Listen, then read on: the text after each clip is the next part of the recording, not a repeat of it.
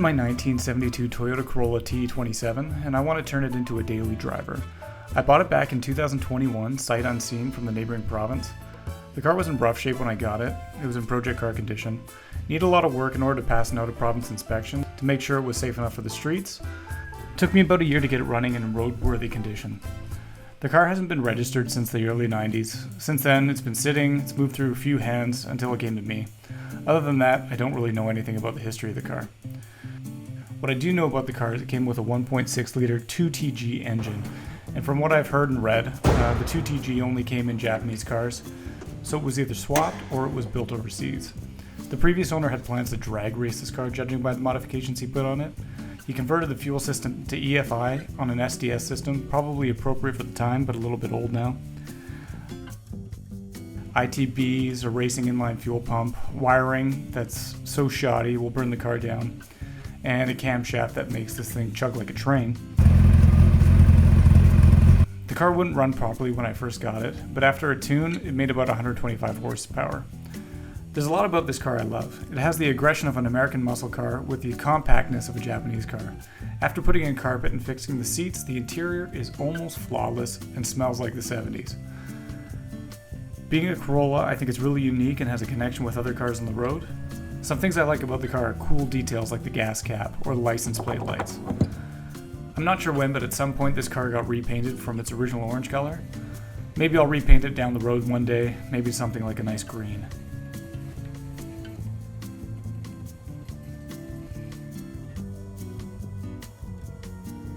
At the moment, this car is street legal, and after a few test runs I've gotten it to the point where I know it won't break down on me. But I'm terrified to drive this car, it's not me at all. The previous year I daily drove a 1976 Toyota Hilux stock. It was one of the best, if not the best car I've ever had. It was reliable, it was charming, and had just enough problems that I could fix them and learn how to work on cars myself. Sure, the gas pedal stuck like it was in cruise control all the time, but that just made highway driving much easier. I liked that truck because it was drivable and it had a lot of character. It was a pleasure to drive every day, and this car is far from that. The camshafts make the accelerator so touchy it's undrivable. If you start at a light and the road is bumpy, you won't be able to keep control and start rocking ferociously back and forth. When you punch the gas, it's great, and it wants to do that all the time. But cruising, not so much. It has the ranges it likes and it doesn't like. It'll hate the low RPMs in some gears and love them in others. Mids will give you a terrible lurching through the whole car, but when you get past that, it's as if this thing has a turbo and just takes off like a finely tuned machine.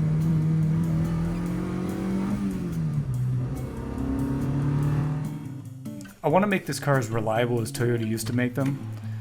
This will involve me either upgrading or downgrading the car. Like a grandpa car. I want to make it like a grandpa car. Smooth, reliable, and quiet. But peppy, you know. So I can actually hear myself when I'm having a conversation with somebody or hear my music. This may sound like blasphemy to some of you, but it's what I want. I can't even think about starting this project, let alone finishing it, but if I'm going to do it, it's going to be in phases. I think the first phase is going to be the undercarriage, taking everything off, you know, getting rid of all the rust. There isn't even that much. At the same time, I'll have to replace the camshafts, probably just to make it run the way I want it to. Phase 2, if there is a second phase, I'll probably do the fuel system, try my hand at wiring, soundproofing, doing the ECU, you know, some body work and paint. That is far down the road and I don't know when I'm going to get to that. So I made a video and have a car, so that automatically makes me an expert? No, I've never done this before. I have no tools and little experience, so any advice and suggestions are greatly appreciated. I'm just a guy that likes old things and wants to keep this car on the road. Now, I just need to start. I need to start.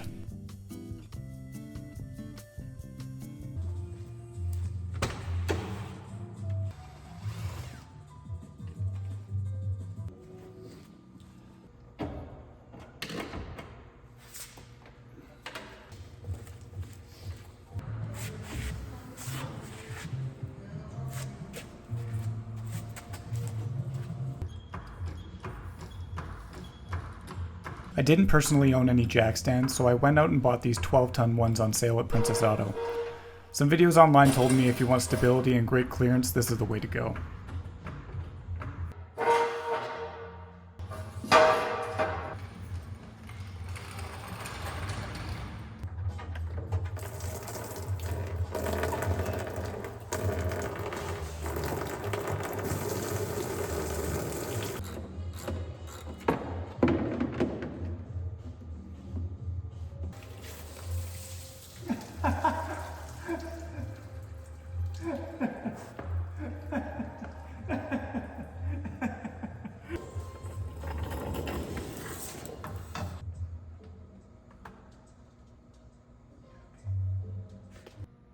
All right, she's all drained. Time to disassemble.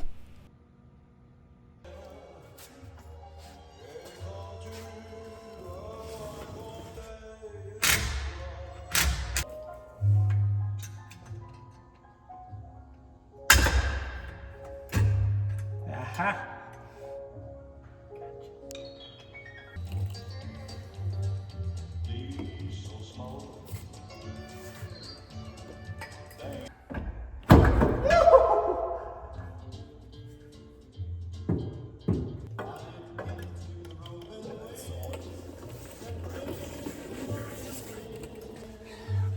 Look at this. Oh, that is really nice. Wow.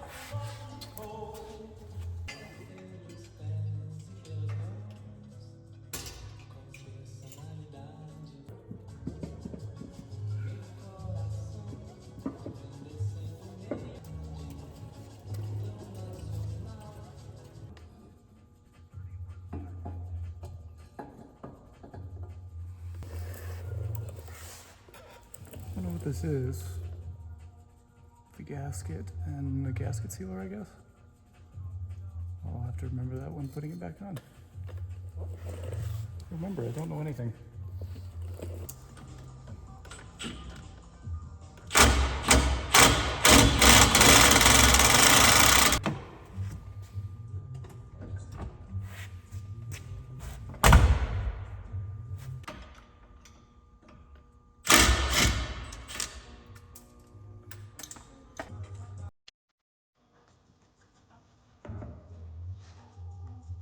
Aha!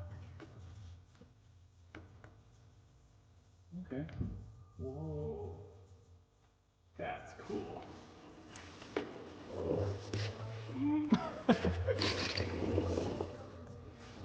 Oh. Look at that thing. I got a cut. I don't want to be touching rust. I don't want this to be touching the ground. So I went to the store and I got some Ziplocs, so now I can be much more organized. Driveshaft. Every time I hear the word driveshaft, I think of Lost. So when I was down here, I'm just now inspecting, you know, what's where the driveshaft once was.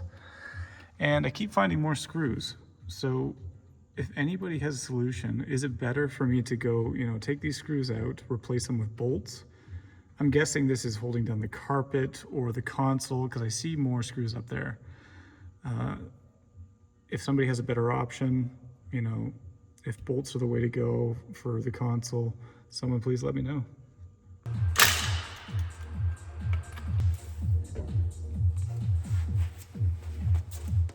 Just a couple smacks, right? A couple smacks. Let's see the damage. Oh yeah. See the ridge? Just look, hold it. So then my e-brake is right there, and I can disconnect it, and that will loosen it there. Because there's where the e-brake handle and this meet, I can disconnect it there, and then that stays, and then this can drop. Then your shoes will be able to come off. Those are just clips. Yeah, it turns into twists. No. No? And is it a weight for balance? Oh my gosh. This is the original. This is the Toyota Tech. This is the original drum brake from 1972. The dumbest thing in the world.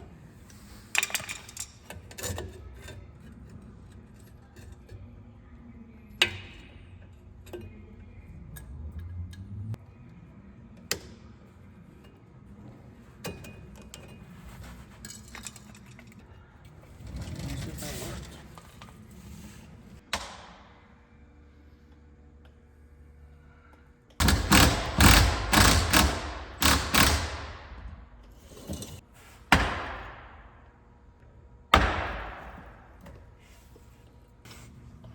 So this is the hanging e-brake. Maybe I can go here.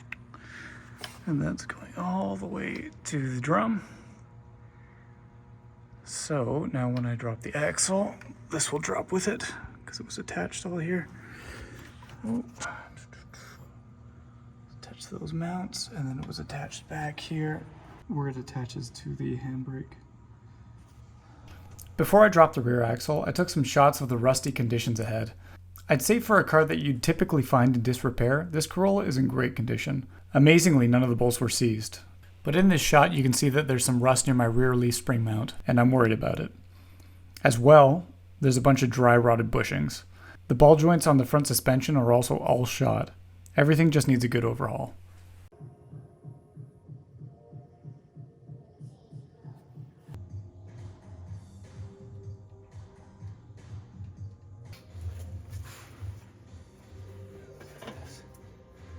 These two off. This one. And that. Okay.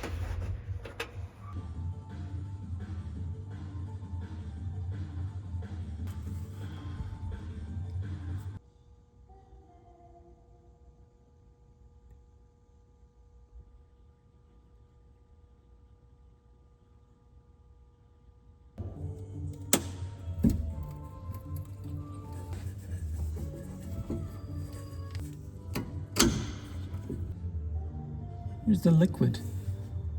There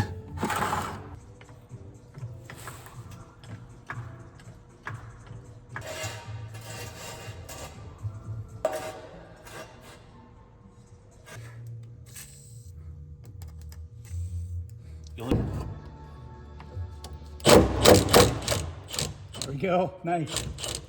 Very nice. Very surprising. You get a little thing to take it out. So I have, yeah, exactly. Like that. How am I going to get that out? You're gonna punch it out, man. I'm Here, gonna- give me a sledge.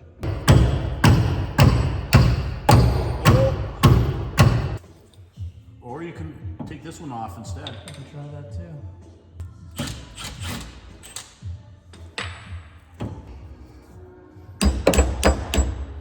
Nice and loose.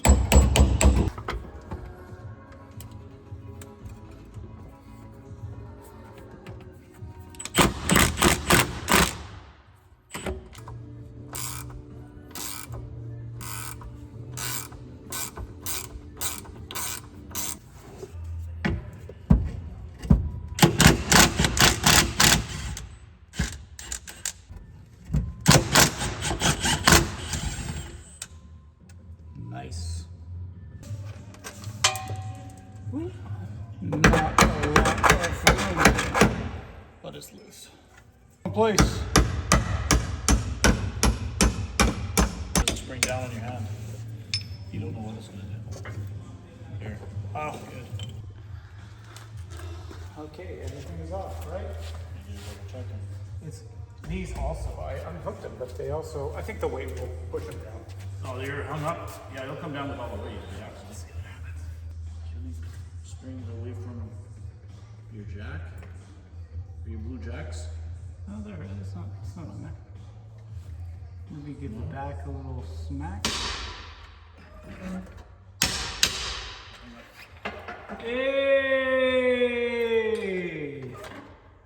Okay, close these ones up, man. Close them up. Or you can take them off.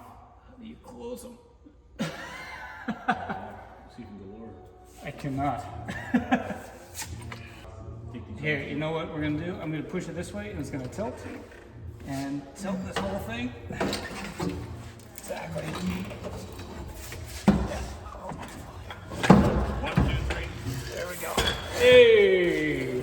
So let's widen that up here. Look at that.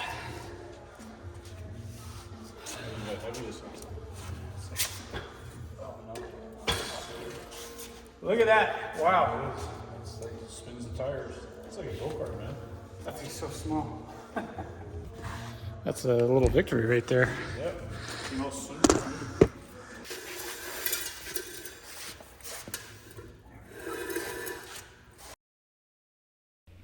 I have to say this felt like quite an accomplishment. I've seen so many videos of people dropping their rear axle and it felt so advanced. But now that I've done it, I realize this is something that anybody can do. Now we can disassemble this separately down the road and give it the attention it deserves.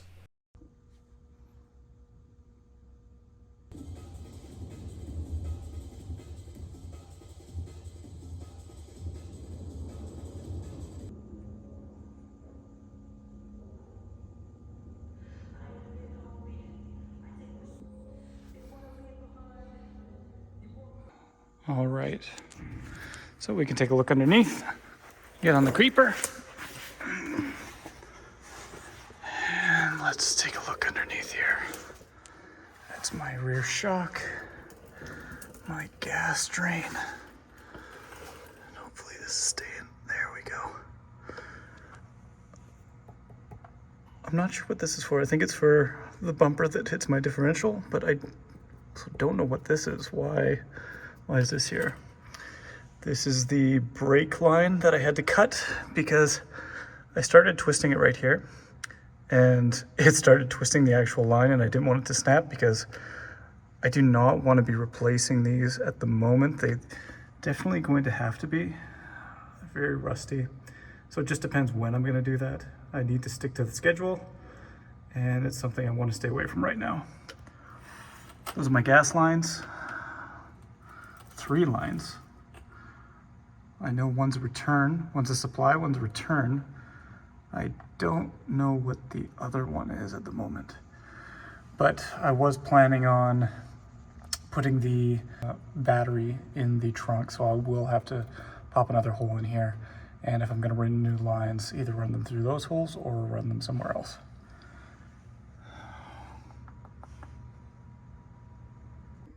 Moving on to the front suspension, I have to say it wasn't as easy as the back. There was a slight learning curve to getting castle nuts and their cotter pins off. But eventually, I just stuck a socket on them, shearing the pin and punching it out later. After when I did the other side, I breezed through it in about an hour.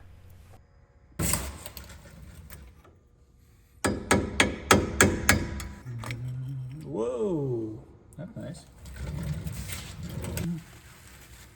I'm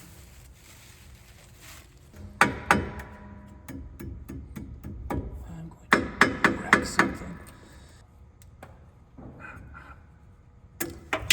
Whoa! Oh, hello. I don't want that, so I'm going to have to get some proper sizes and metric cuts. And this. Why'd that come off so easy? Now what? That's the bolt I'm looking for. I think. Whoa. Come on. Big one.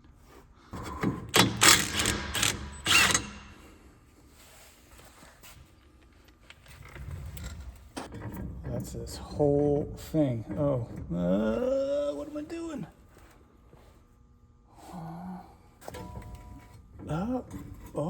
Oh, that is not secured at all. Oh, whoa, there's my pads. Loosey, right? Whoa, whoa! Ah, it's a bearing and I just got it dirty and that's scaring me. Oh, whoa, okay. This is coming apart fairly easily. Whoa, there we go. I don't understand how there's no, maybe because I got the cap on. I never drained the brake lines. Take these off and see what happens.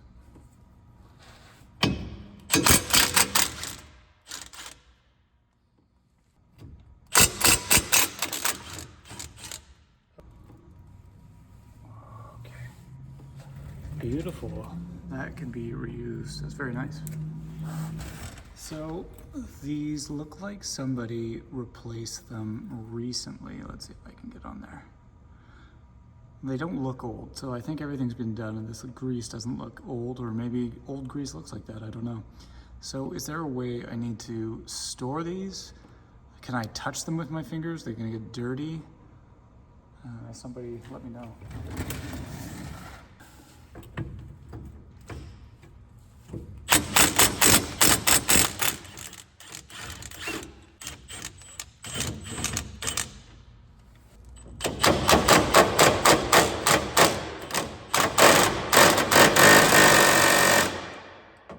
Won't come off.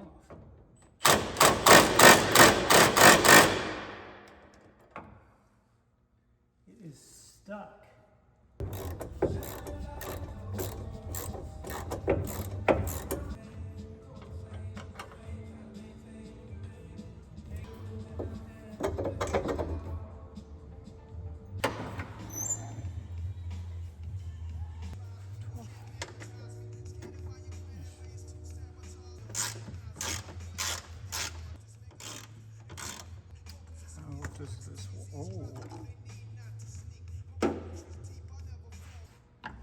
Maybe.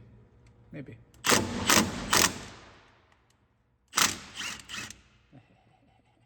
It's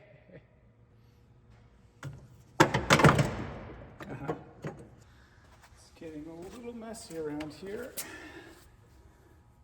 Oh, the only thing holding this is this cable. I'm going to be replacing these cables. Woohoo! Ooh, look at that. Beautiful. This is just nice and loose. Okay. So this is my first time ever using a torch, but this thing is so stuck that I need to heat it up and hopefully expand it so it comes off.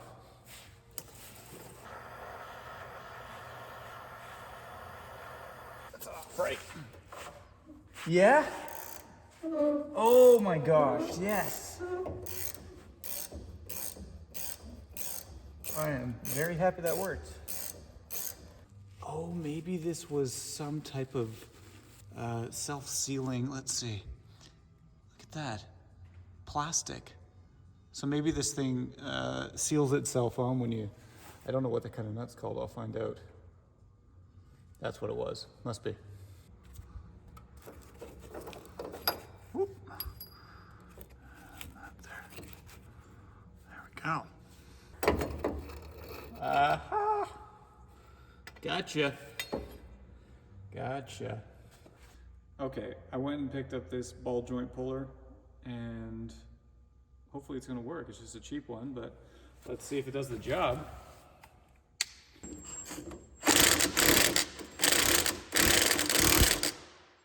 that working?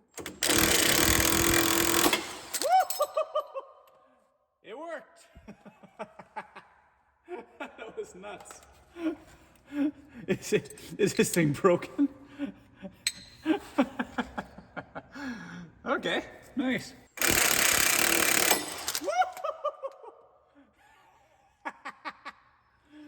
That's what we need. There we go.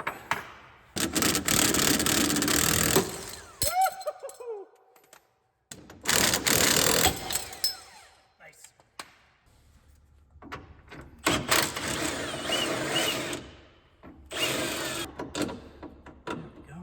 Oh, there we are. Okie doke. Let's see the wear on this. That is nice and worn down. But otherwise, this is part of the steering wheel. And this is connected to the other side. And this is the sway bar, so technically it's all off. Here's that ball joint, lower control arm. Yucky and all broken, just destroyed, so good thing we're replacing everything.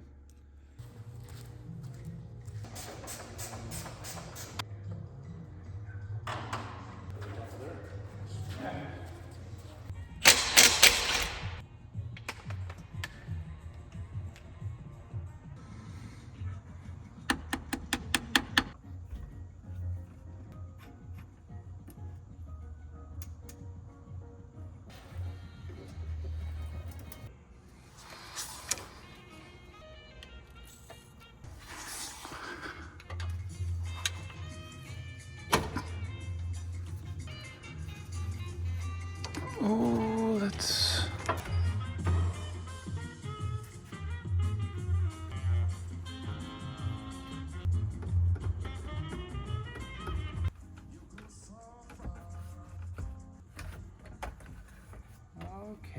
Okay. Keep that there. You stay there. We don't want to touch you.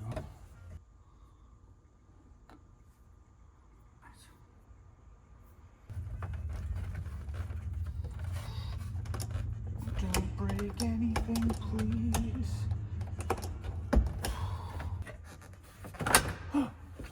Yeah, it was just snagged on the boot.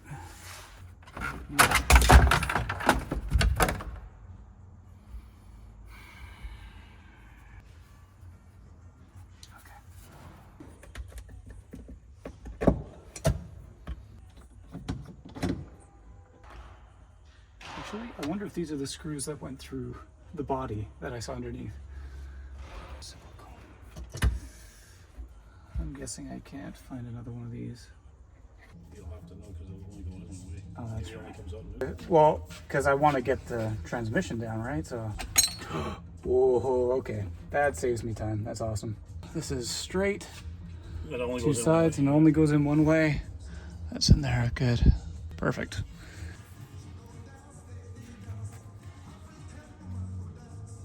There we go. There we go. That's off. There we go. Just hold me this. Right. He said, yeah, he wants to buy. Watch your back of your arm. There we go.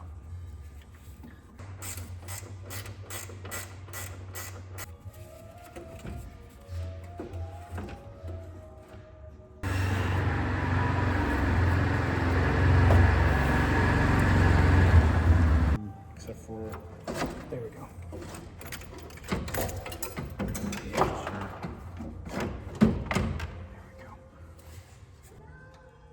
So yeah, I'll have to take this off. I would take your fans off. Oh, this.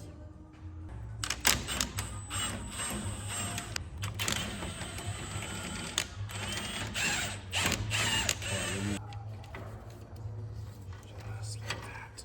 Okay.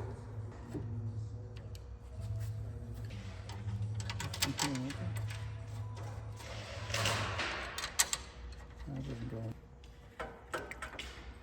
Nice. Okay, let's see. How do you take this off? Ah, okay. This comes out pretty easy, and I need the pan underneath because it's gonna You trip. have to disconnect. There's my pan. Drippy drop. Yeah, lots of stuff to Car that nobody else got. People don't pull it enough. There we go. There. Suck on there. There we go. There's that. This is probably air, my map sensor, air and fuel sensor. I think if I take Out this, and up. got it. And now let's see. There we go. Okay, easy enough. That should. Well, that's come right out. Yeah. Just keep them in a bag. There we go. I'll know that. Yeah, that's a lot of steps, man. This one's bigger. Boom, boom, boom, boom, and boom. To the side.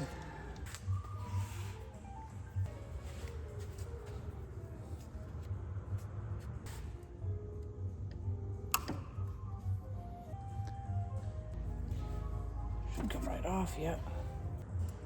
That. Yeah. There we go. Nice. Woo. Okay, future Joel. Yellow is at the very bottom bolt. The top is, this is just holding another wire, so you don't have to worry about that. To my future self, you're unhooking the alternator right now. I don't remember what you did, you're gonna have to figure it out, but you got a bad camera angle. Sucks to suck. Let's get on it. You were just on. That because it was hard to differentiate. And I mean, so this goes on the top one, and then there's a little sensor beside it. Yeah, that's good. And I don't know what it is, but it probably needs to be, this is all frayed. Actually, it looks fine. It's just got frayed line. That's just the insulation. There we go. There we go. Perfect.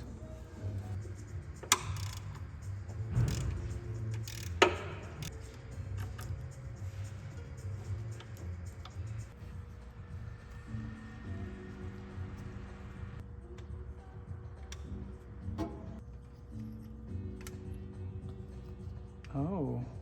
I was asking somebody. What is this? Snip. There we go. Just pressure fit. That's these things that just pop out. 1, 2. There we go. There we go. Let's fit the fit. Yeah, here. There's two sensors right here. just kind of pop them out. Do you have a screw? Oh, there we go. There you go. See, it's out. Once it actually won't affect it because I'll drop it and the wire will just follow it out and then I can get it. Yeah, That's right. You're right. Oh yeah.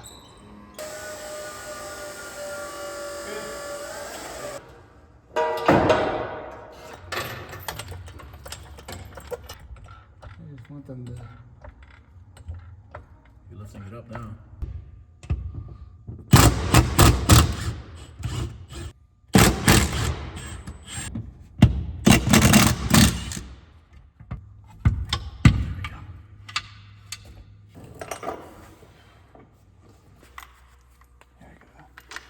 Not going anywhere, right? No tension. Oh, it's like barely. It's not Did you lose? something.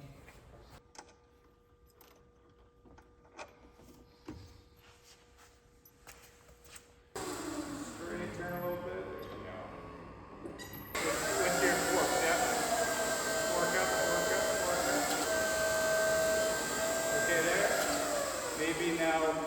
Yep. They're coming up. Oh, it's up in the car. It's in the car? Yeah, it's in the car a little bit. Oh, geez. Yeah. How did it lift the car? Because it's grabbing at something.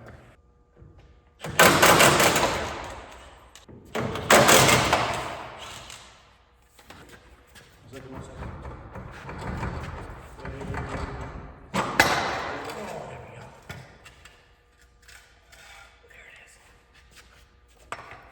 Gives you a chance to clean that, I guess. Good. It's in good shape. There you go. That's what you Oh, now it's the whole thing. Slow down and have a look if there's any more wires. Now the whole thing's kind of moving forward. So we missed the sway bar now.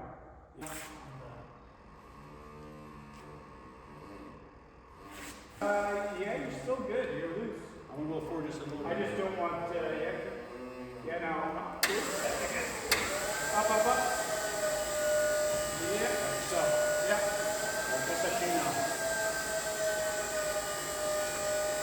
Yeah, and now backwards. Up now, up. Back in the front end, most. You get ready for running. Okay, and back. And you're gonna hit the, and good, back. And down. So just in case something happens, it would, free fall down. And this here. Here, go down at the same time. Keep lifting up the arms. Good. You're still in tension, so you're still good. I know what you want. Yeah,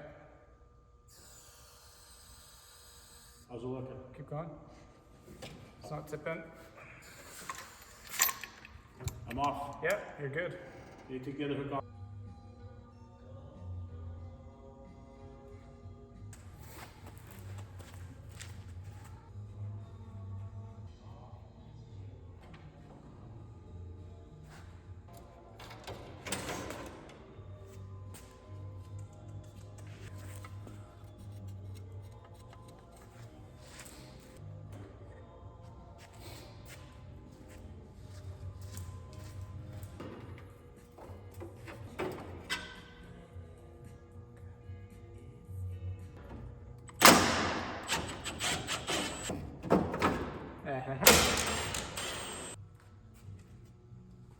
Center.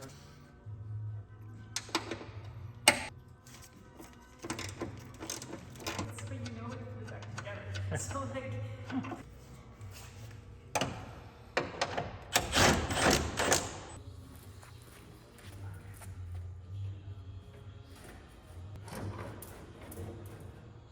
Where'd that come from? Where'd that come from?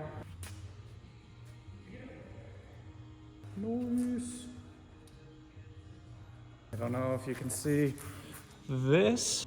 The bolt was just kind of hanging in there, so I'm sure the bumper was fine, but need to fix all these little things.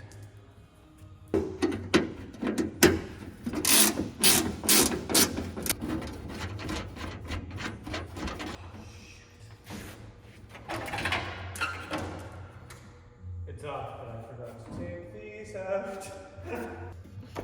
There we go. And now it just comes out right there. Look at that. There we go. One step closer. She's looking good.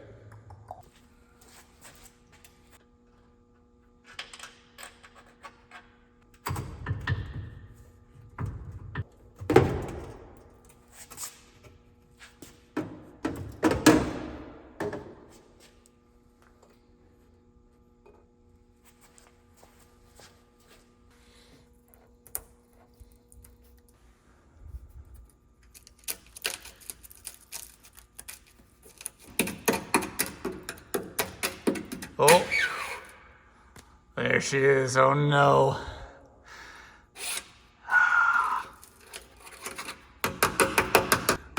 Poking to see if it goes through.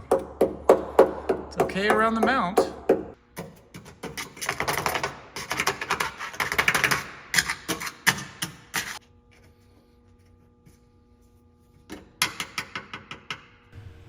Luckily, I was able to use one of these tall mobile carts. It usually stores one of the large salters, but it's a nice addition as a workbench to the growing workshop.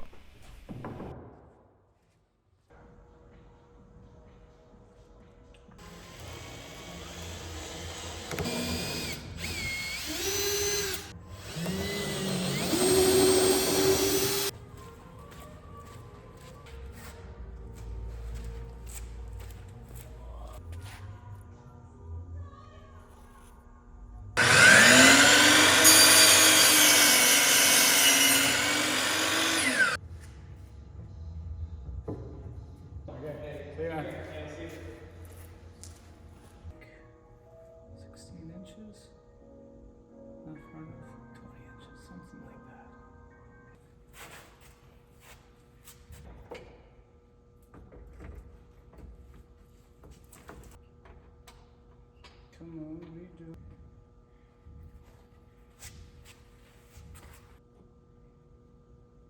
That's good.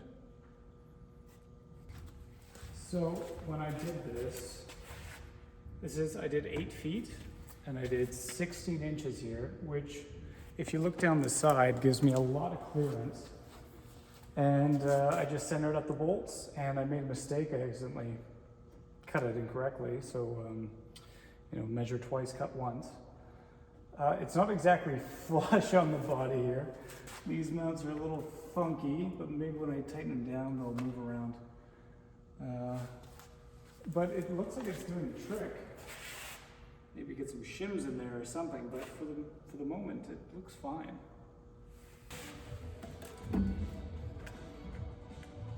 A little bit. A little bit wonky, but basically there.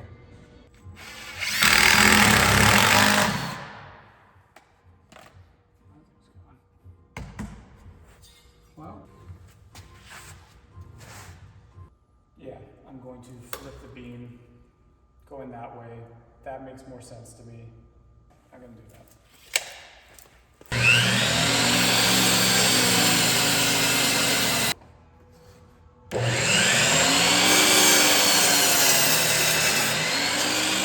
Okay, so I flipped everything around and now I'm going to make some supports in here and we're going to make the beam that goes up the other side. It should be pretty quick. I think I'll make everything on the ground.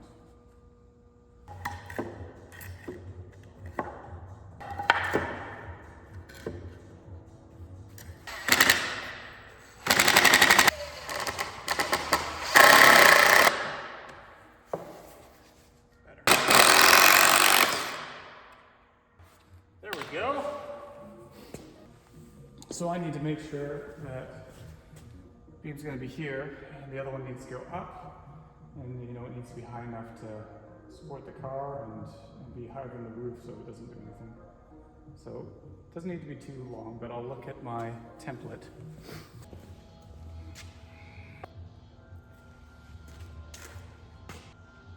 Plywood will go on the other side. Yes, because this is the back. So it will be on the front side, and it will overlap this leg, so it will be attached to the leg. I will have a support piece in here, and it will also attach that. I'll probably double it up, and then it will attach up here and probably go somewhere up here.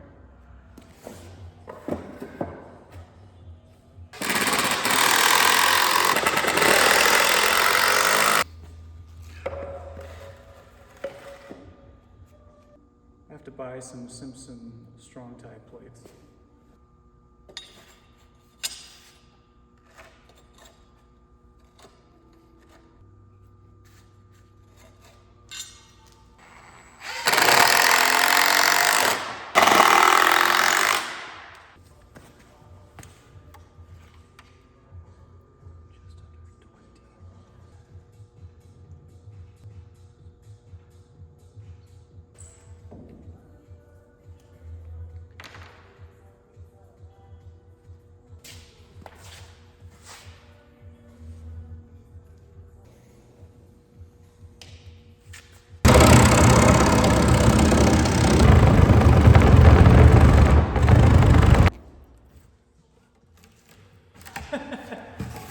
Wasn't pretty, but it's done. There's got to be a better way to do that. Probably a skill saw.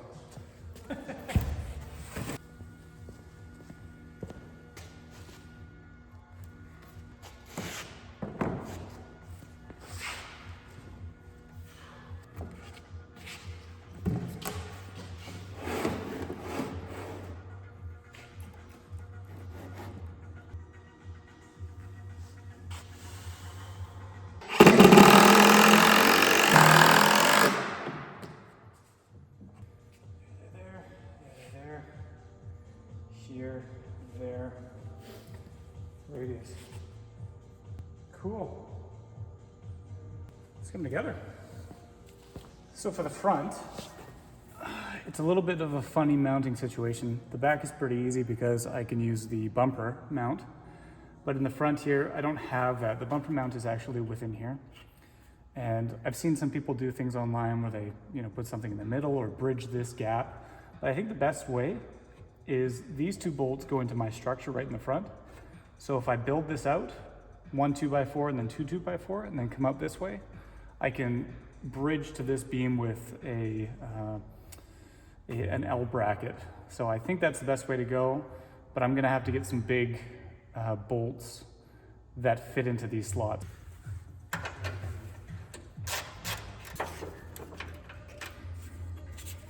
There we go. And that's where I'm gonna mount. 2 in the frame. I guess these wouldn't help, it's nice and thick. So why not 2 and 2? So I need a bolt just like this one that will go through the frame, and it's already got threads in the frame there, so I need to find the exact one. So I picked up this thread checker a little while back, and it's already come in handy. So I just take it, I know this is metric, and I can put it in here, and it's too big for M12, and there it is. M10 1.25. And now I know the exact bolt I need, and I'll get a nice long one that can go through 2 2x4s and into that thread. So this is perfect.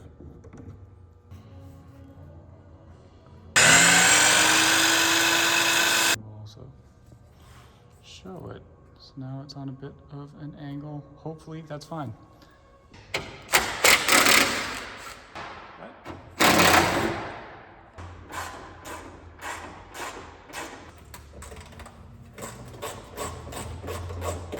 The yucky stuff coming down here.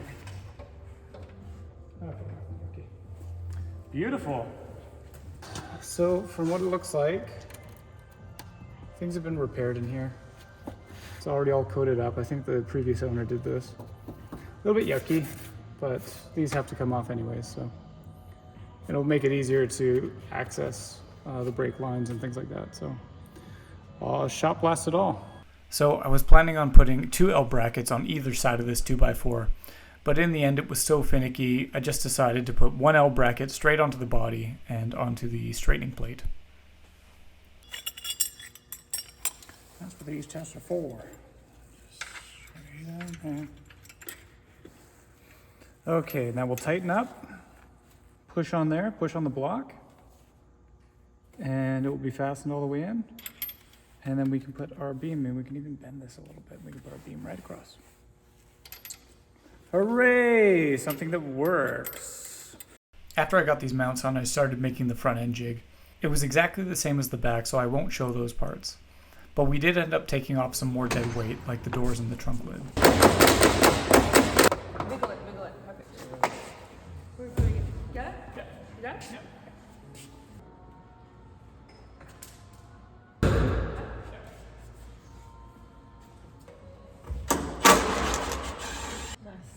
Easy. Extra weight. Look at this thing. Now with both jigs made, it's time to cut the radii. I had a very dull jigsaw that I found lying around. I could have used my Sawzall, but when cutting the plywood, I found it to be a little too aggressive and left frayed ends on the sheets. Now we have both of them, so the radius of this, because the leg and the arm going out are 24 inches, I will measure up 24 inches and over 24 inches. I will put a line, and I'm going to cut the radius. Something like that.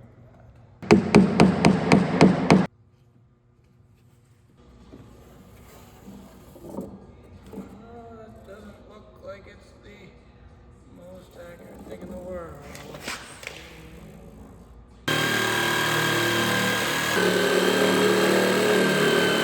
The blade came out. It's okay. It's right there. Oh, it broke right at the end. It burnt my finger.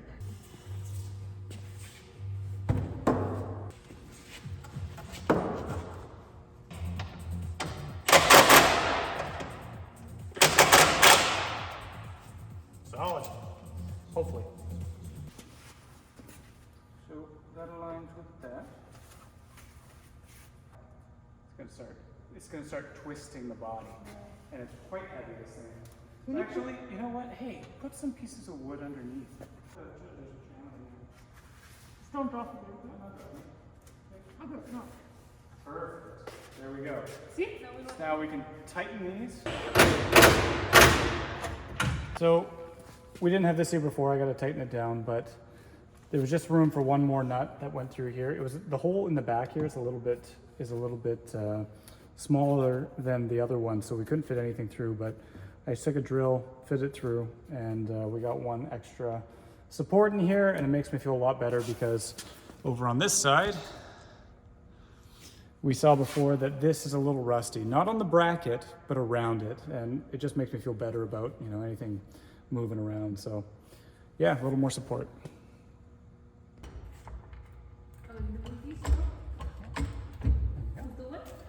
Now we're lowering it onto its own legs back there. Okay. Okay. Slowly. Might be a couple creaks. It's on its own.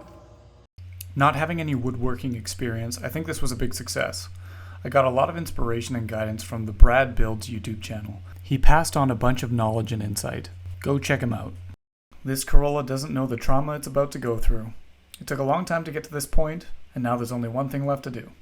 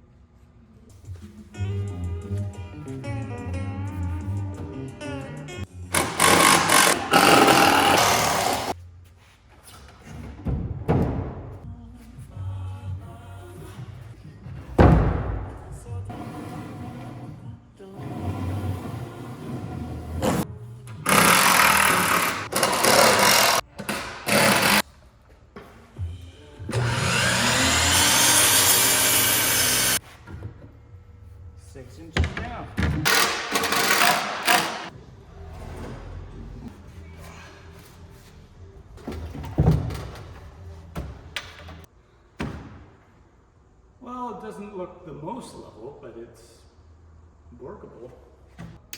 And now it is exactly 36 inches, 3 feet. So it is the perfect counter height / workbench height. Now I was reaching up here before, trying to get everything down. It was way too high. So this is a good.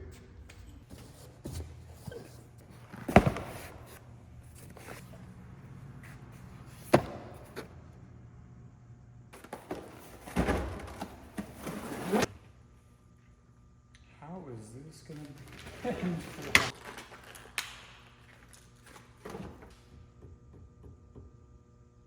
So I'm coming from 1/2 inch, and I'll come from a reducer. This is like the shoddy way of doing this.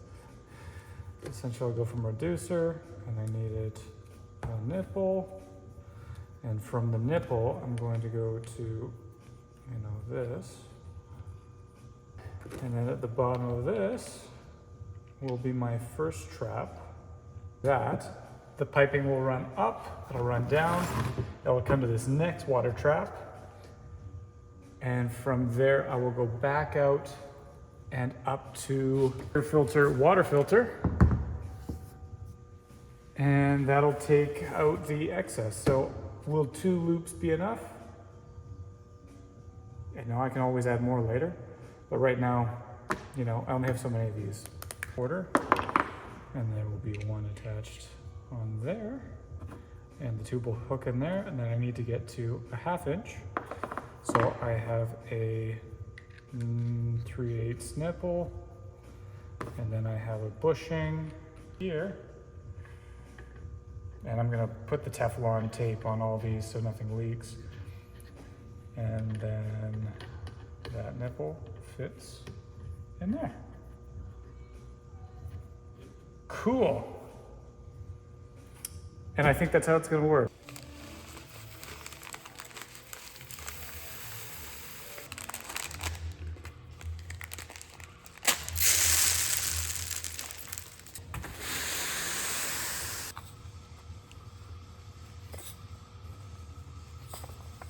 There we go. Got it.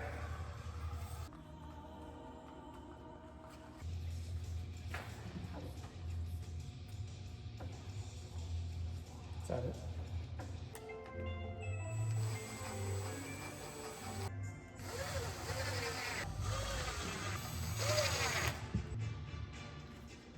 Well,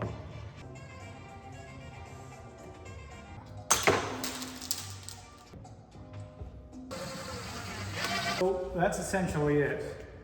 If I need to add more runs, then you know what, I can easily take these off, cut more tube, shift everything over and add another run. It's no problem.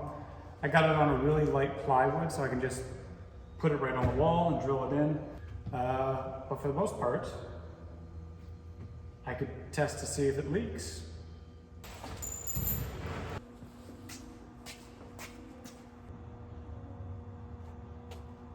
So that's essentially it. That'll hook up to here. Hopefully it traps some moisture. Hopefully the decant takes out some of the moisture, and it's got a pressure regulator. And that can now go to, I think, my sandblaster, which is going to be close by.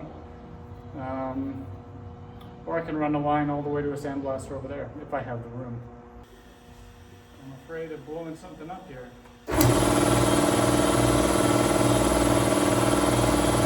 So that noise you're hearing is the leak down there, which I'll have to figure out. But looks like if I go, this way, it opens up. If I go backwards, it also makes a sound. I don't fully understand what that is. And on these guys, you can hear that there's a leak. Big one here, so I'll figure that out. See if it's leaking anywhere else, but as far as these go, they work, so. Okay, so I got a little soap and water in this, so hopefully nothing.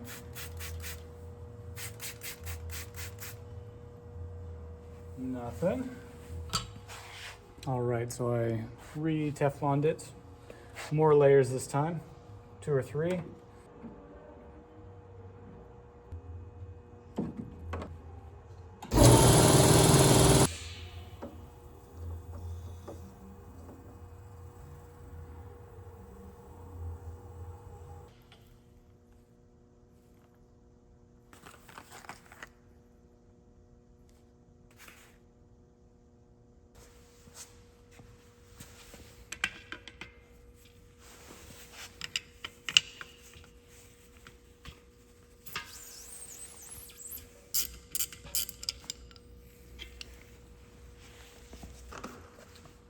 Great. Well, this is ridiculous.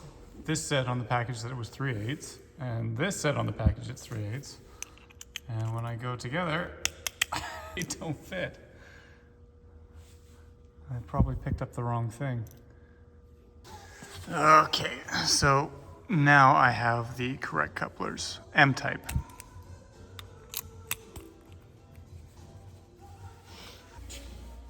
This stuff is like goop, is that right? So I'll have my reel, bring it up, and boom, right on there. That's awesome. So then I got my 1/2" coming out of the hose reel, and I have my 3/8 adapter, which will go on like that. And then I have the 3/8 coupling. That's on there.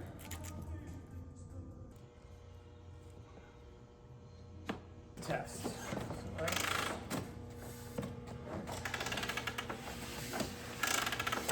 So I've got it. It's only been on for a minute now, but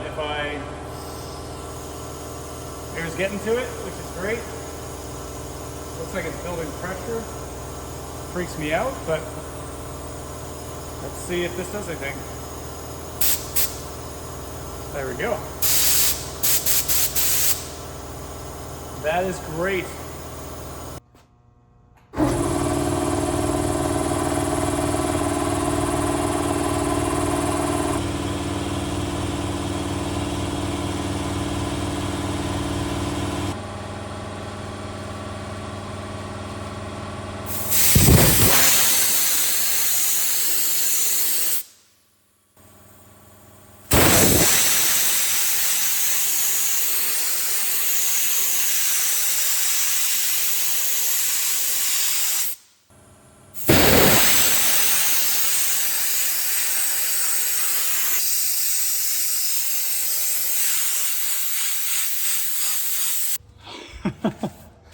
Okay, so you can see what was going on. I think it's more about pressure, and I think you really have to minimize how much sand is going through, because at the beginning it was just a big, huge bunch of sand, and it chopped a bunch of this rust away. But I think it's way more about the air pressure and much less about how much sand is coming through. So yeah, you can see how nicely this actually turned out. I got to learn how to get better at it, obviously, but really, really clean compared to before. Super happy with it. It actually lasted quite a bit longer. I hardly used any of the bed. I think best thing to do is get all the corners and use a wire brush or something like that. So I'm a bit of a mess because I was cleaning up all the glass around here and everything. But I started setting up the blast cabinet, and there were a couple of things. I didn't just want to build it. I watched a bunch of videos online, and people had upgrades that were kind of a must for this system. I'm going to be putting all my parts in here, everything back there that can fit, in a nice contained unit that can recycle media over and over again. So I just have the bare bolts put into these, and one of the things that I learned was you should put the bolts in backwards. That way, you're not snagging yourself on the inside. Also, something I learned was you should flip this upside down so that you get a little shelf, kind of just a little freebie. So this is the cap that goes underneath. So what I've seen, and you've probably seen from a lot of people online, is the cap that goes here, whatever way it goes, this way. People put a large hole in here, and they have a metering valve, which is just a bunch of pipes that connects to a hose and recycles back into the system. So that's something that I want to check out, and I've got all the parts for it, so hopefully that works.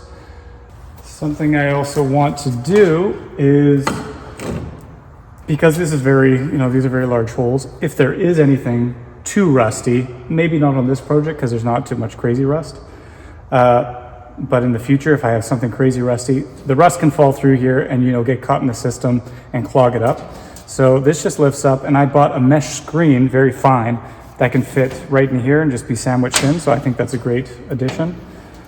All of the seams, I heard these units because they're cheap. If I maybe open this up.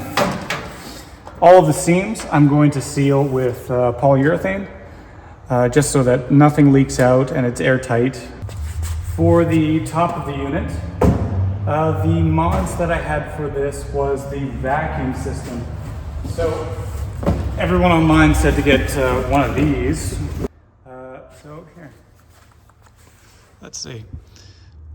Dust stoppers. So apparently if you run these things with a vac, they get really, really clogged up, and this thing is supposed to separate the dust or something like that. Otherwise, a large light I bought off Home Depot. It's going to be coming in the next few days. I found magnetic lights, which I think is the best way to go. So if I need, they're both 2000 lumens, pop them both in, turn them on when I need to, recharge them. I think that's the best thing instead of wiring something.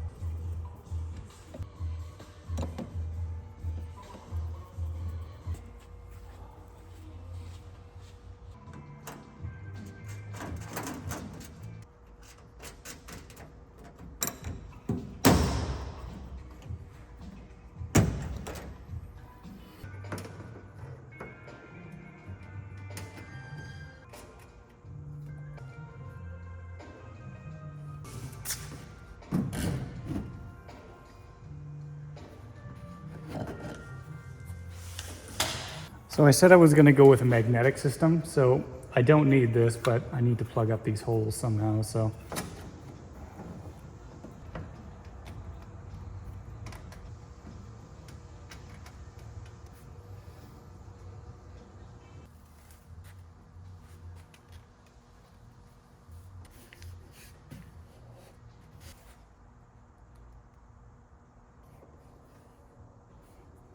That's one thing. All right, so I'm gonna go start on the metering valve with this 1-inch conduit connector. I think it's like a waterproof conduit connector. So I'm gonna put it on either side.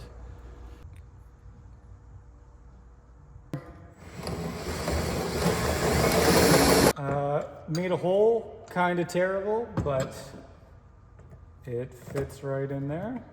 Watch it down.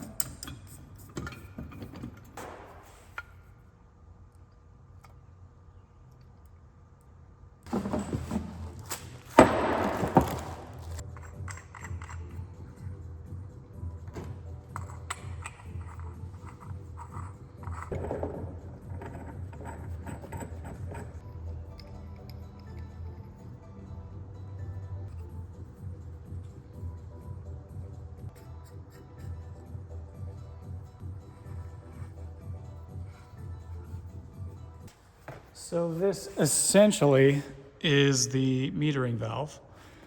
It looks a little bit goofy. Yeah, I'm going to seal everything up, and the sand will come down through here, and it will move through here, and air will be sucked in through here, and I'll have a tube on the end. Fits like that. I'll have to stretch it over, and it will feed right back into my gun.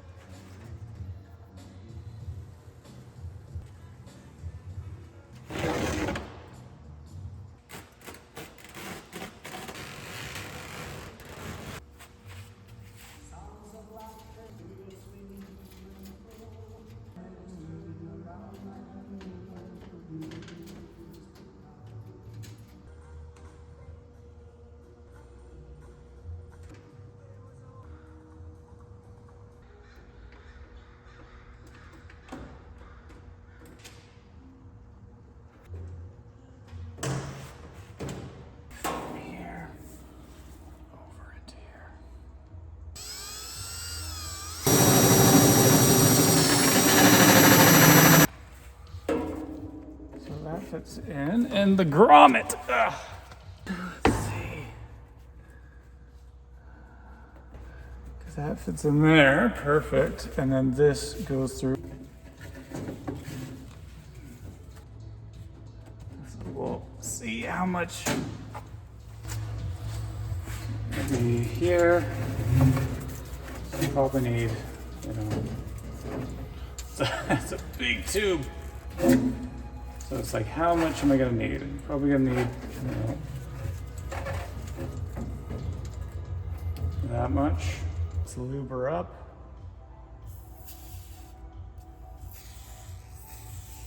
Yeah. Perfect. Right to there. Like that.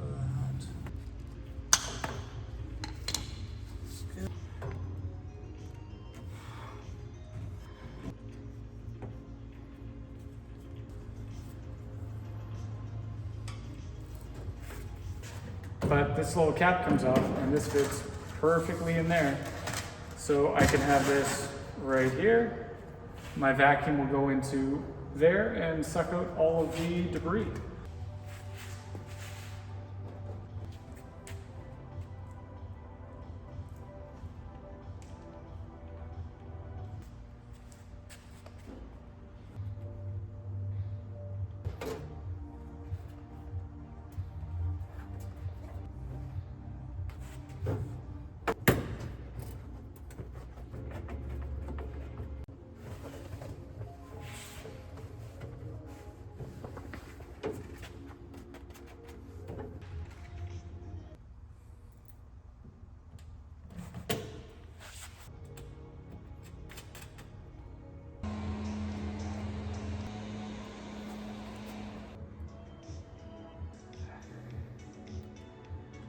Come on. Last one. Does not want to go on, whatever I do. Stupid thing.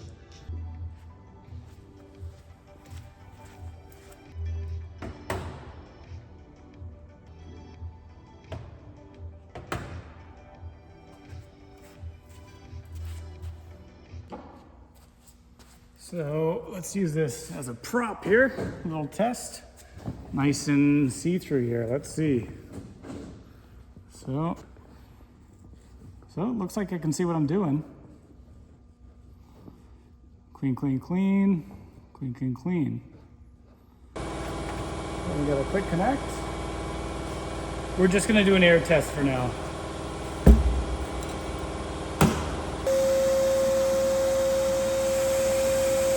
Okay, it's loud, but let's see if the gun works.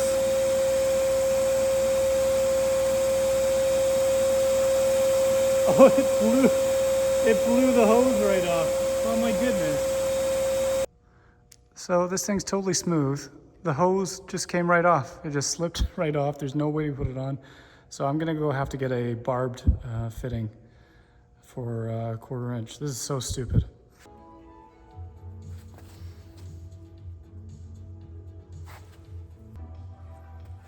Okay, it's gonna get loud, but let's see if this works. I'm gonna turn on the metering valve just a little bit.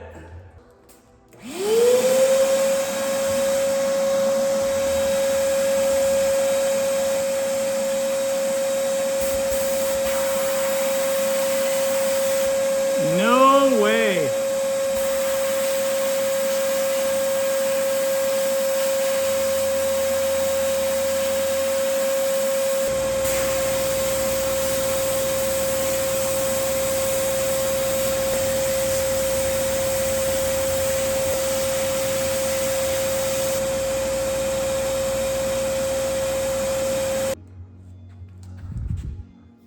And there she is.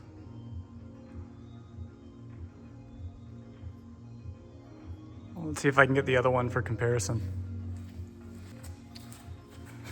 This one I've still got attached, but yeah. Oh, that's gonna be so much fun. That is incredible.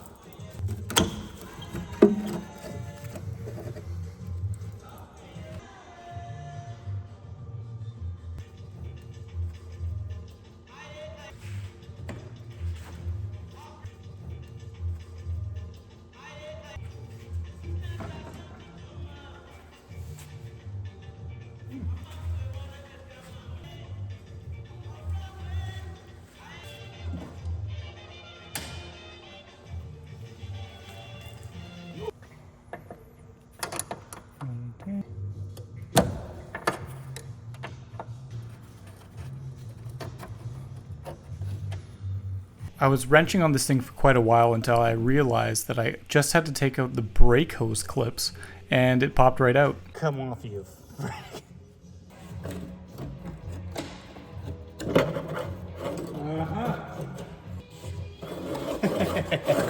Yeah. Gotcha. Come on.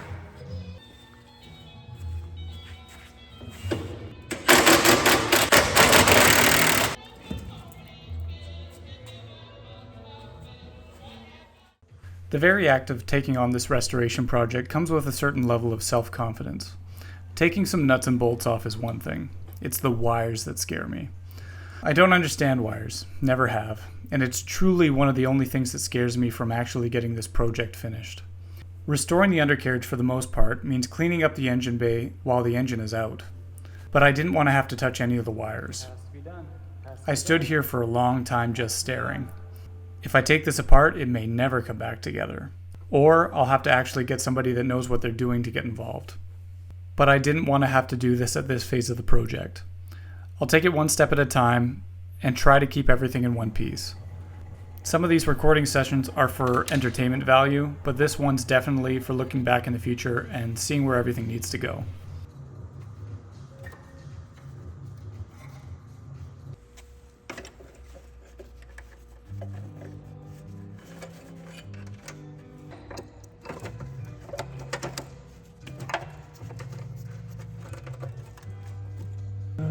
Righty tighty lefty. Let's see, there we go.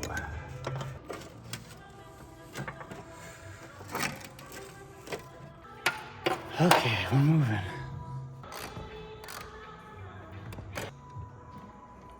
Okay, we got some fans. Oh, it's a rat's nest.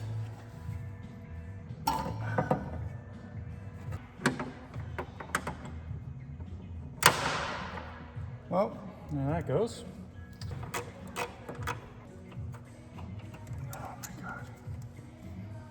Okay, that's one. I don't even know what it is.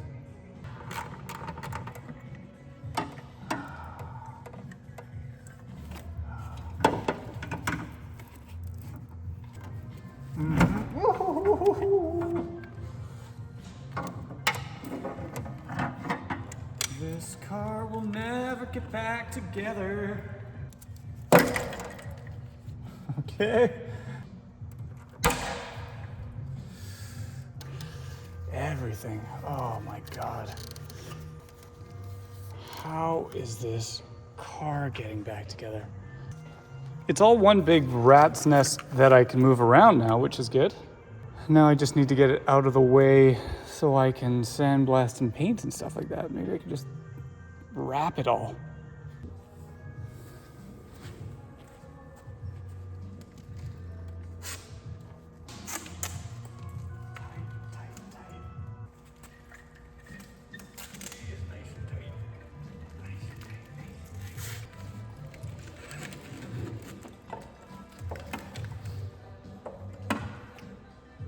Okay, so now I got this large rat's nest of wires, but it's all still intact. You know, it could save me, It probably all needs to be redone anyways, but for now, I can put this aside, tuck it somewhere, you know, maybe get it on a something, and I can sandblast. This is great.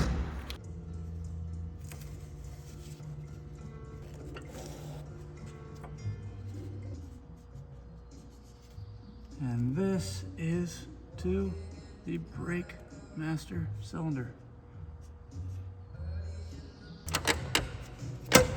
Whoa, not too much bend in there, boy.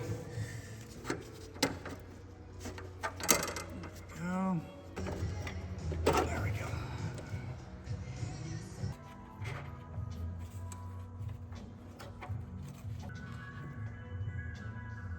Woo! Yeah.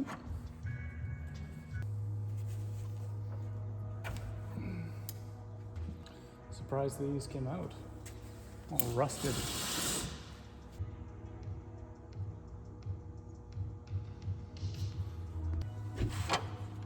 I have no idea what these are.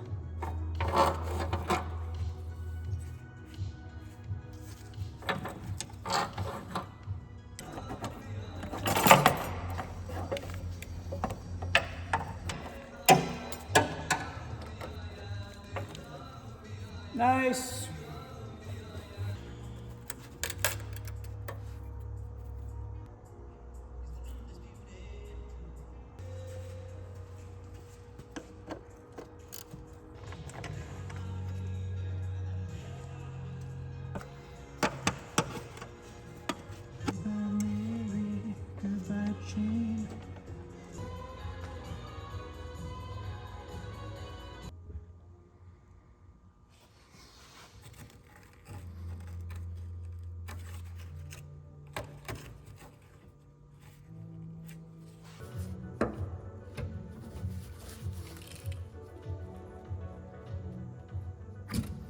Aha.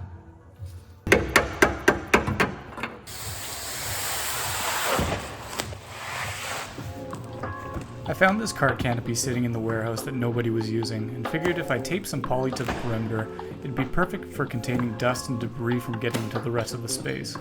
Perhaps it'll be good for a paint booth in the future too.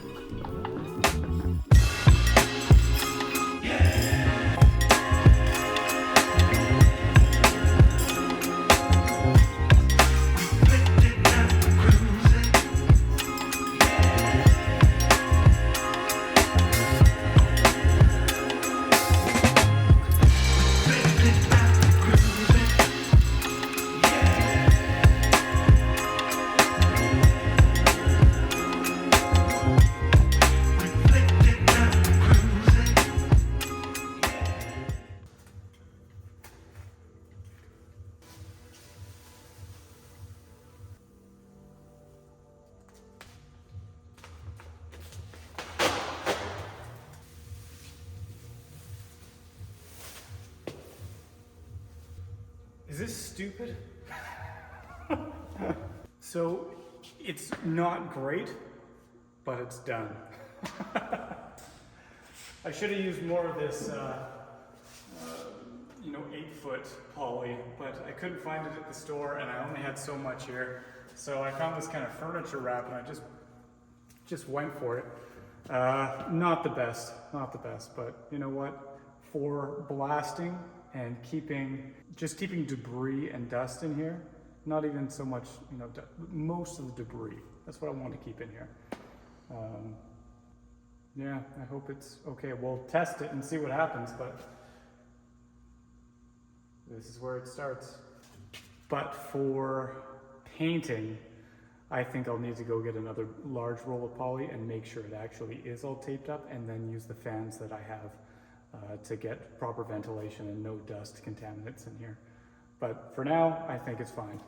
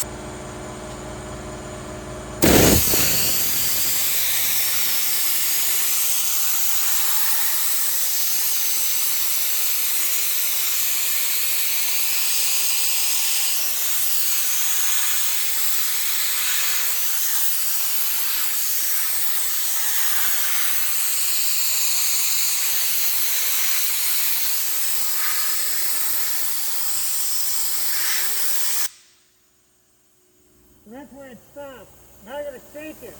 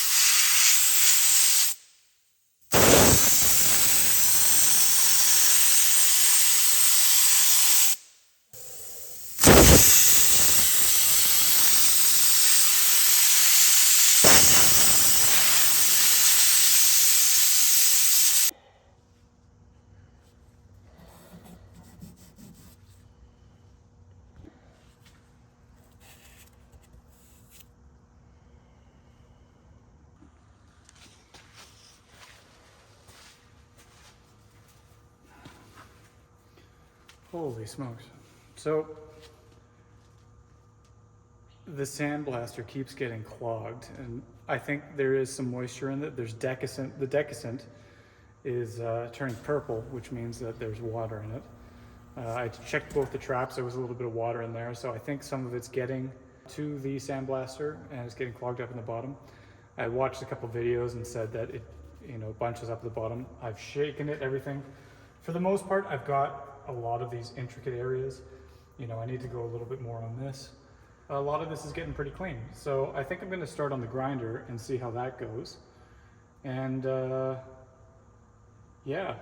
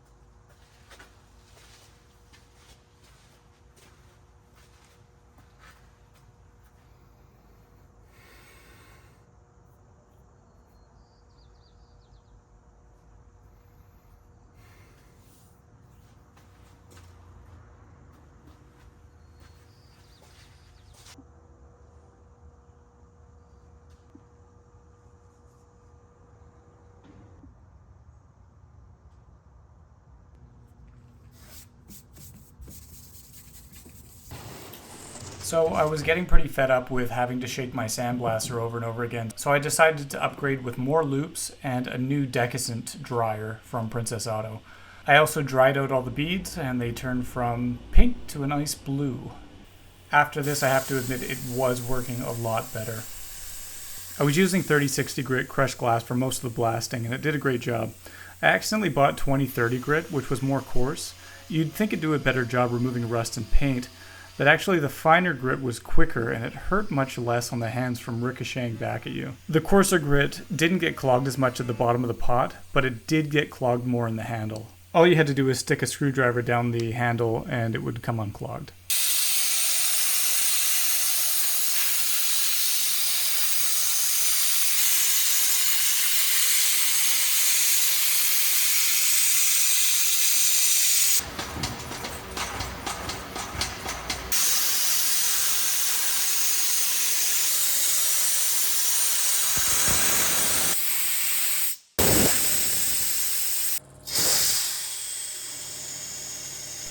So I needed to make some upgrades to the dead man's handle on the pot sandblaster. It had completely worn through from the sand. It was a pain to open all the time, and air was leaking out of it with sand going everywhere. It just wasn't a good time. So I upgraded it to have a ball valve and took off the handle. So it was a lot easier to open and didn't clog as much. The visor and everything else near the sandblasting process got severely etched. My mask got etched, the lights got etched. I was afraid to put my phone, which is recording all these videos, near because I was afraid that glass might get etched. In the end, the enclosure actually did a great job containing the debris, and only a little bit of dust escaped.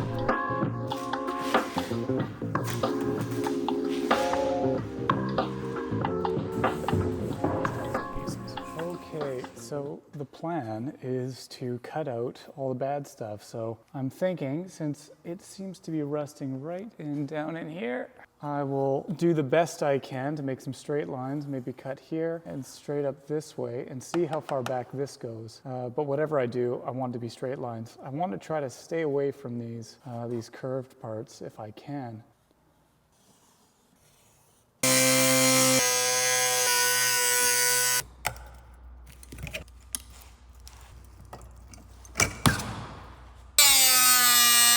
Better.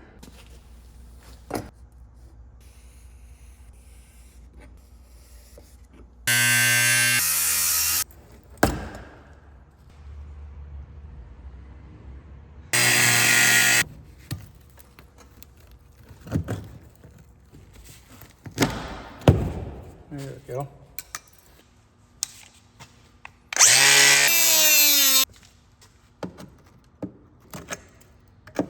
What is that?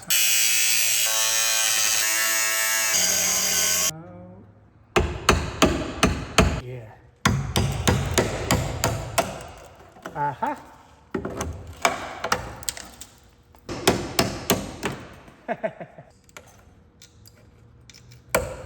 Nice. Oh, that rusty goodness. It's looking pretty good inside. A little bit of rust, but maybe I can get in there and coat it.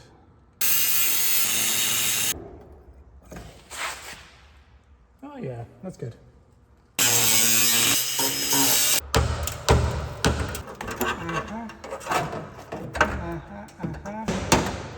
Aha! Ooh, rotten.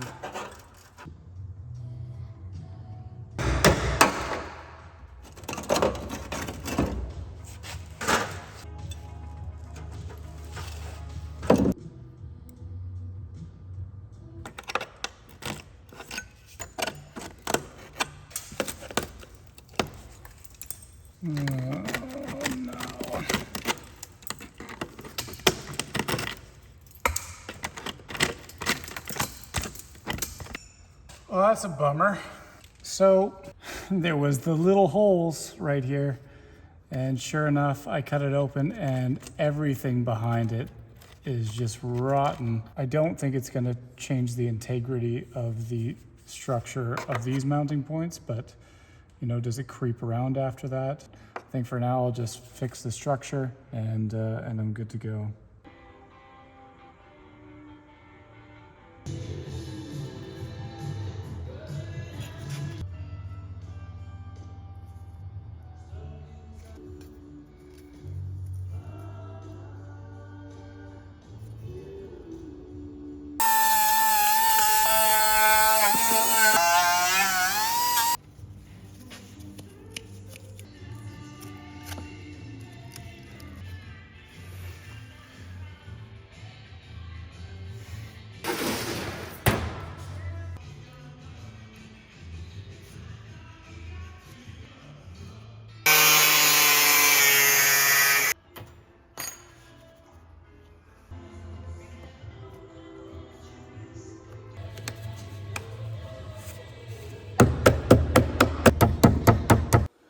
Maybe I can attach the clamp up here. Is that enough of a connection for a ground? Something I'm worried about is, will this catch on fire? Because behind here is, you know, my carpet and things like that. So before I get started, I should definitely do some samples, get some practice. So I'm gonna use this sheet metal with the grounding clamp as a kind of makeshift welder's table, and I'll cut out some small just squares, and I'll try welding a couple of those together for practice, and then we can try on the car. Yeah, so I've got a sample here, and I'll just tack it and then try welding it. That's going to be interesting. I think the best way is just to start, so we'll see how this goes. I'll get you right in close. Let's just put a little... Whoa!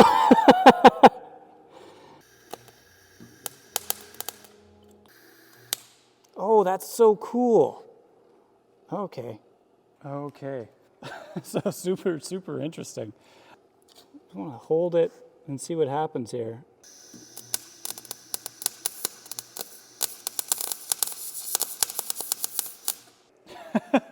He just blotches. Oh, I see a puddle now. Oh, I get it.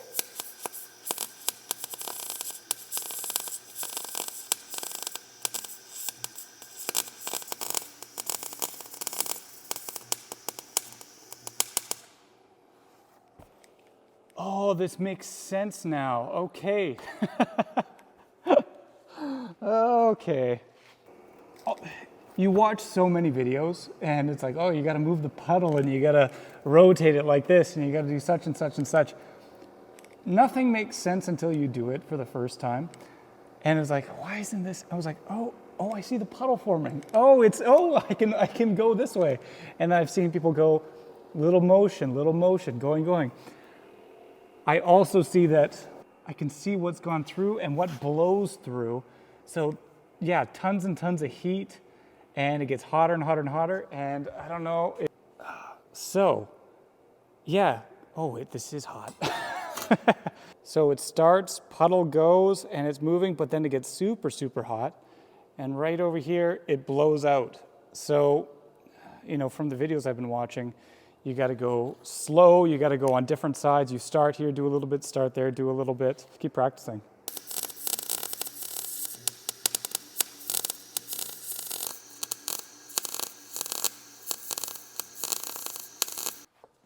So something I learned from watching a couple videos about thin sheet metal, because it's such an old Japanese car, I think it might be thinner sheet metal. Being so thin, I heard from some people online that it's better to have a higher temperature and a quicker speed so you can kind of get in, get out, and not have to worry about waiting so long. If I'm patient, so it doesn't matter. I can go slowly through, but it builds up a lot of heat in certain areas. So I'm wondering if, a little bit hotter, a little bit quicker. Maybe I'll play with the settings right now and see if I can kind of get in, get out quicker than I currently am. This is so fun. This is so fun.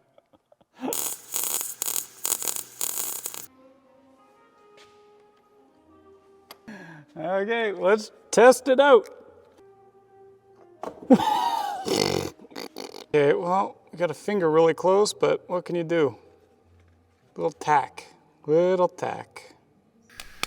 Looking back now, I definitely started on a tough piece. Okay. Really small, lots of corners, strange shape. You live and learn. Oh, so that's how it blows through.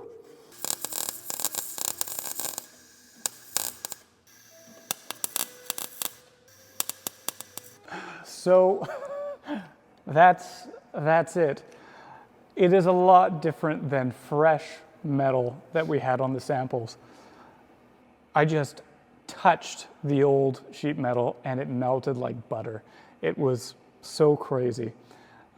This was a really complex shape, so maybe that's why the edges were burning out.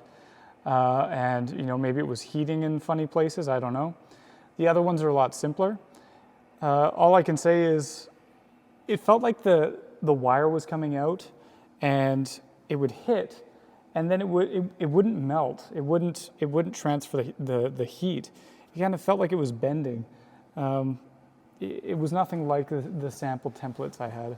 So very interesting, and as ugly as it is, that is the first one, and I'm going to be real with you. So, yeah. My process involved cutting some cardboard down bit by bit to the size of metal I needed.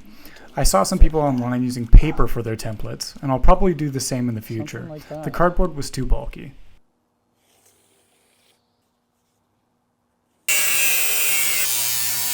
A little bend there. A little bend there.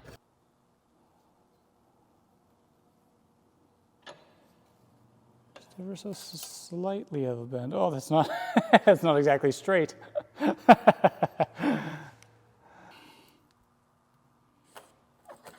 Not an exact science.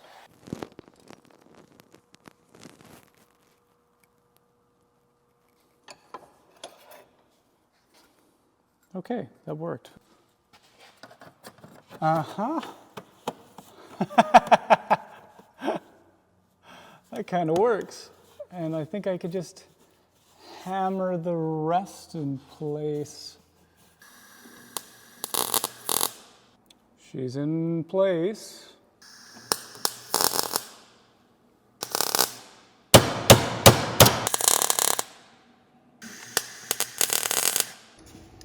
So it looks better than the last one, but it's still yucky.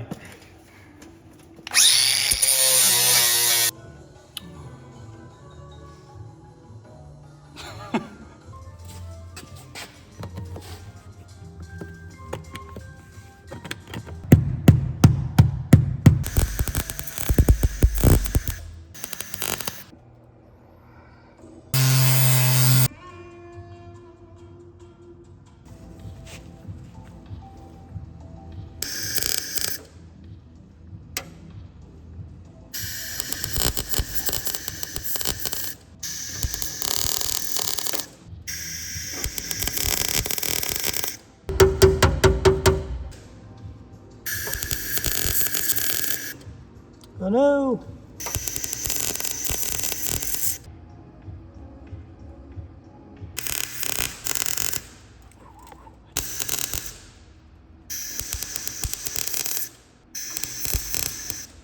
I was having a hard time moving around, so I picked up a cheap welding cart from Princess Auto, as well as a couple of other toys.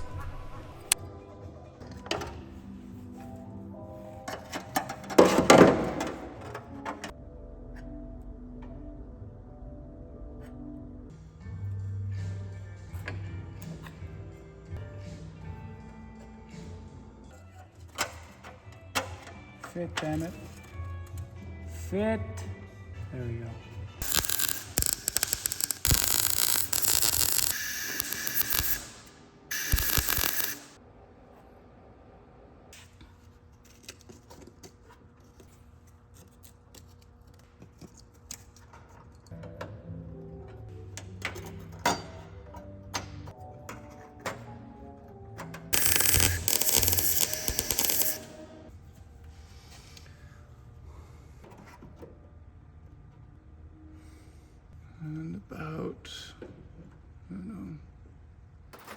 So on this piece, I want to learn a little bit better how to shape metal. So I'm going to measure out first the tab, and it was about 150 and a bit.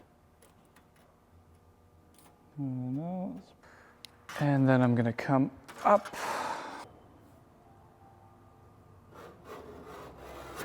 Lost my Sharpie. That's there. It is there. So about 15 millimeters off of this is where this starts. I need to learn to scribe. Let's see. Then we are going up 19. So I'm going to, as goofy as that is, I'm going to bend it 90 degrees on this line here.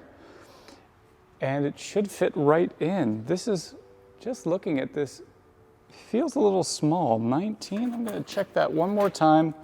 Measure twice, cut once. This side is slightly bigger. There we go. Let's see if I can trust myself.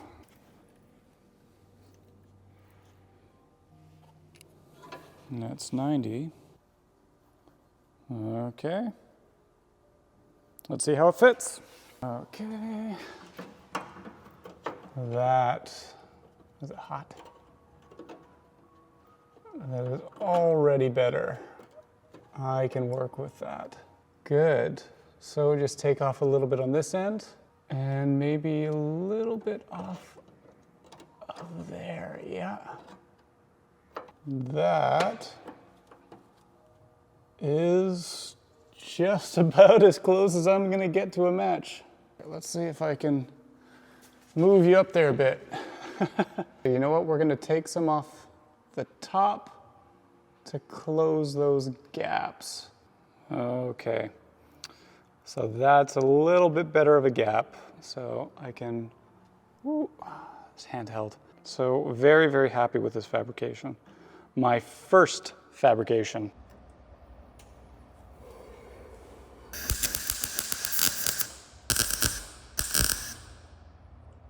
Just stay there. Okay. Oh, because this isn't metal. This is something else.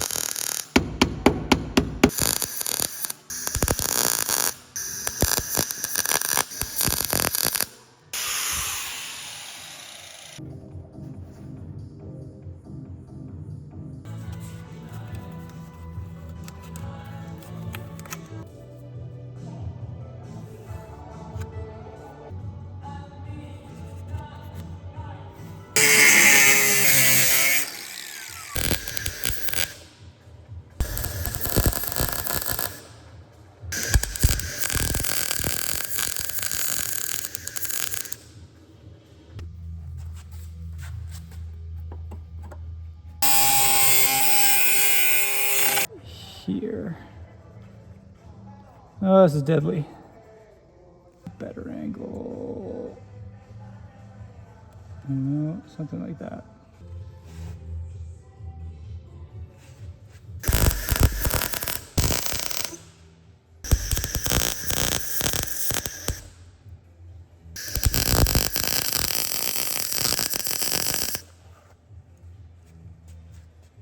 Oh, there's a big gap.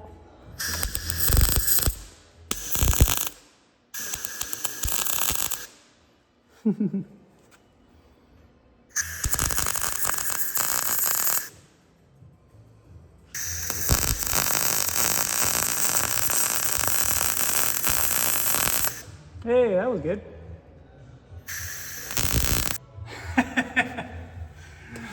It's ugly, but cleaner. Being that the two surfaces are clean, it's made it much easier to weld for longer. Really, really cool.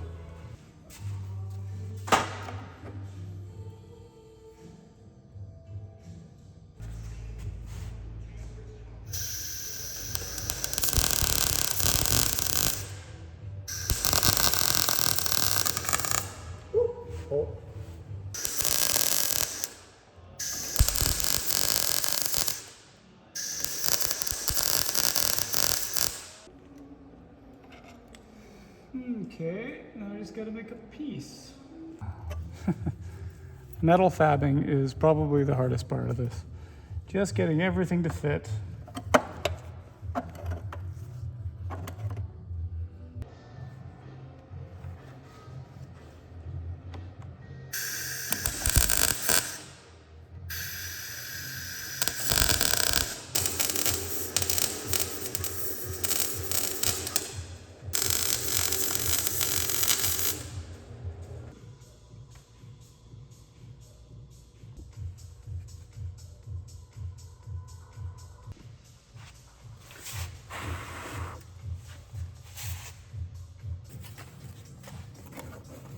I started to adjust the holes to fit my fabricated piece rather than the other way around. That way I could fab with simple dimensions throughout.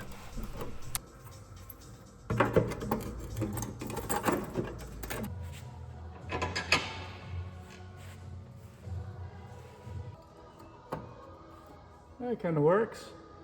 Okay.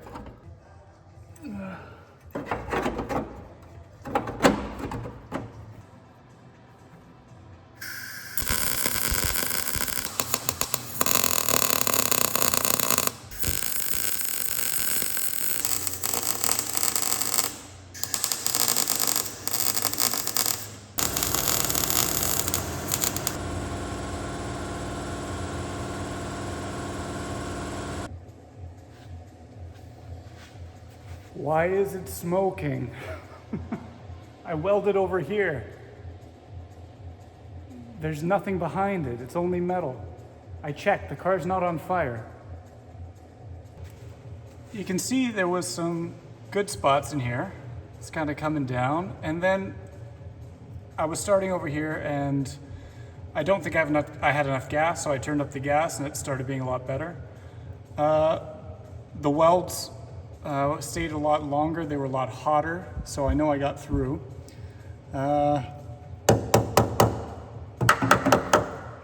Okay, it's not pretty, but it's kind of fixed. And once I grind it, it'll look better.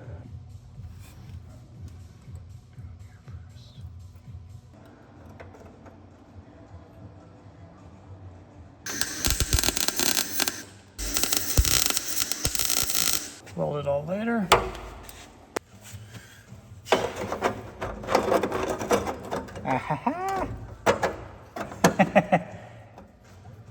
That's just about it. I think I just need to widen this a little bit. That's actually it.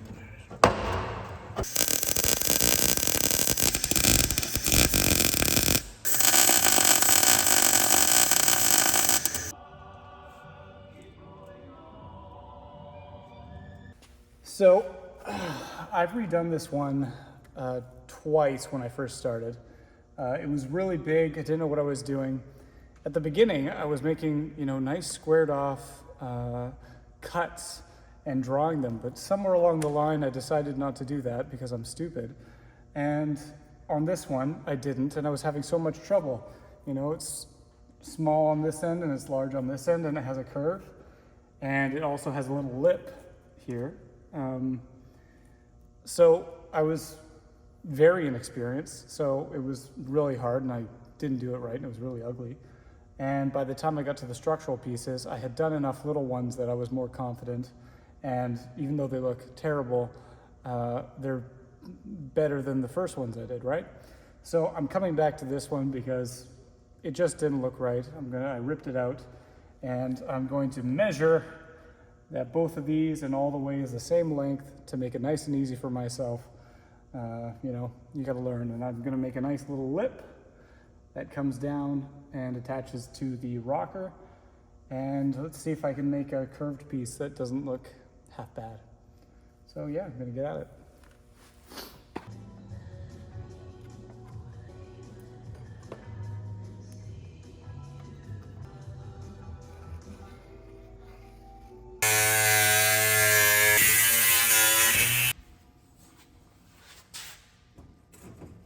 Let's see if this works. I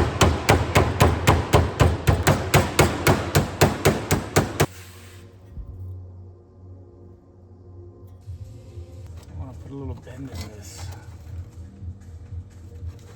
A little hand bend. Oh, that one almost looks perfect.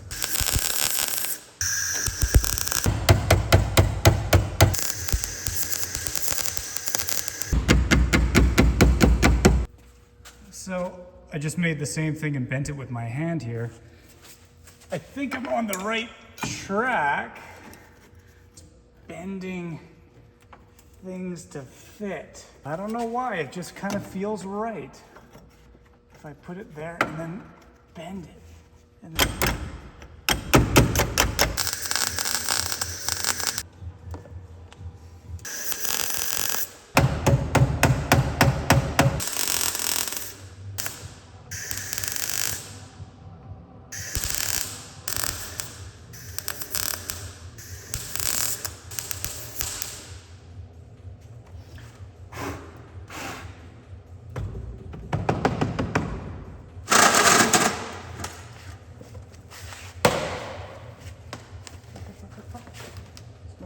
smarter.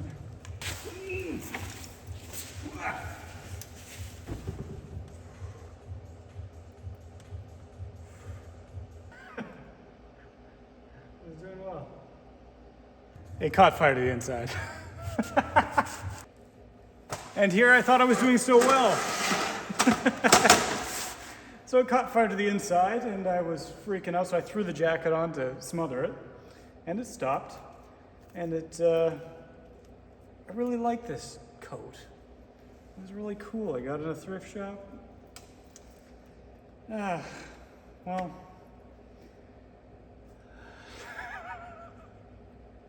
I knew this would happen. And it happens right at the end, like I'm right on the final ones. So stupid.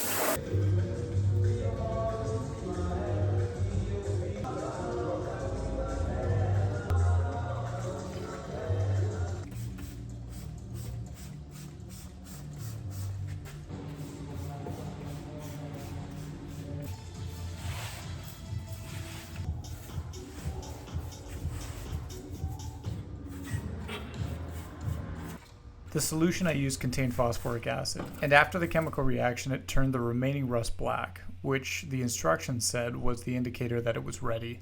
I used phosphoric acid because I knew it would really etch the metal for applying paint. It also indicated that it should be dry before primer, which I think I added a little too soon, which added some complications. I also had Uncle Brad stop by the living room and he gave me a couple tips on using a paint gun as he's painted playgrounds before. Good old Uncle Brad. I originally thought this was a primer as it clearly says primer on the can, but after watching some videos from DIY Auto School, he had the same frustration, and I learned this is a sealer as some primers won't stick to bare metal. I liked it. That's the only thing I liked about I you. got away with it. I got away with it.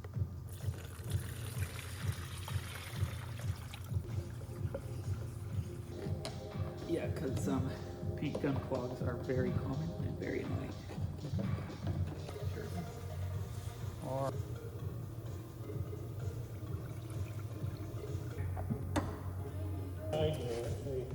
The following operations are performed by a non-trained idiot. Yeah, right.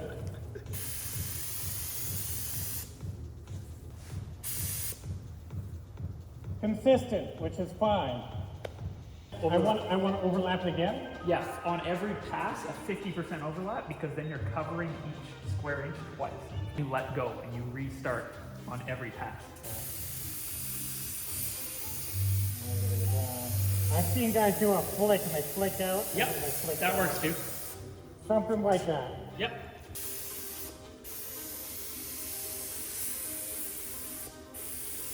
Is this That's perfect. perfect? Yeah. All right, let's try it out.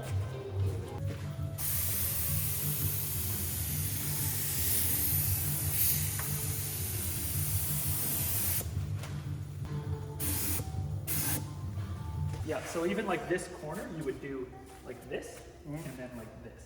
Okay.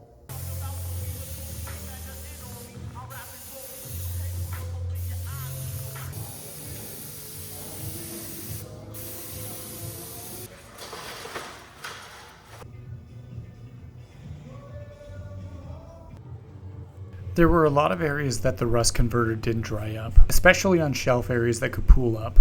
I had to wipe the whole car down before applying the next coats.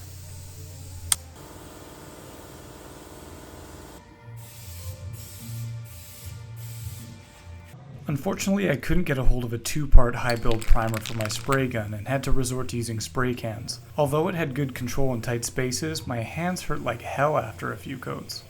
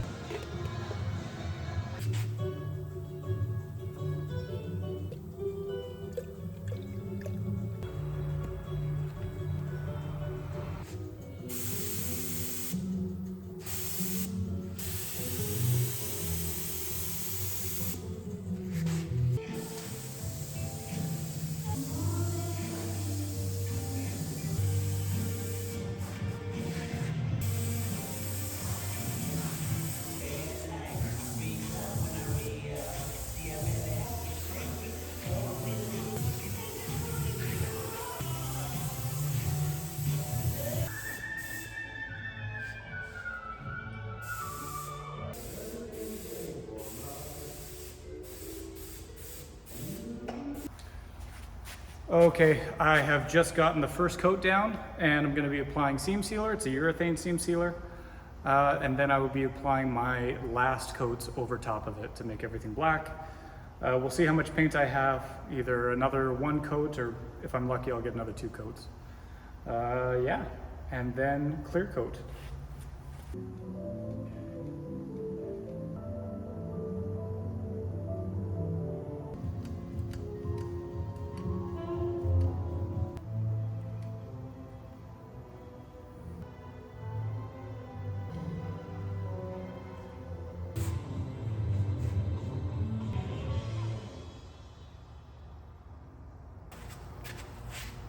Okay, so I've basically got all the seams done.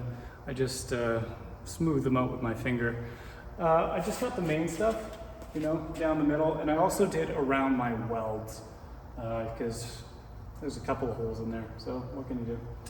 I might touch up a little bit. It says it takes an hour to cure, and then I'm going to put another coat of paint over, maybe another one, and then a clear coat.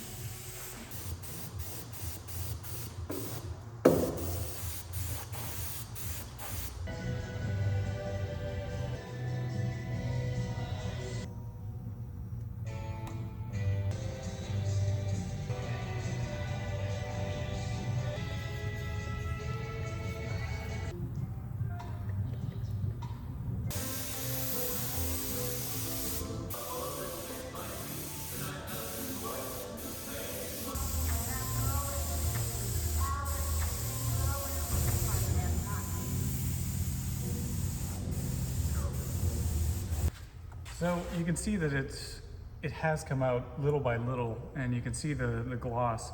It also shows all the imperfections. So when it was matte and just a base coat, you know, it looked a lot better, but now I can see every little problem.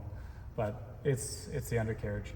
So when I see these guys painting, they're going at it. It looks like a really wet coat. But when I was doing it, it was barely coming out, and I still have, you know, almost half of my quart left. So I'm gonna turn up the pressure and hopefully it sprays better. It's like there's nothing there. There's a wide open.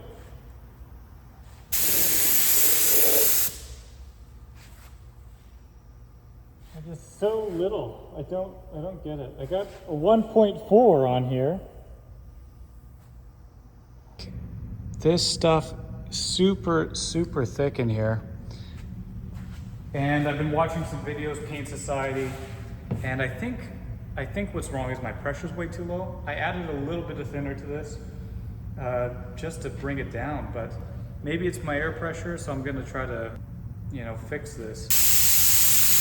Anything coming out of there? Can't tell if it's doing anything. I think that's already better. I know it's coming, I know it's there, so.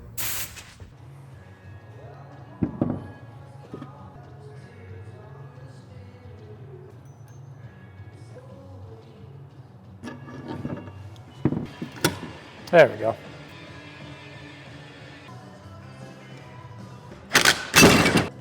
Okay.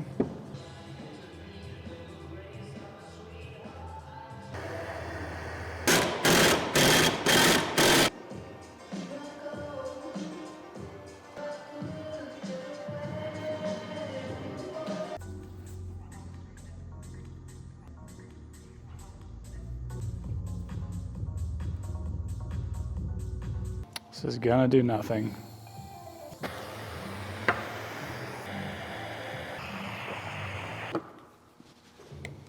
Whoa!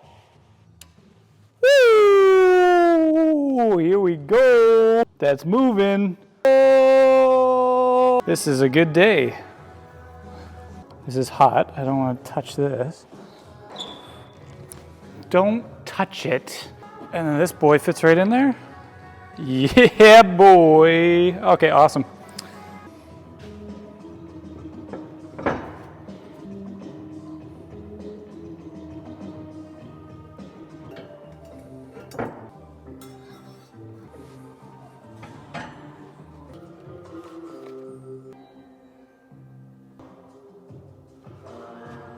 Okay, we are at Her Royal Highness the oven, and I've got the part here, and we're going to do what's called hot flocking, and that's going to just heat up the part and make the powder easier to go onto the part. That's what I understand.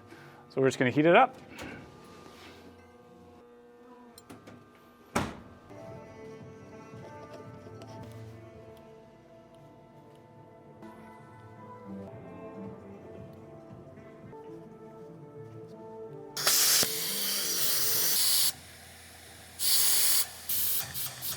All right, the part is warm, and we're gonna take it out and spray it. All right, doing this while the part is hot. I have my gun set up. Okay.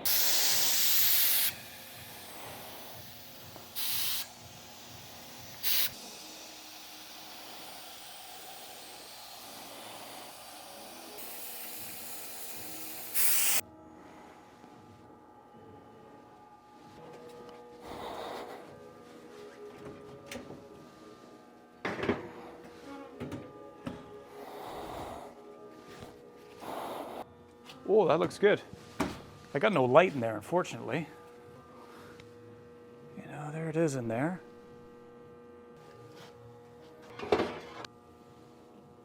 Oh, yeah.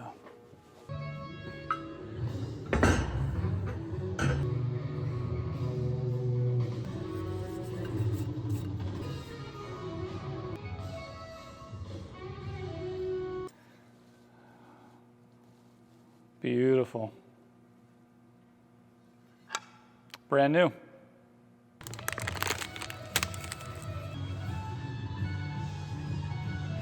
It. I just know that only some of these fit on. Oh man, these are gonna wreck these. Okay, something like that for now, and we'll get some new nuts later.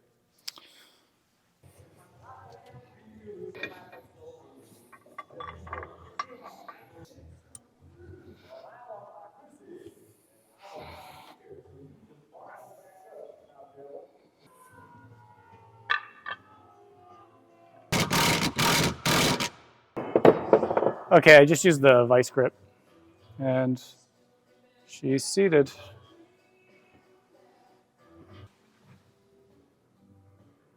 no holes.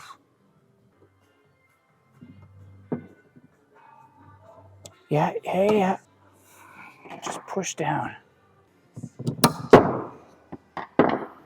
Gotcha.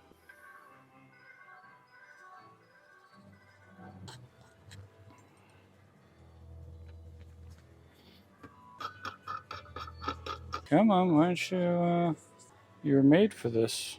Well, your original goes in, kind of. You should, I don't want to strip this. Okay.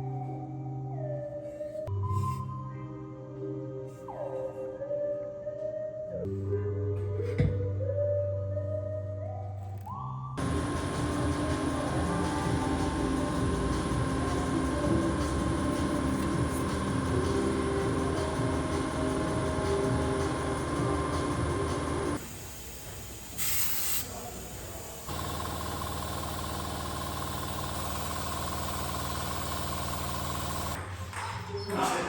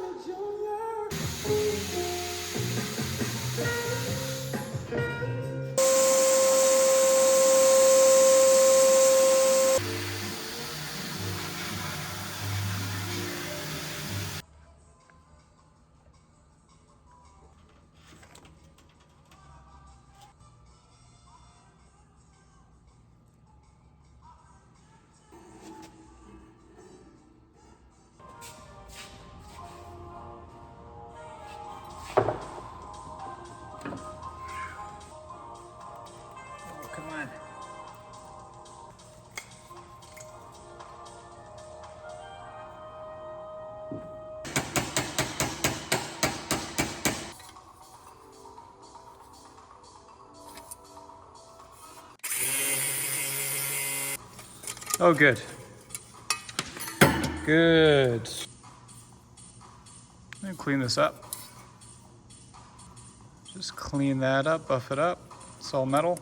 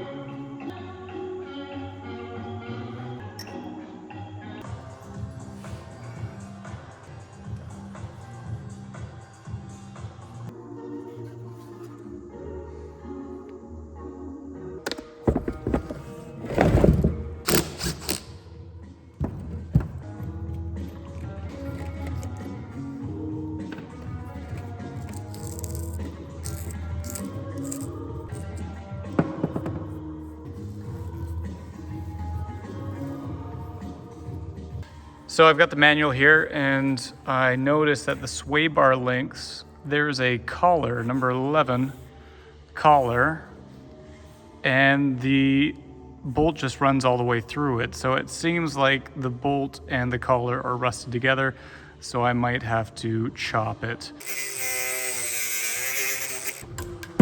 Aha!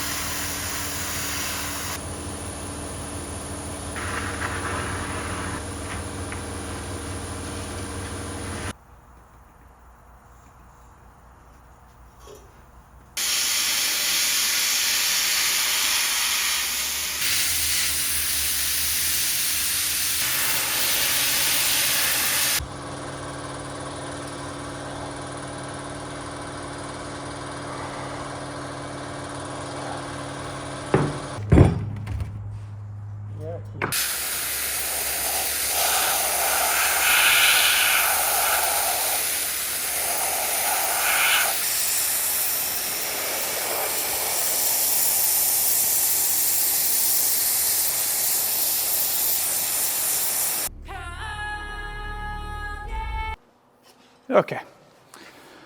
So this took a little while. They're very clean. I don't want to touch them too much. But the outdoor sandblasting, although messy, did a really, really nice job. These ones I cannot powder coat because they won't fit in my oven. So I'm going to have to spray these. And it's with an enamel paint, so I think it should be sturdy enough.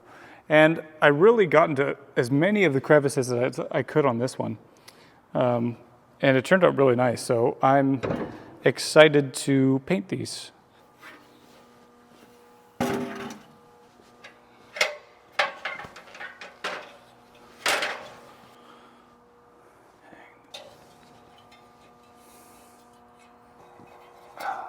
Do not. That could work.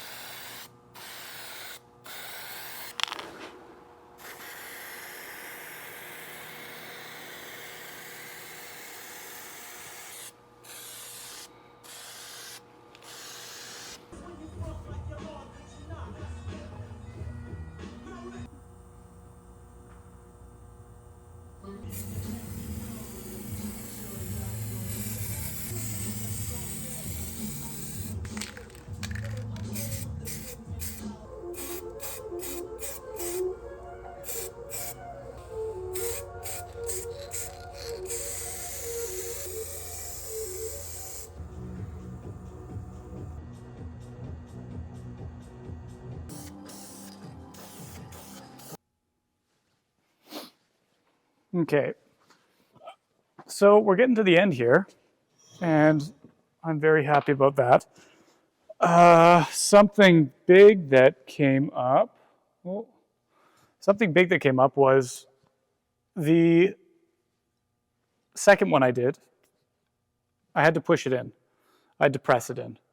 It's nice and tight, everything's fine. You know, the stupid little nib isn't working, but it's tight and locked in there. The second one I did, I checked between the original and this one. They were both loose.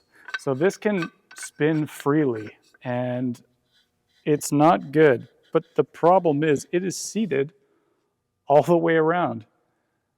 There might be a little gap here somewhere, but I don't know what to do. The original does that, and the new one does that. So was it rattling around with a loose ball joint in the control arm? I don't know. Little bit worried. Maybe somebody can tell me what might happen if I have a loose ball joint. I guess if it's in there, and what the hell is this attached to again? I have no freaking idea. There's a knuckle on top right, and then I guess my suspension is lying on top of the knuckle. I can't remember how to put this back together. I don't know. I really don't know. I got to put it back together. I can't remember how it goes back together. I can't. It's been so long. It's been over a year now. Somebody say, what do I do with a loose ball joint? I have no idea what to do. But otherwise, that's it for at least the front suspension. Everything is powder coated and has some new bushings and ball joints on them. I've got some new parts on the way. I want to get all new nuts and bolts. So I want to get all stainless steel. Really hard to come by these threads, 1.25, at least where I am. So I'm going to have to order all these online and put them in later. I still need to track down some proper rubber bushings. These are for the strut rod, and they are like, I think they're supposed to be a lot softer rubber, you know. So these are petrified. and I could not find rubber strut bar bushings. So maybe I'll have to go polyurethane, or maybe somebody can help me track down rubber ones. Other than that, I got other parts coming on the way. I need to figure out this front suspension. I need to figure out brakes, etc., etc. But I think next time, we'll do a quick short episode that I can do within a weekend. Maybe the drive shaft and the universal joints. I think that's the best way to go. But yeah, getting momentum back on this and getting back into a schedule. Things are all died down now. I'm an architect. That's fantastic. So now I can focus on this. So that's great, and see you on the next one. There we go. Wreck something. Okay, they're not on there too bad. There we go.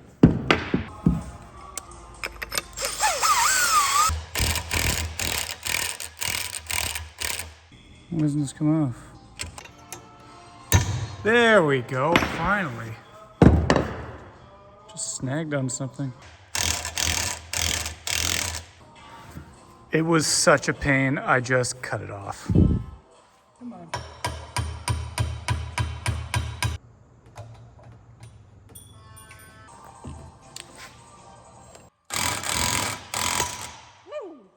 There we go.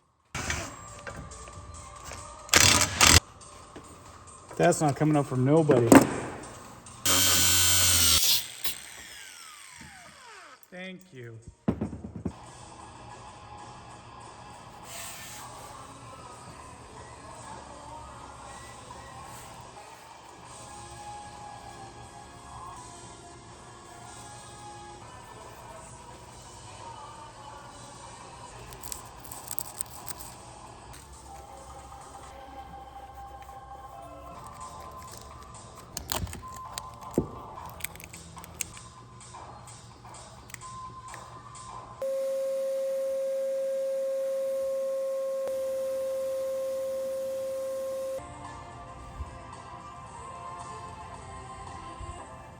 I made an effort to not sandblast the mating surface.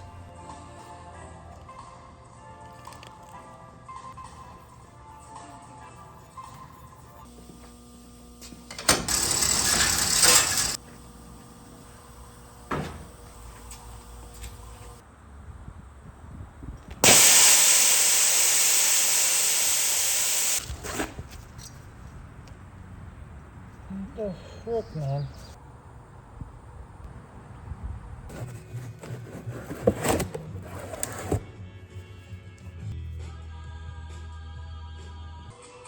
When it breaks, it all breaks at once. The sand had worn through the soft brass ball valve, so I had to replace the assembly.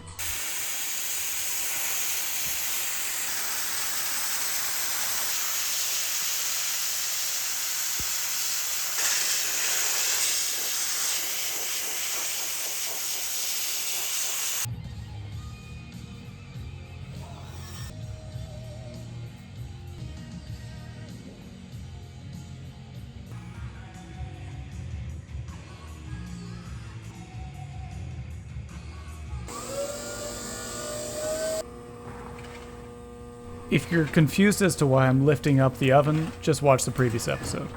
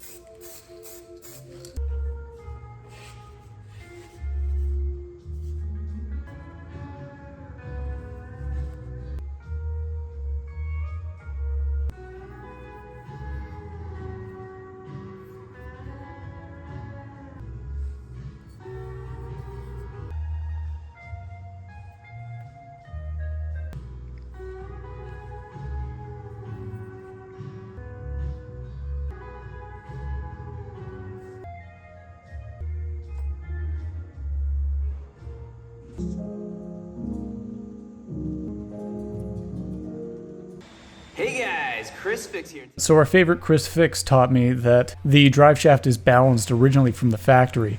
So I had to look into an old video to see what the original orientation was.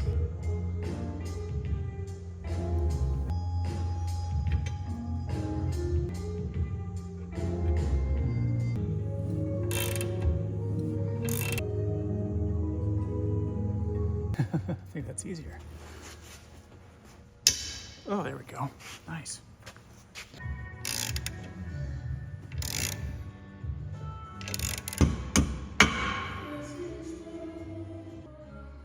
A little tight. That's better. Yeah, no. There we go. Got it.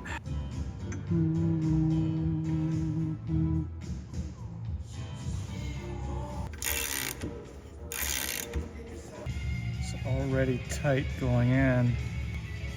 No, I'm not doing that. Remember.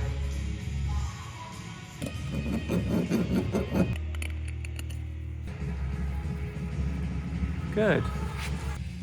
It's good here, a little tight here. Better, but not perfect. Really, really good. Little tight.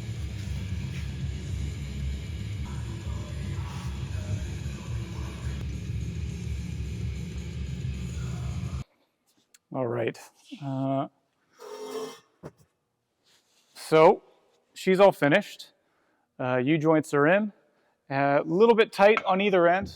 One direction is always good, but the other one a little bit tight, so I'm going to have to, fiddle around with it to make it looser. Other side as well, same thing. A little tight going one way, fine going the other. Chris Fix said that they should both be fairly loose, and going in they should have been loose too. So it was deceivingly easy at the beginning. The first one went in fine. It was fantastic. Much easier than taking them out.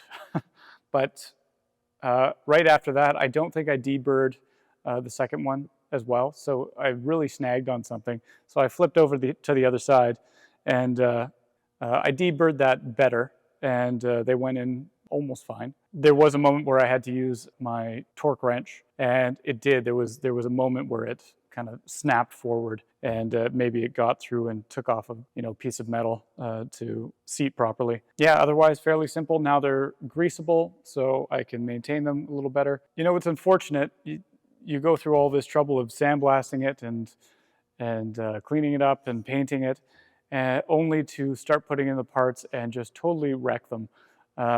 So, I got little marks and scuffs on this now, but what can you do? The ball joint press, and I found this with this and the other parts. I do not like the ball joint press. I think it's very finicky. I don't think it's really hard to control and manage. I think learning from that, I'd rather get a machine press. I think you can get some at Princess Auto. They're like 12-ton presses or more 20-ton press, and I think it would be a lot easier and reduce some of those variables of this piece moving around or other pieces moving around. Yeah, I think that's my biggest takeaway. Is I don't like the press, the ball joint press. I think it's too flimsy. I think it would reduce chipping all the ends here as well. It was an easy one. What do we got next? Need to do some studying on, what should I do next? But you know what? I think I should do front brakes next. So I got my calipers and my hubs. So maybe that will be the next one. Things are getting tackled little by little. Yeah, so that's it, and I'll see you on the next one again.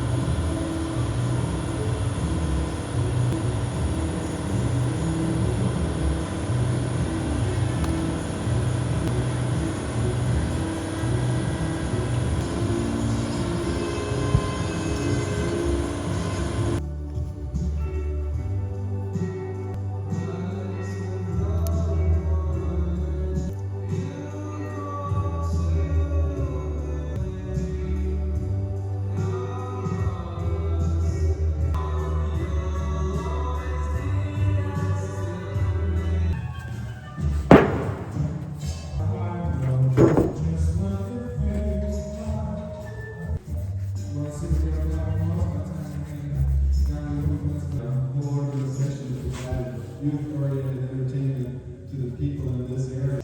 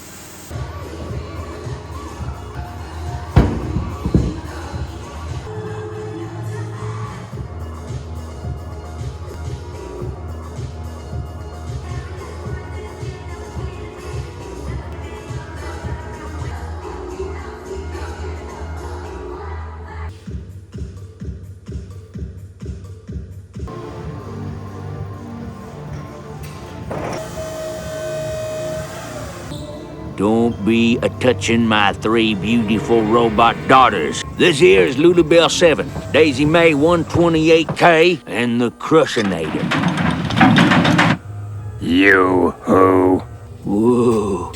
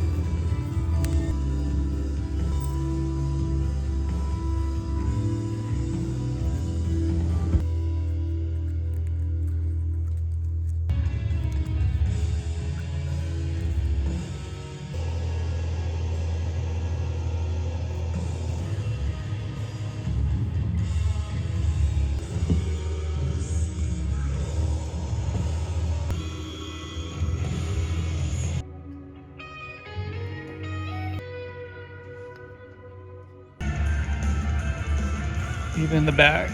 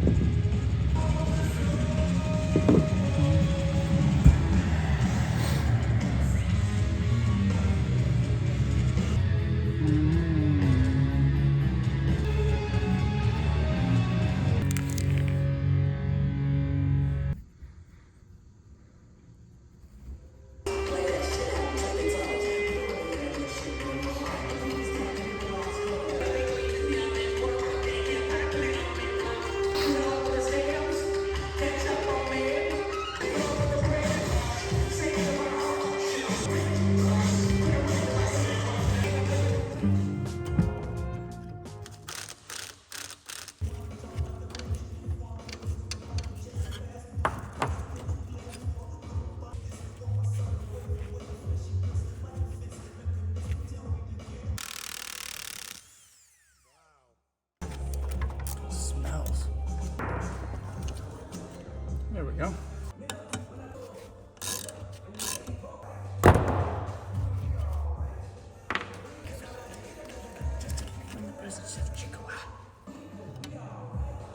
Maybe I can just snip it. And can I get in there like this? There we go. There we go.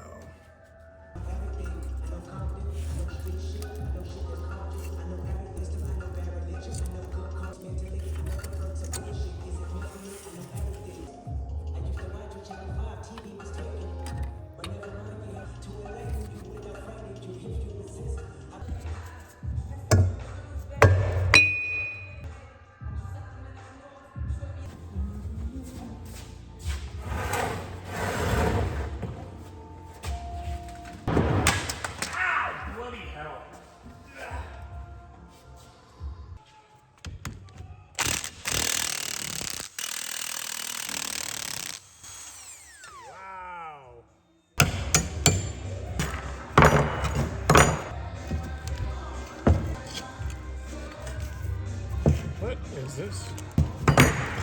There we go. Woo! That'll clean up.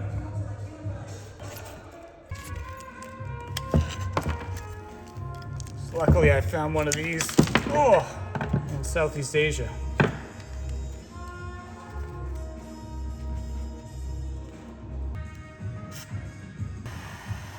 Oh, hello! Tell me about that. What's rent on the first? Shop space. Shop space. What are you doing? This is all free here. What's going on now? It's already coming off. It's already coming off? Put the sludge right there. Just hit her down.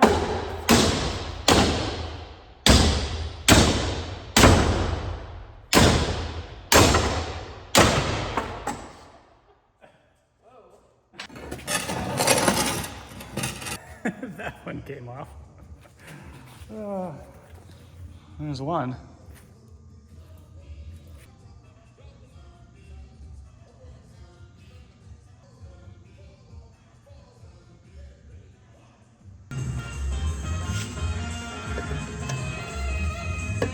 Oh, I think I got it. I got it. Yeah.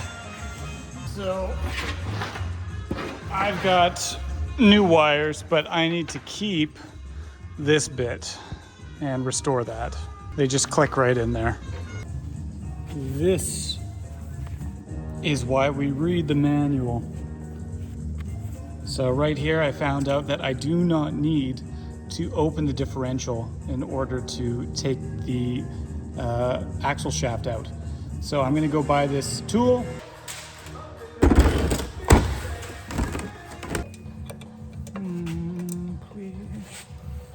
That looks worse. These bolts have to come off in order for the shaft to come out.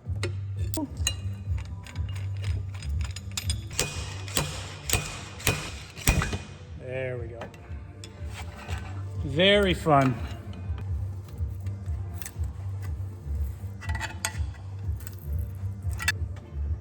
Oh shoot, there we go.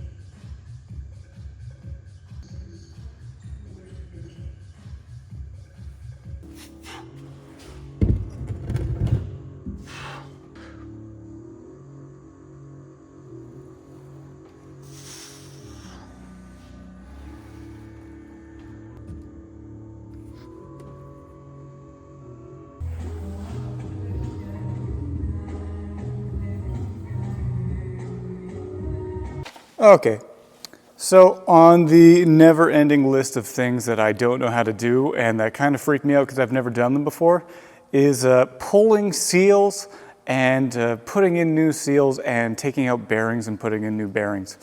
That kind of, it sounds very permanent and it sounds very precise. That's something I'm afraid of.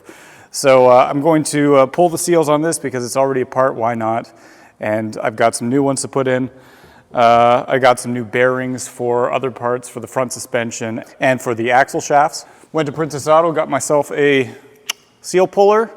Okay, so we're using the puller because we don't want to compromise the integrity of the metal around that is sealing all the liquid in there.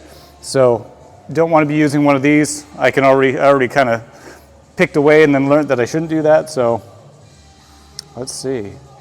It knows what it wants to do here. Let's see. Just wants to pop out. Oh, there we go. Perfect. And it feels good.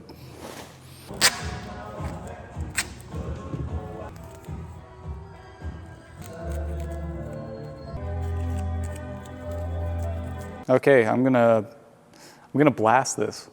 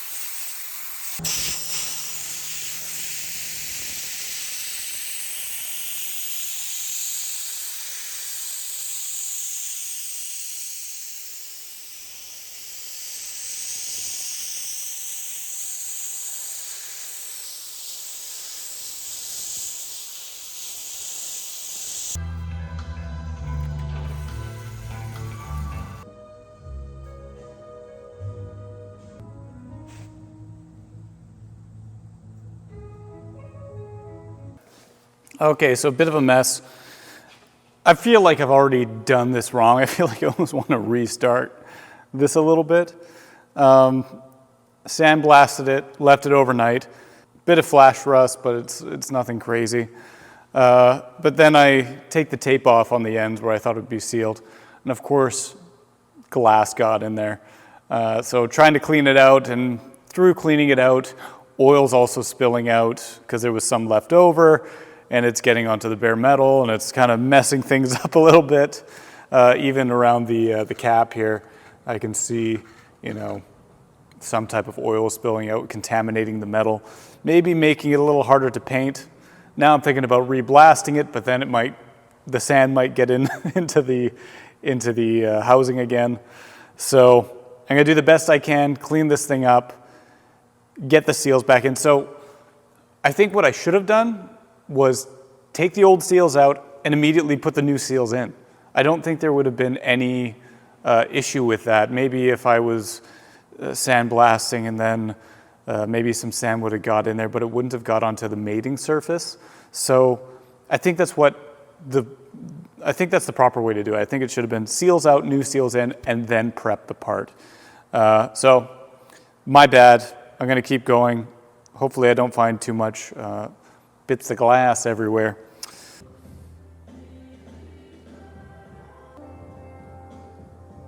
Old and the new. This is from the pressing kit. It actually fits, here's the old one. It fits just perfect. There we go. Okay.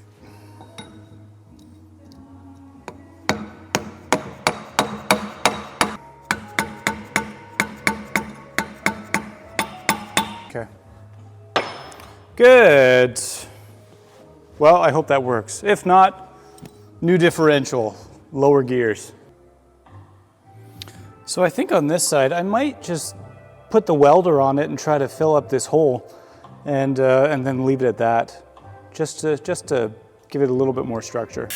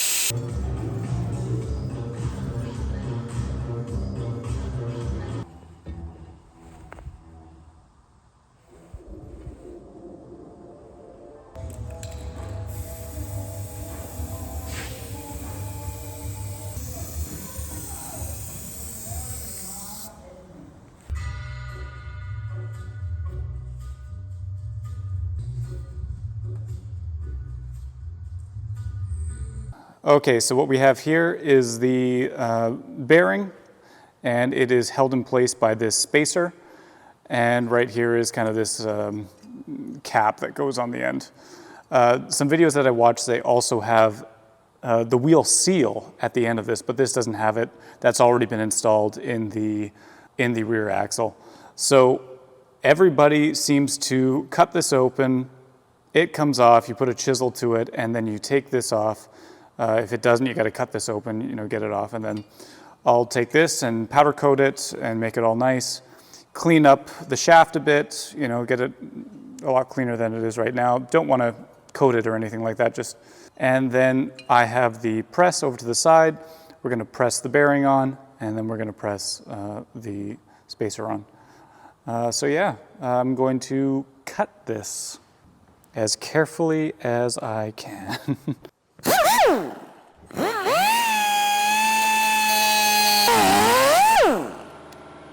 Get the chisel, see what happens.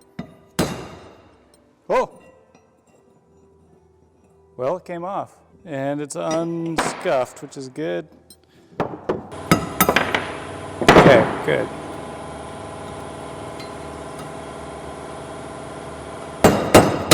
There we go. Got it. Okay. Oh, what's this?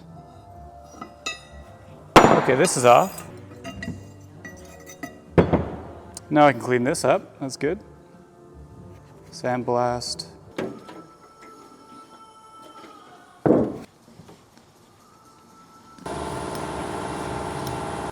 Got to remember that there is a seal. There's a paper seal that was on the, I think it's like a dust cap, or maybe it's like a containment plate for the end. So I got to make a seal for that. The problem with starting and stopping work on a part is now, you know, I ordered all of these bearings and things like that, and I can't exactly remember, shut the hell up. Can't exactly remember what they were for. So I have the bearing and the spacer here, those are them.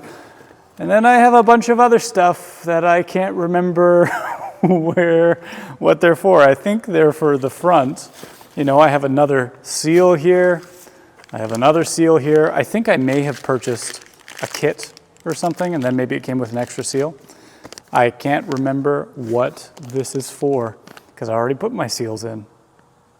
So I don't know. So I'm gonna find out.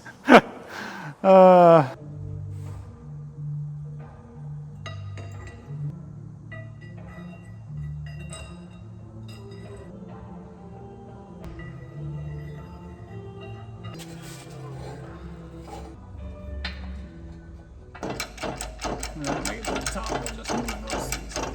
right against the top.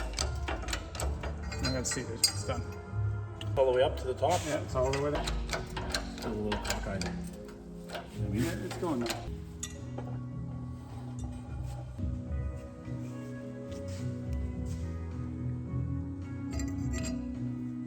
Awesome.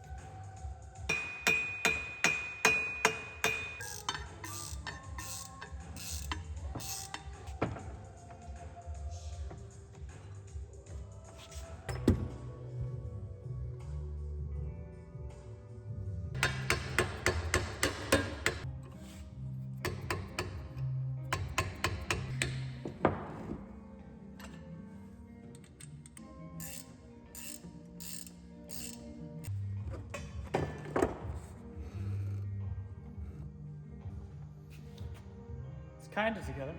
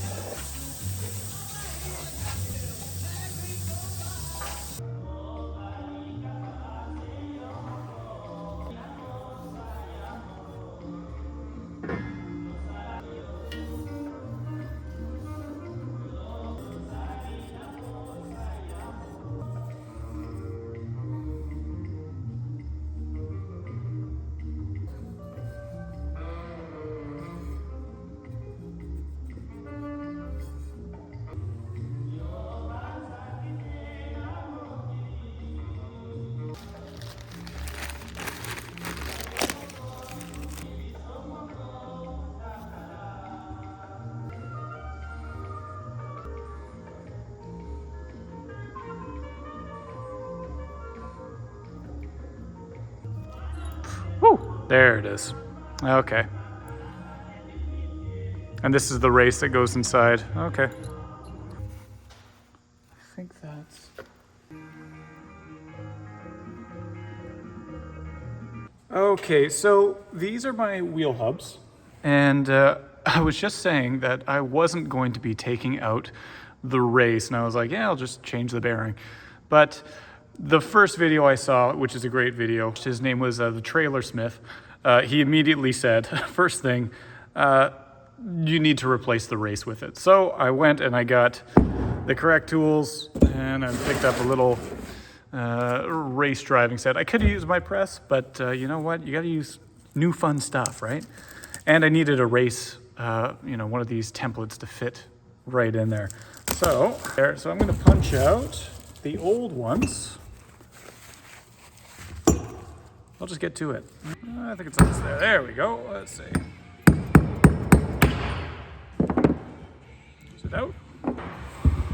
One. I think I'm replacing with the exact same one, so that's good. Nice.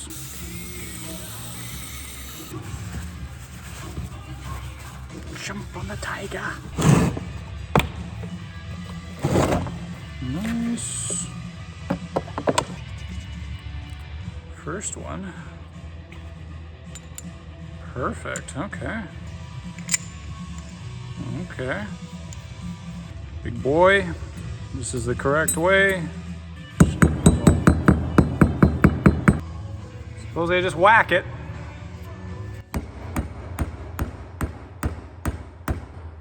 Holy shit, that worked.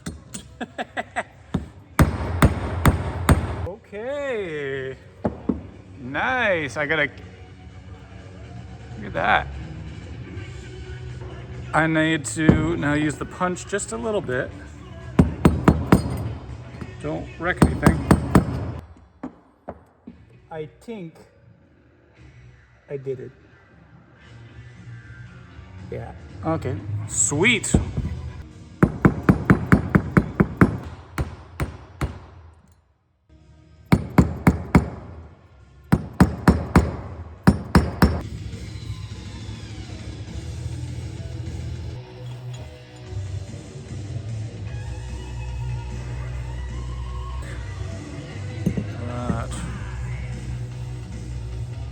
I can't find any more of these, and they look ugly and they're all ripped up.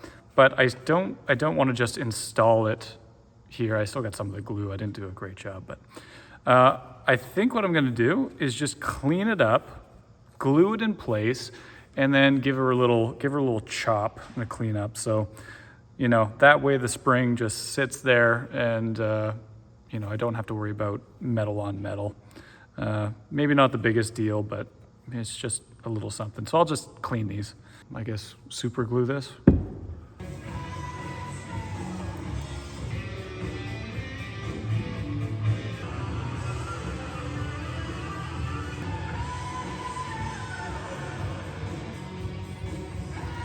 Well, I hope that works. Okay, it's the next week. These dried up, so they're now secure. A little bit of glue residue, but it's on there. Okay, let's start putting this thing together here.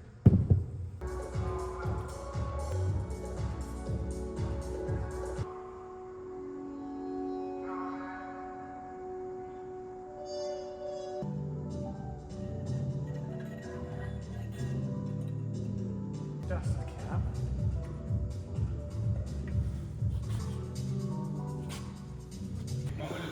Put a nice scrape in it right across.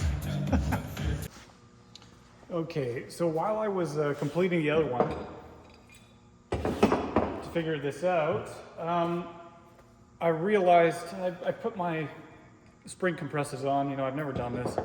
And I put it on and I compressed it and everything like that. And I was like, this doesn't need to be compressed. It just assembles without being compressed. So these must have been lowering springs that the guy previously put on. So for the most part, I don't need to compress these because I can't. The whole thing comes together without it being compressed. So that's what somebody in the first video said. Hey, you unbolted the suspension and it probably blew up under your car. And I was like, well, no, I think it was kind of half tightened, like mildly tightened. I don't really know what I'm saying. It's late. Anyways, I'm gonna show you.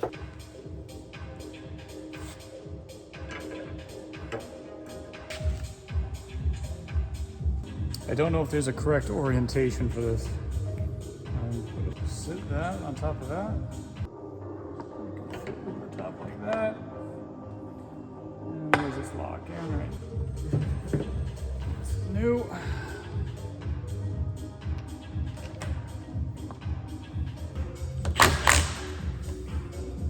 Going nowhere. It looks like I put in the bump stop wrong, so I guess I'll take that out and do it again.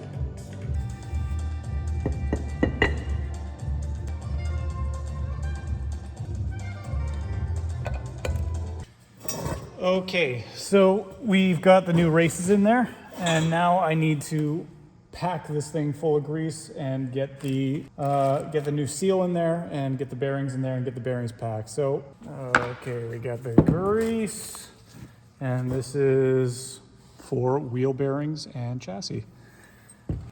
We have a lovely bearing in here,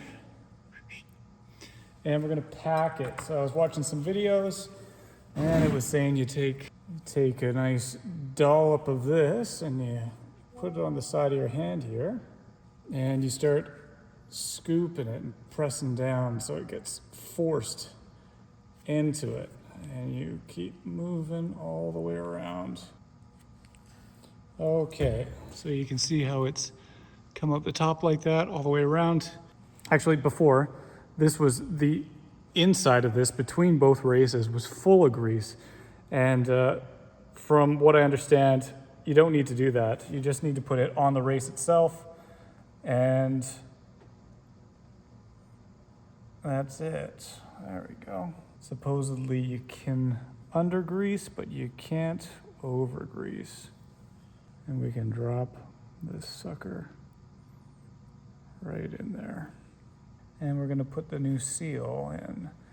And this is an easy seal, just hammers in. Okay, then we got the seal with that side going toward the bearing.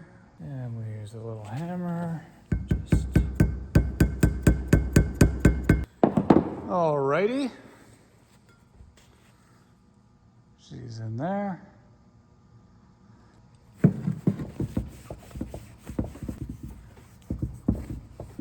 And now we have the dust shield here. Well, that way is front because this is my other side. I'll just use my finger. Go in there. That's good. Okay, we need to pack the other bearing.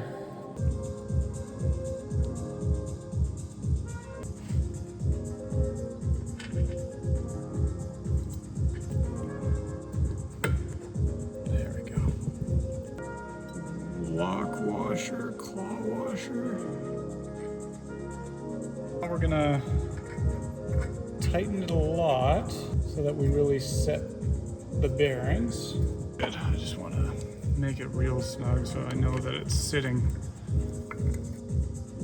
correctly. This back, make sure it's tighten, tighten, tighten, and then loosen. One seems better than the other side. Probably should go and figure out what the actual torque spec is.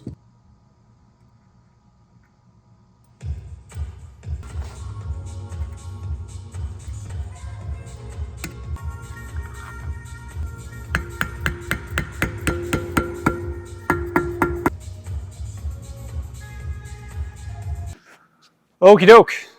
These were the last pieces to be restored. Everything's been, painted nice and clean. Everything has new parts. It has new bushings, new seals, for the most part, to the best of my abilities. So back here, if you remember all these, they're now all collecting dust, and they all need to be put back on the car. So now that this is done, we can focus on that. And next time you see the car, it'll be back on the ground. You probably even forgot that there was a car here, most of you. Everyone's been tuning in for very niche part restoration for a 72 Corolla, but there is a really cool car here that we need to put it on. So very excited to get things back together It's been a year. No, it's been 2 years.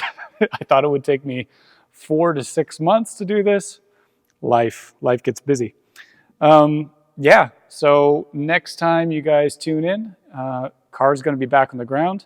That'll be exciting to see. You know, this car has been through a lot. It's been through blasting and fires and welding and things thrown at it and who knows what. So, yeah, no, gonna push hard, get this thing done by summer, get the engine back in there, get that running properly, you know, new ECU, new brake lines, new fuel lines. So that's gonna be a battle in itself. So, but first things first, let's get all these parts back in the car. And yeah, when's that gonna happen? It'll happen soon. It'll happen very soon. Okay, thanks everyone.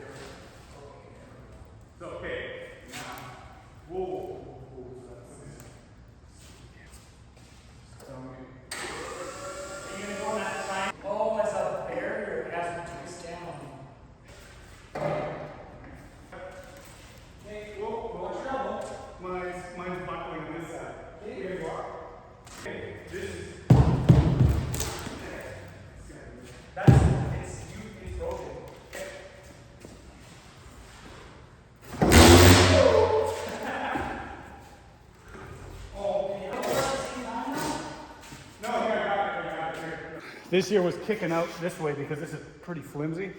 This was kicking out and it was all the way out here, so it was on an angle like that. And so now it's pretty easy to move actually. So now it can probably come down pretty easily, so let's keep going.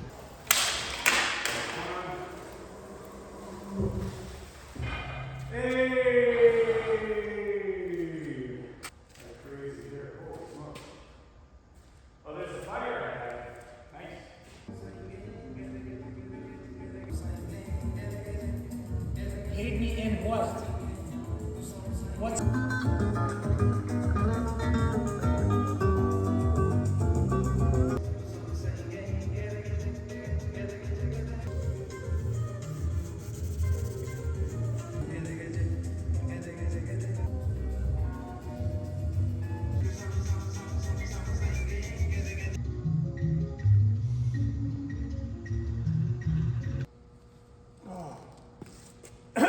Okay, it's on the ground.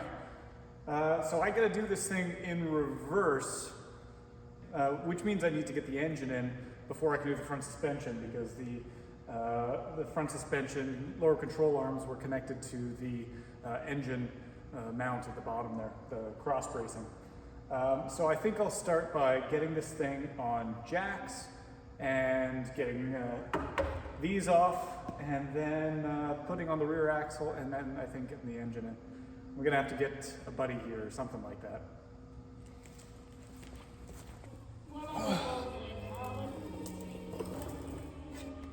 Whoa. That's why I need this thing on jack stands. Oh fuck, my hair. Fuck, I need to tie it up.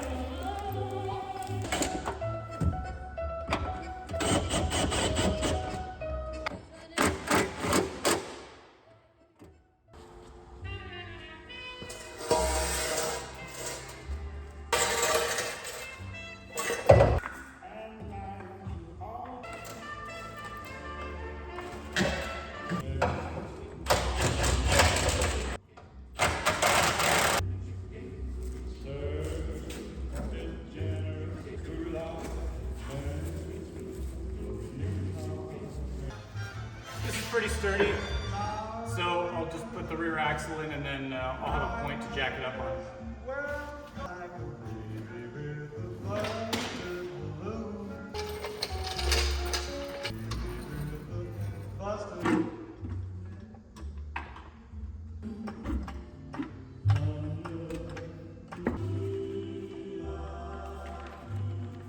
I think it's supposed to stay, actually.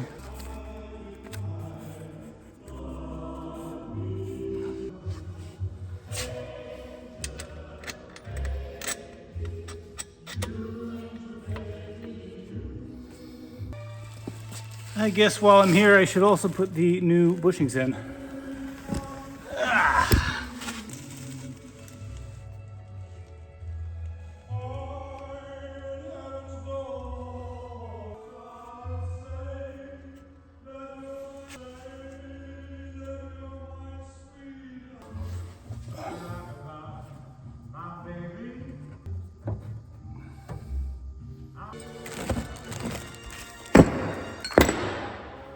So these were the old leaf spring mounts. I didn't restore them. I guess I should give them a little sandblast and maybe a clear coat.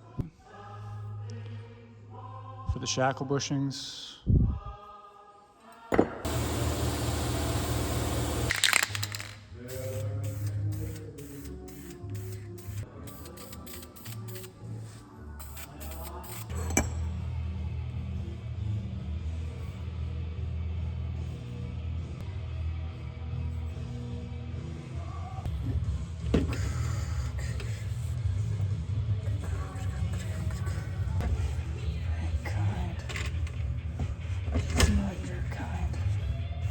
Ooh.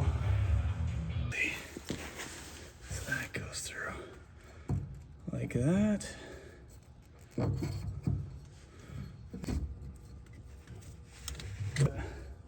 Sits down correctly afterward. Plate on this side. And then 2 nuts. Okay.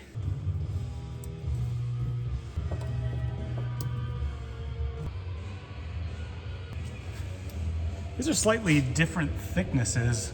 It's a little thicker. It's probably the bottom one.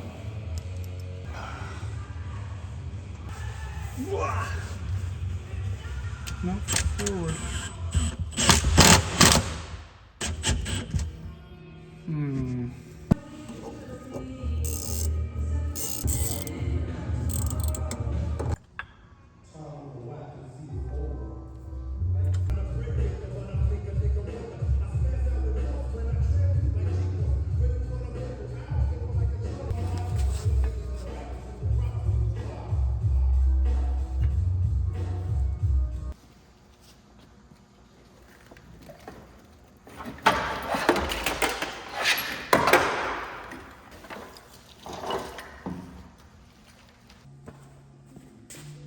Okay, before I put the engine in, I forgot to put the heat shield down.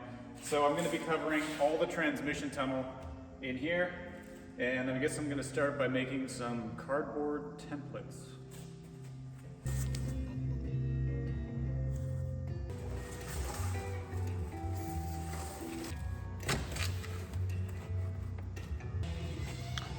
There is my piece of junk template.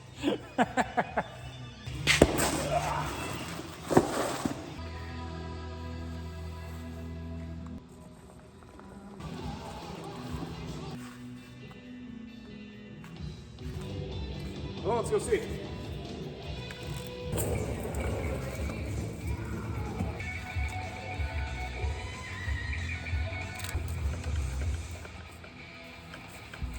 I think this is working.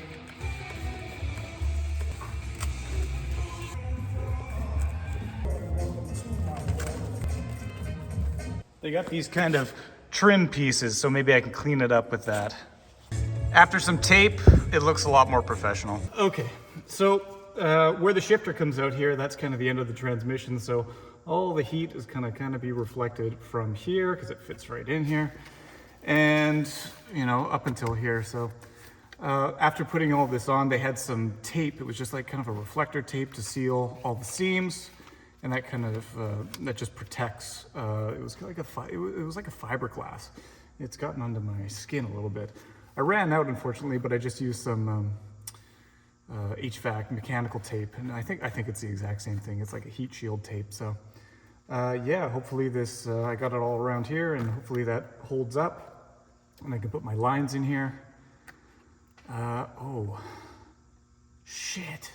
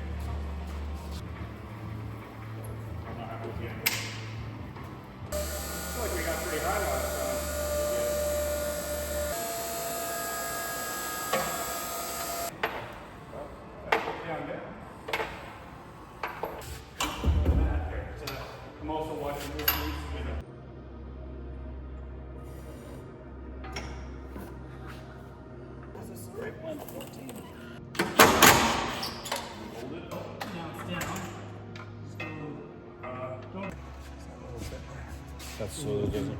Well, that's the pass. Okay. So yeah, I'll move this up. So we'll see. Okay, that's kind of on. Yep. Oh, yeah, go get the other side. So all we were trying to do was, because we couldn't align the engine to the mounts, we took down the whole crossbar, adjusted the mounts up and down, and then because the chain's on a bit of an angle up and down this way, we had to jack up this side to get these last little bolts in here. So that's it. It lines right under this. Okay, so I'll lift up from another spot. So I get it that way. I don't think it'll touch now. Oh, there we go, never mind. So now it's got to line up in that hole, yeah. And I'm then, surprised this cross member is just like that. You light? oh yeah, I see. I think it has to move a tad forward. It should, it's like right there. It should go in here. How many nuts you got there, too?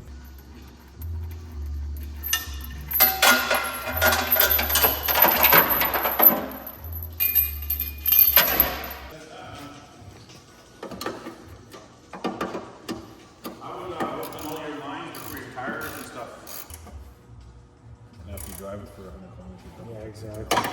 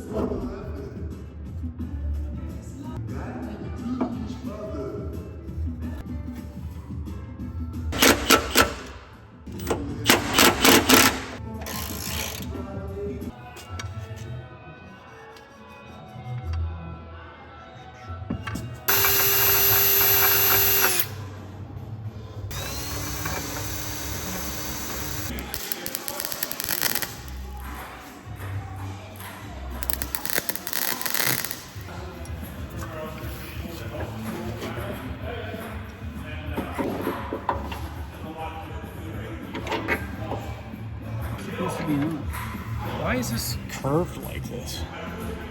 Doesn't make any sense. Okay, we're going by the book here. So they don't even have this little piece that's in here right now with a little claw. Just a bolt, bushing, lock washer, and a nut. That's it. So, I don't know, a little bit of makeshift. See, the problem is I like to think things were done like this for a reason, but it's probably not the case. Sometimes maybe they're just done wrong.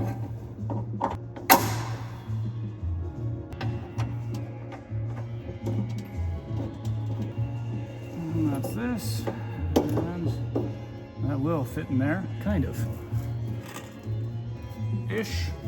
And if you want to know what I'm doing, I'm just following the manual. And then I'm gonna do this. And then I'm gonna put the one underneath.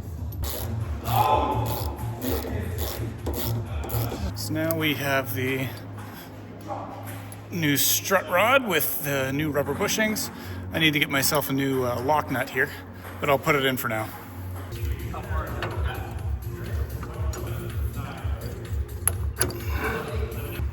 now. And then this guy fits right in here.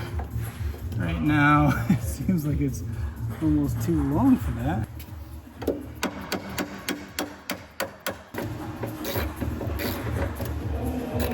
Okay, supposedly correct. I'm just surprised anything comes together. Remember all these old pieces? They all got dust on them now. Going across the whole car.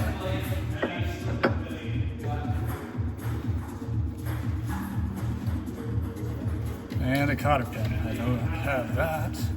Now, tie rod.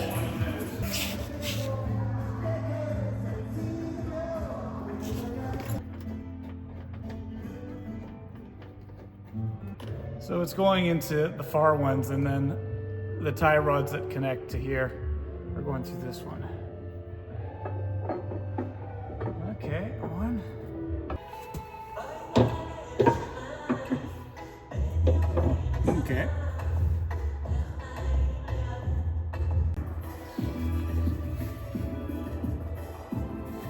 So it's going this way.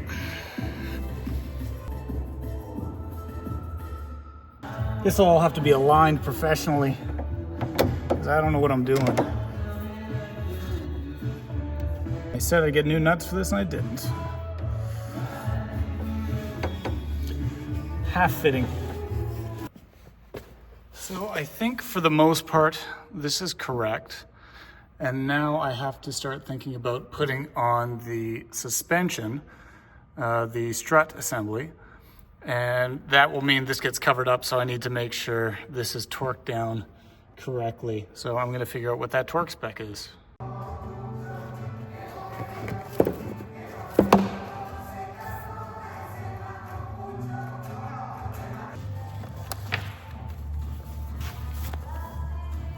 Torques. Whoa, Newton meters. Just pop it out and pick.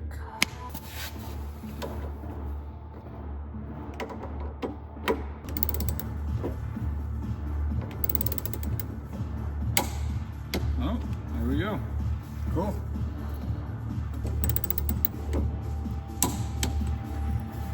Okay.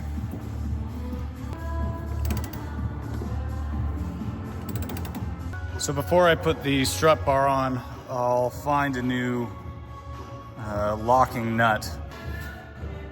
Sometimes they're easy to find, sometimes they're hard to find.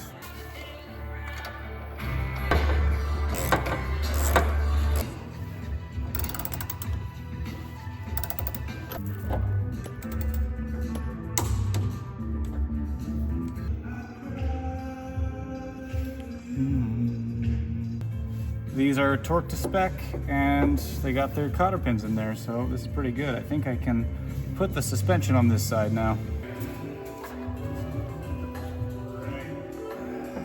As high as I can. Now, line up here.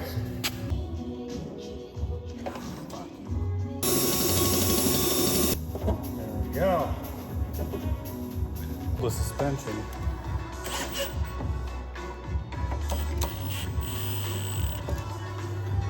Why isn't this one going up?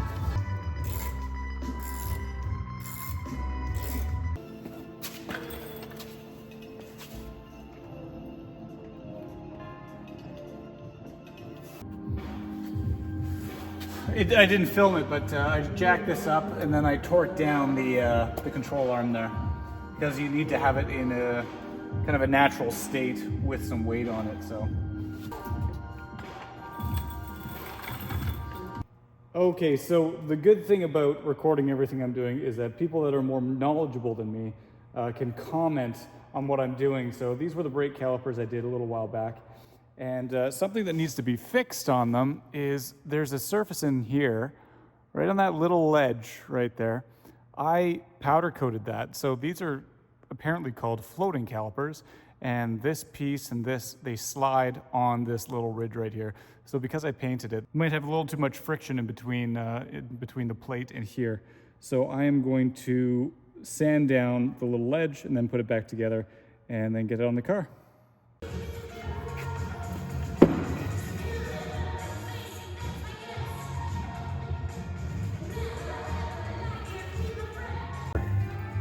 Know what's going on. Over there.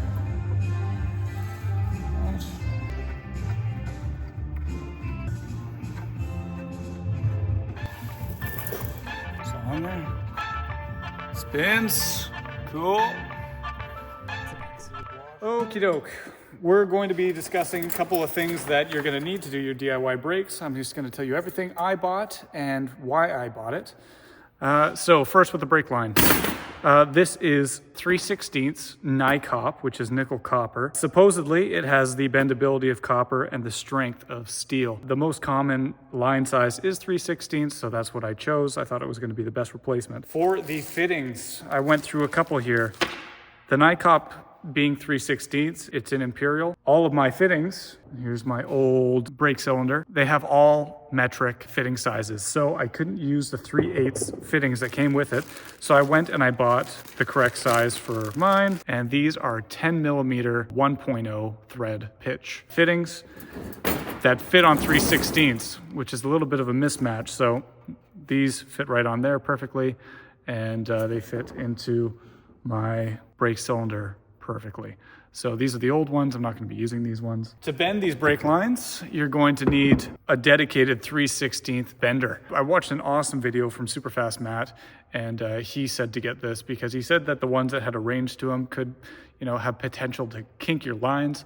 But he said if you buy a dedicated 3/16, you won't do that. So I bought a dedicated 3/16 bender. So you're going to have to cut off the brake lines here. So this is a dedicated to 3/16. After you cut your brake line, you're going to need to deburr the line. So you're going to need something along the lines of this. I also had a general deburring tool like this one, and it's been good for everything, but the tip is too big to fit inside this tube.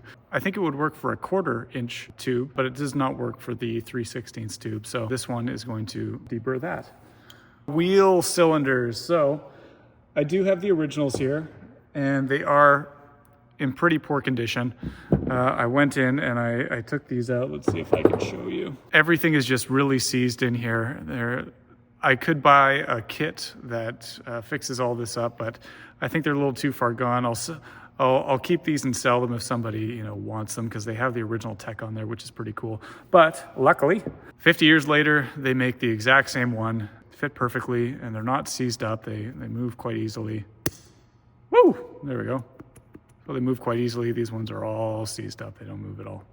Then, the big boy, the brake line flaring tools. So there are some cheap flaring tools on the market. And again, this is what I learned from Superfast Matt. But this guy it was much more expensive, but it is much simpler to use and much better built. And I'm going to show you guys how to use this and how I used it, and it's been pretty fun so far. So I'll show you guys how to use that a little later.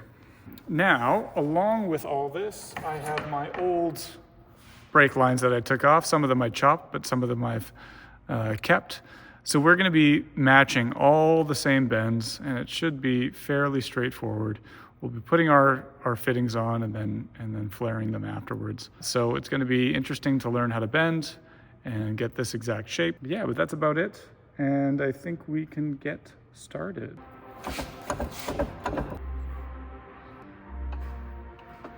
Okay, now we need to pick our die. So the set comes with a couple of dies, and you're just gonna match your tubing size. So we got 3/16 right here.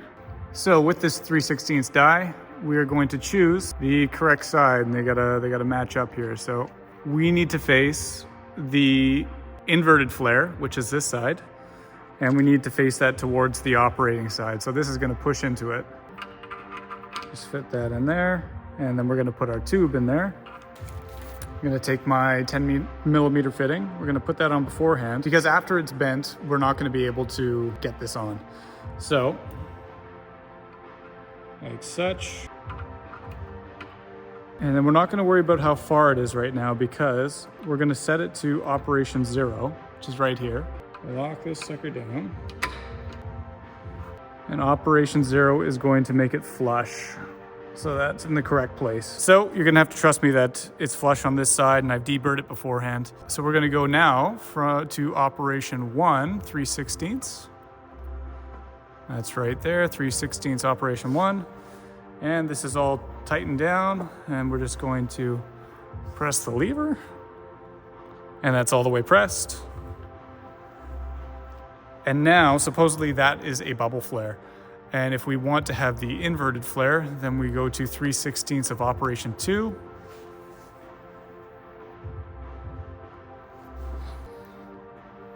And it should be done. The inverted flare, and it sits on it just like that. Okay, now this is a bit of a complex shape, but I'm going to try my best to match it. So the start of the bend will be here, and I'm eyeballing it, but it's not quite 90 degrees. So that holds it down right there. I think I want to line that up on the 0. And then I'm just going to bend just before 90 degrees. Something like that, I believe. That's about right. We're gonna continue. Okay, well, starting to bend right there. I'm gonna go down this way.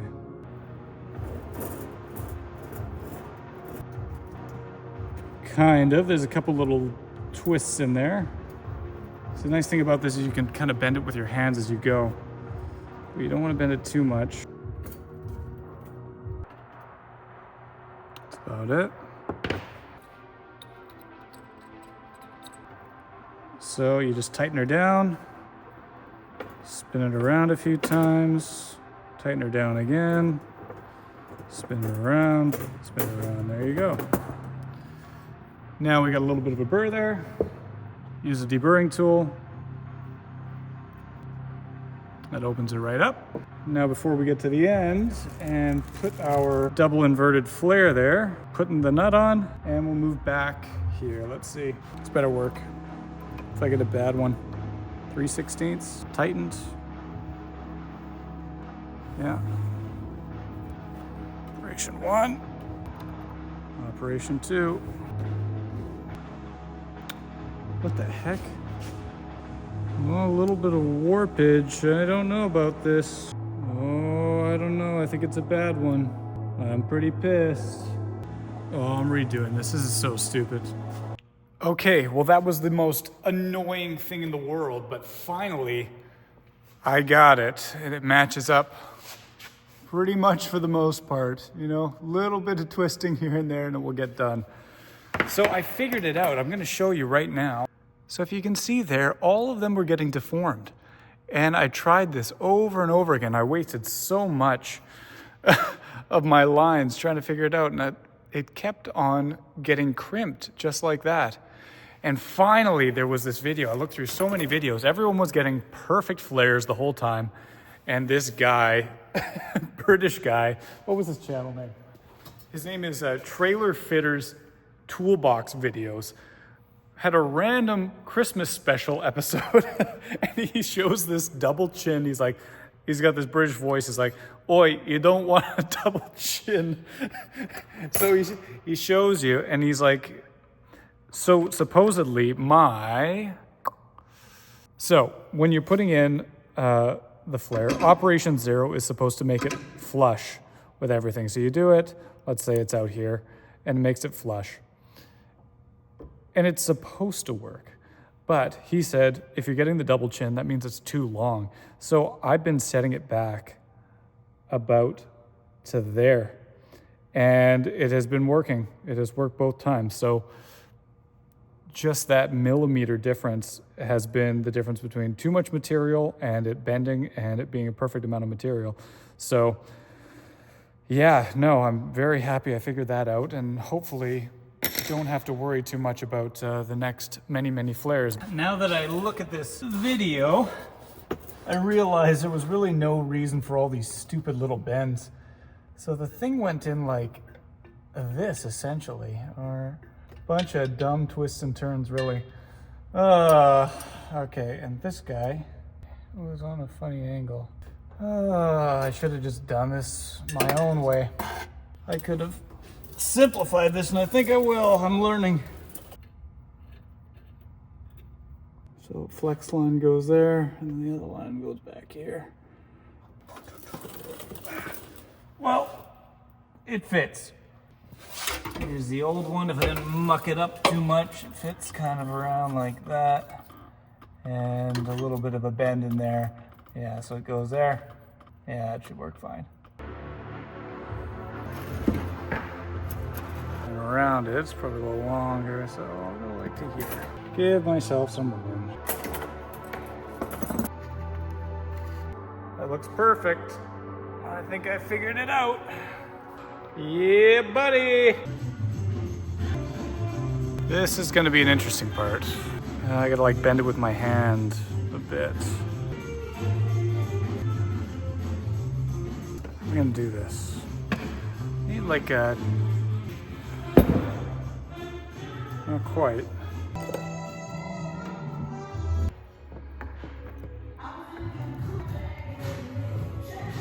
Don't want to kink it.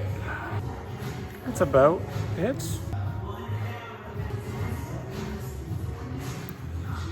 We're close.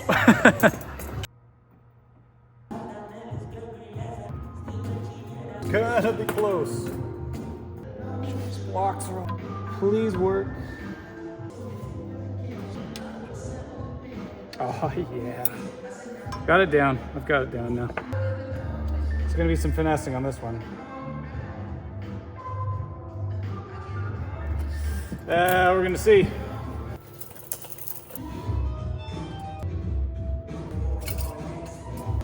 Oh man, it's close. Oh no. Come on. Just a bit.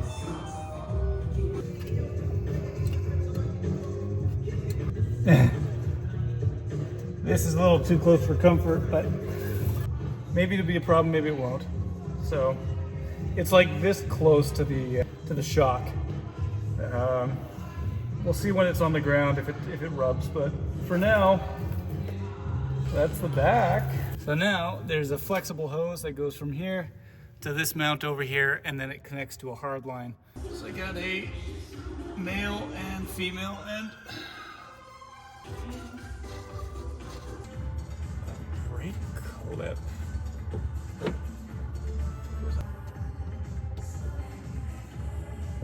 Let's see if I get that brake clip in. This one's gonna be interesting. Whoop-ah.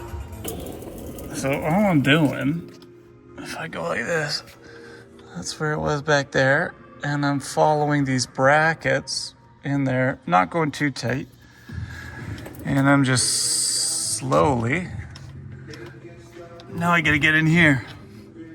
I gotta get it through that one, so I gotta kind of push it up and then make my way to the front.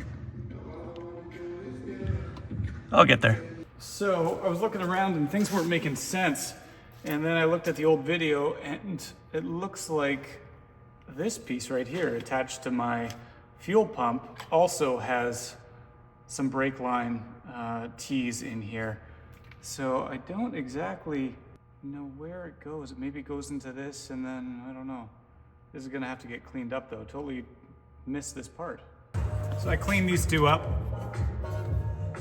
Gave them a little coat.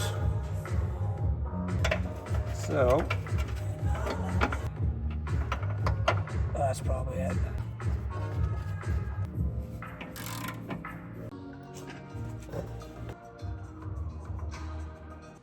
Okay, we're just gonna play a game of where do things fit. I said driver, so that should be driver's side. Now, what's it going to?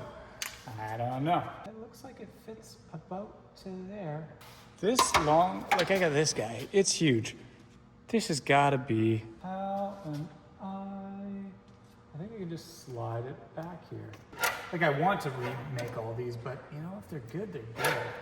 It's really the back ones that were really bad. Oh yeah, this is exactly it. So this one I put saying passenger, and I can see that one side is quite corroded and the other side is clean, so I'm guessing it's going this side through here. And that goes right, exactly right there, that's perfect. And this side goes right in that one, right there. Perfect. So I think I'm gonna recreate this one because it is a little bit corroded, but I'll keep it here for now just so that I get everything laid out. This one, same deal, says driver. It's corroded on this side, so probably through here. And it goes right there. That must be this one. Really simple, says master brake, so I'm guessing from there, let's see if yeah. From there to the master brake, that's gotta be it.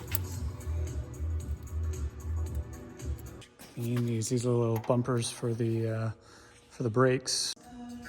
Okay, cleaner. Through there. go here, and this guy should...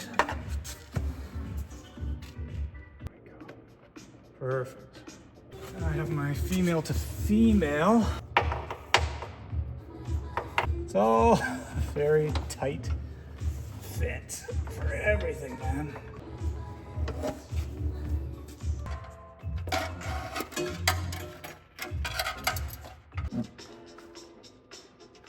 In place. So it's there.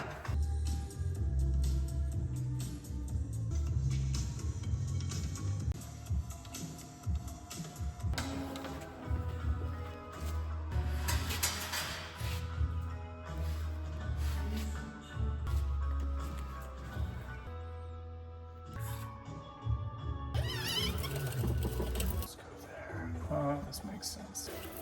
And then these must go through these over top of this. Keep going. There we go.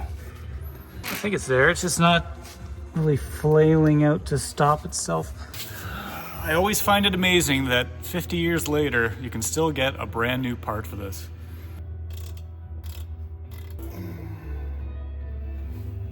I'm going to do my best to show how this thing is going together. It's this way, and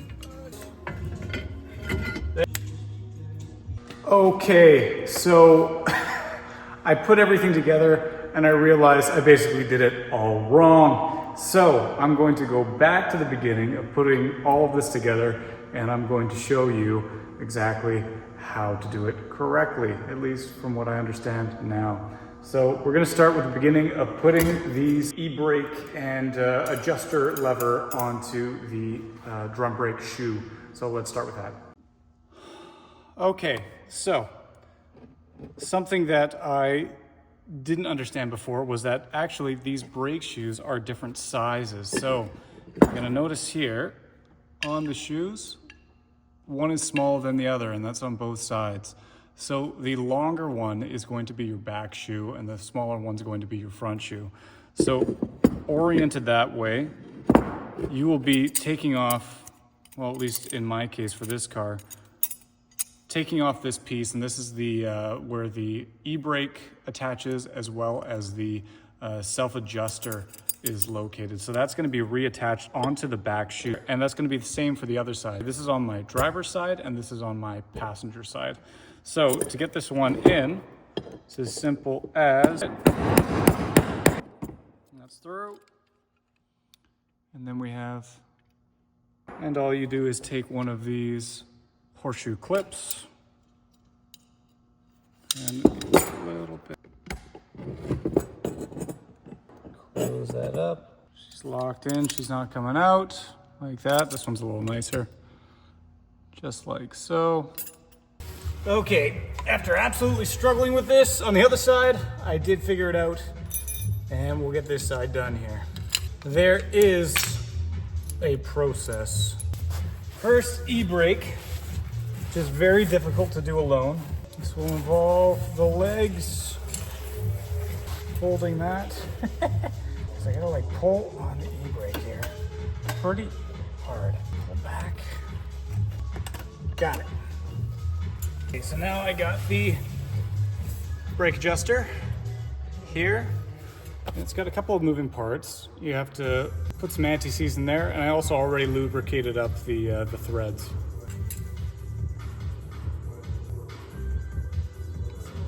So the easiest thing I found is to put this on first. So now it's locked in. Now I think it's easiest to put the spring on. Just attach it here first. And then easy peasy. There we go. Now this is locked in place too. So that's all kind of one unit, which is great. So now we're gonna take some anti-seize. We're gonna put it on these contact points all around, just a little bit. And this is gonna prevent squeaking, supposedly. And I've already got my hold down pins here. And they're gonna go through the back, and we're gonna line it up. So this is where I usually have a ton of issues. go.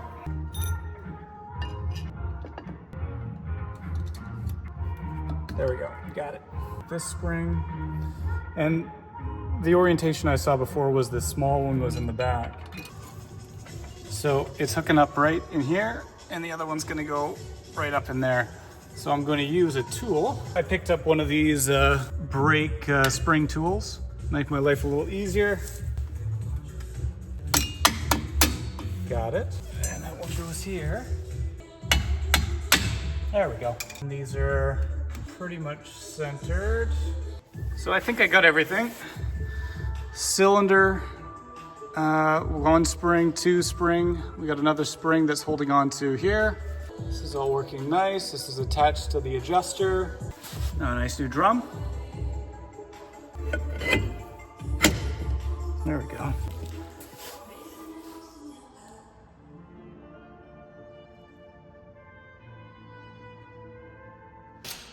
Okay, so all the brakes are on and brake lines are on, but now I just need to go around and tighten everything up, and then we can do a brake bleeding test. So right now I have speed bleeders on all of the brakes, so I should be able to do this by myself, but I've never done it before, so I'll watch some videos and we'll see how it goes. But first I'm going to tighten every single one. All right, I'm going to start farthest away from the brake master cylinder. So I just cracked it a hair.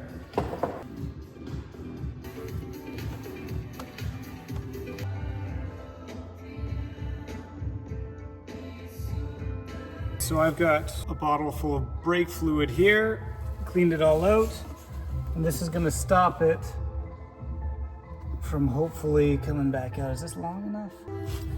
And now I'm going to hit the brakes and make sure that the reservoirs are full, and then that this is also not letting air back in.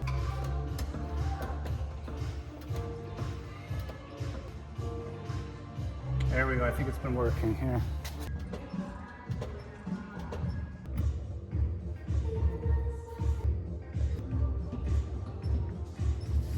That is working.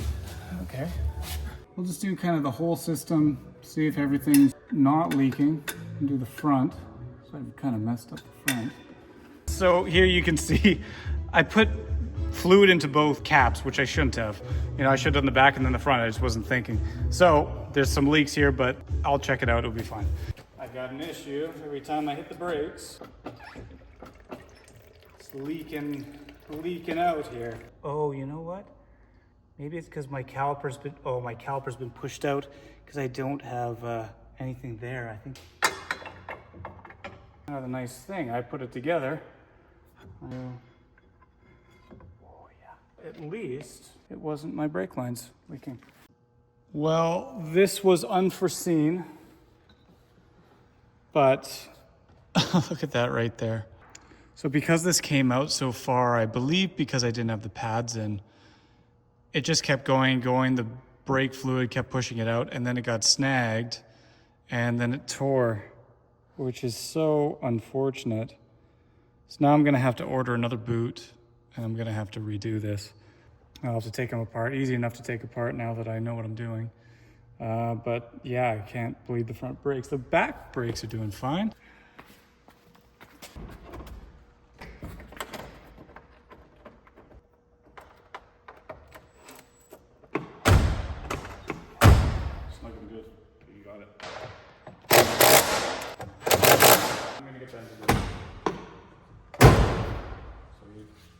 Get the video, you do your video, I'm gonna go. I need to watch my. You can also start putting the front together.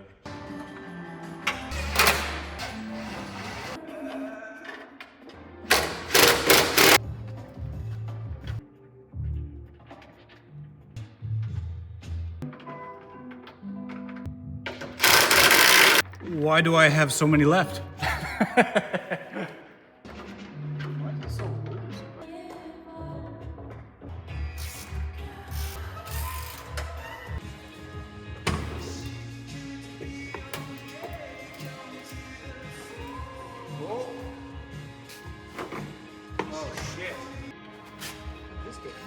Freaking warped up like that. Oh man.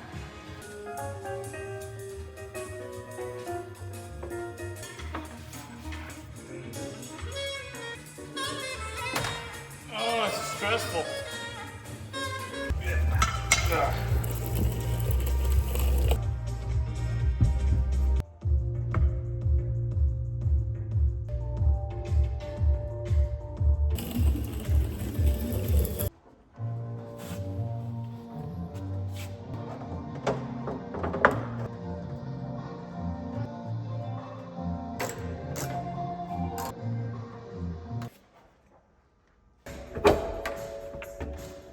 Thank God.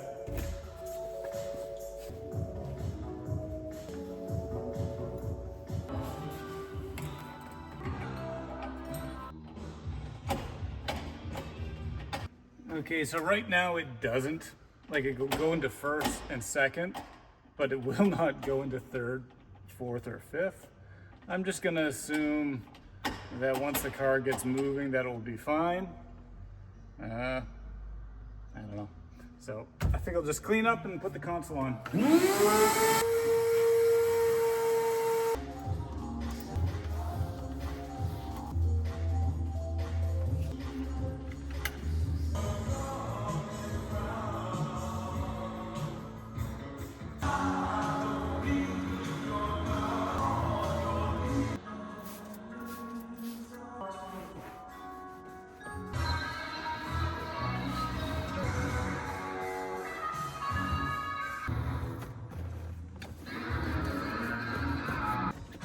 Kind of like, okay.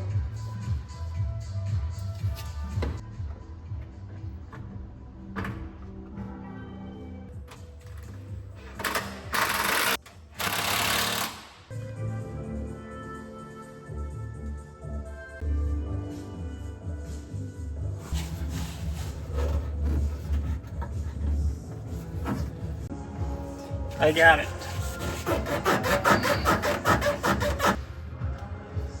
Not going nowhere. Okay. So now in general, I just wanted to see if the suspension bolts were tightened down, because now I got some pressure on them. They're not actually. Okay, so that one's...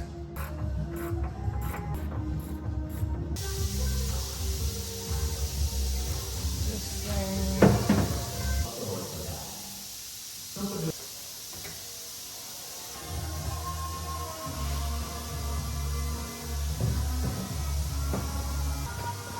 I can easily get a bunch of new mats and things. Oh, looks like a trunk.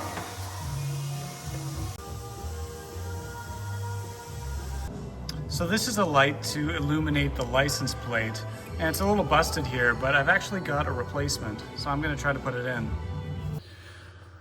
So when I bought the car, I actually got this big box of lights, which is pretty cool, and they're from a bunch of different, I don't think they're from my car, but they're from a bunch of different Toyotas, bunch of random little parts, you know, lights.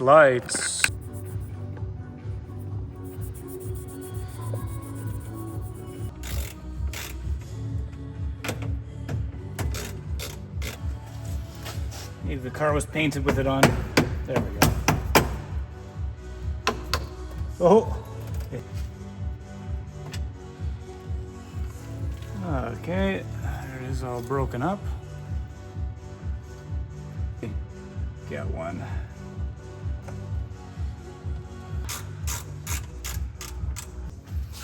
It's just a matter of plugging these two together. So now,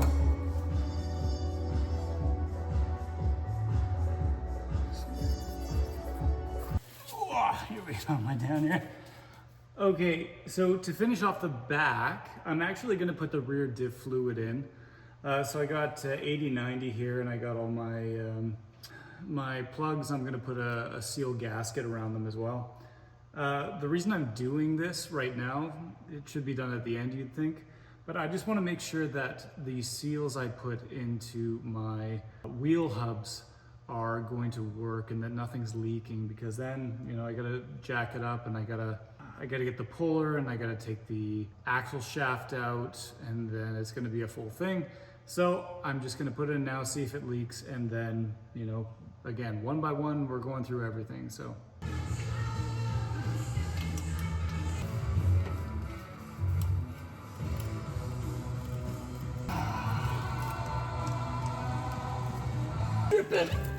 And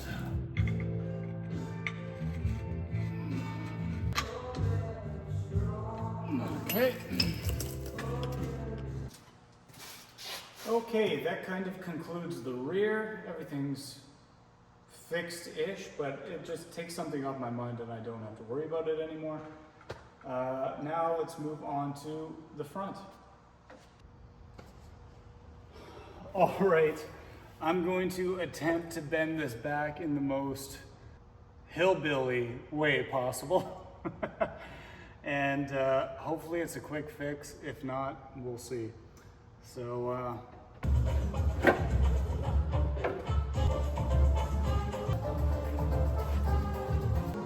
only thing I can think of is like this attach point, making it come in more. Essentially doing what I did with the door. Oh fuck, this is terrifying.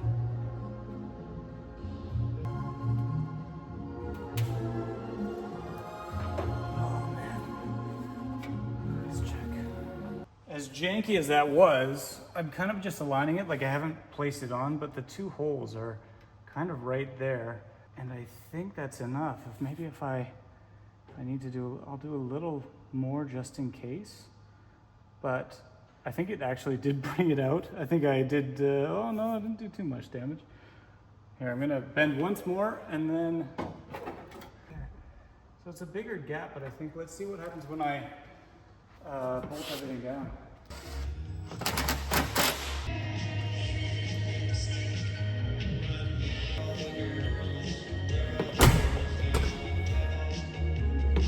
It's not touching at the moment.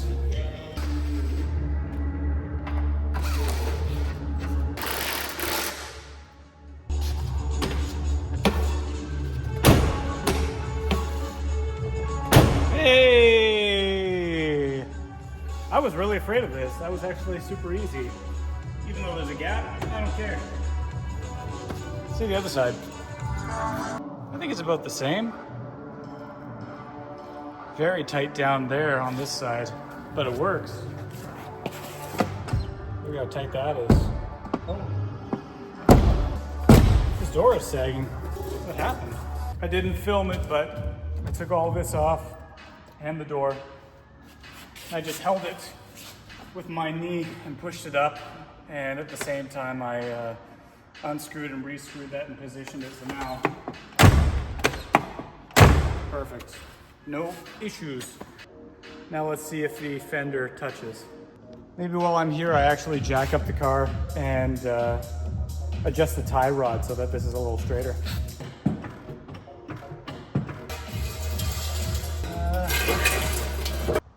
So supposedly, I need to rotate the wheel one way all the way and then the other and count how many turns, see what the middle is, make sure that I'm in the middle, and then adjust from there.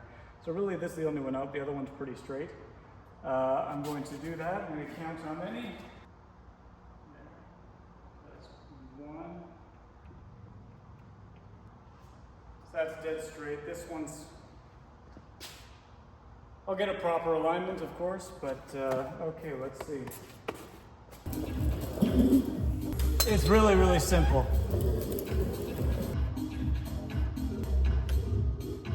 That's cool.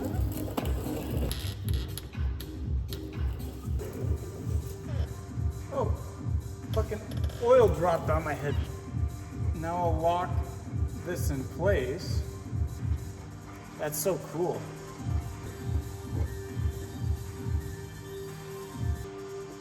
Cool. I think that did it. Now I gotta put that casting back on.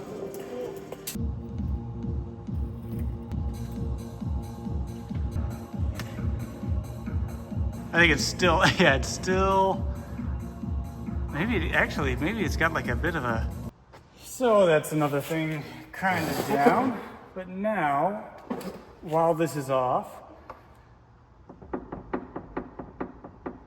why does it make a clicking sound?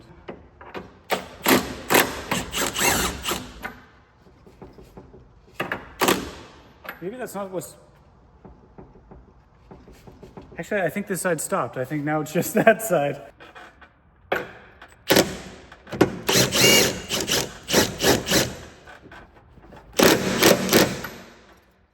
Yeah, okay. Dude, I think that solved my problems.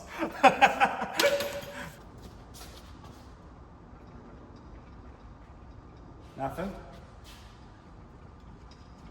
Nice. Check. All right, so today I'm going to try to address the transmission that's not shifting into gear right now. I put a questionnaire to you guys online just on a YouTube post, and some of you talked about, you know, maybe it's the slave and the linkage. I actually don't even have that hooked up, so actually maybe if I can engage the clutch, get that all working, maybe it will loosen up and be okay. Maybe that's a no-brainer, but it was working when I had unhooked it before, so maybe I'll connect everything and see if it works. Yeah, and if not, I'll have to take it apart and drop it and send it off. So let's hook it up. I took out the clutch master cylinder. I'm gonna clean it up. Okay, that is cleaned up and in. Should have done that in the first place. The line is tightened down. Let's check this one. Okay, I got down there and I hooked up the slave cylinder, so it was quite a pain actually. I got the line coming in. I also put a new bleeder valve on there, and then I hooked everything up. So I think I can now bleed the system and see what happens.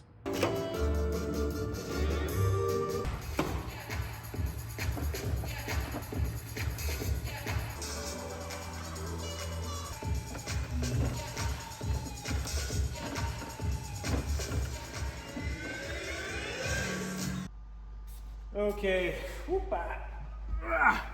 all of this was an attempt at hopefully loosening up the transmission and getting this in gear. There still isn't any fluid in the transmission, but I just wanted to see if this would actually do something. So we have, I don't think it, no, it's not loosening anything.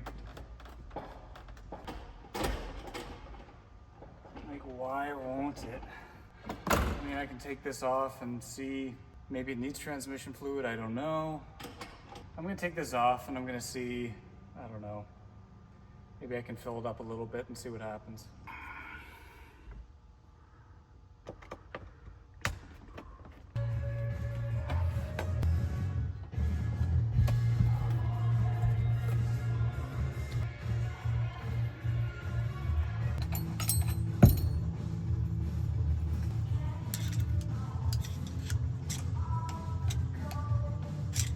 Move. Okay, well this moves that way. I wish I could show you this here.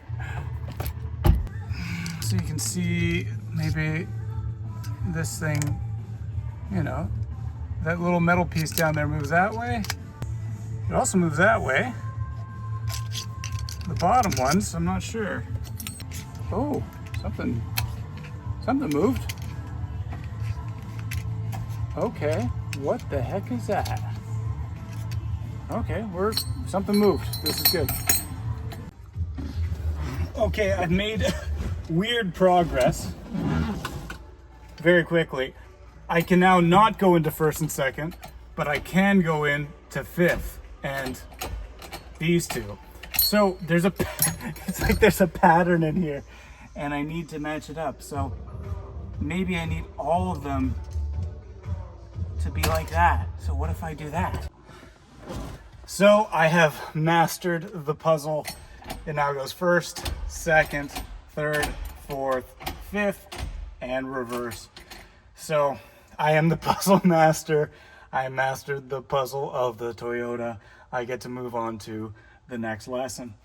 So I don't know, maybe I can throw it on the screen or something like that.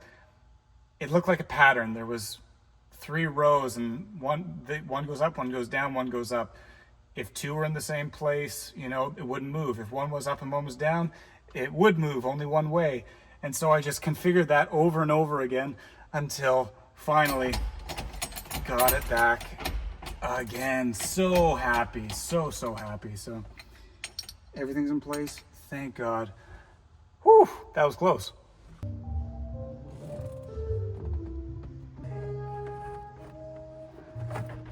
Oh boy, I can, oh, maybe I'm wrong. Okay, never mind.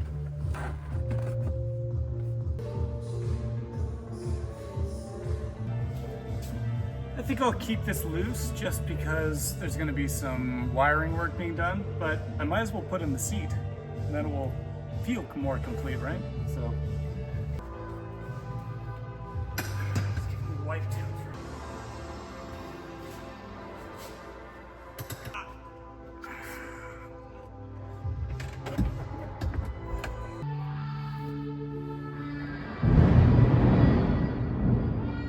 Is that thunder? Holy smokes. Right above me.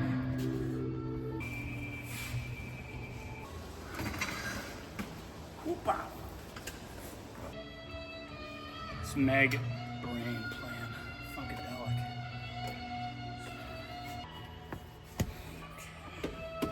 Okay.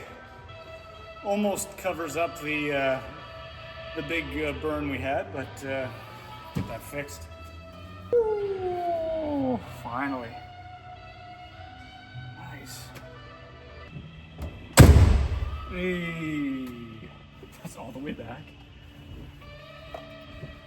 I need to get some rail extenders on this, if those exist. Nice.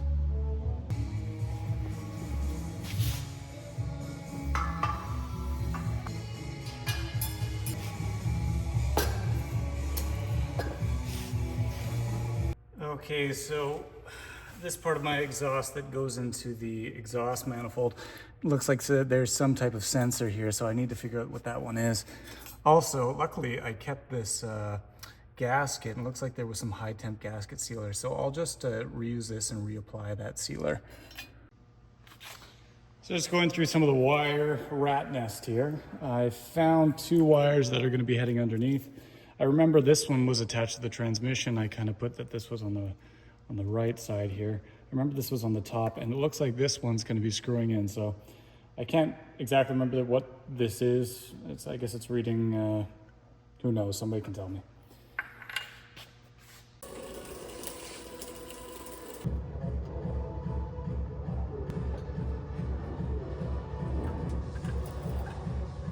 That was easy. Kill me. Ah. 3. The exhaust actually goes over the transmission mount, and it's too tight for some reason. It's not going back, so I need to drop the mount a little bit and then put it back on.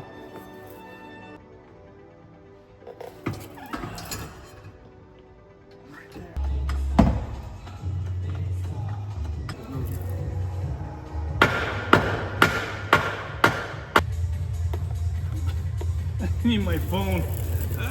So you can see it goes over that, so I had to drop this a little bit, get it in there. Fortunately, all this is coming off. I'm gonna have to crazy glue that on.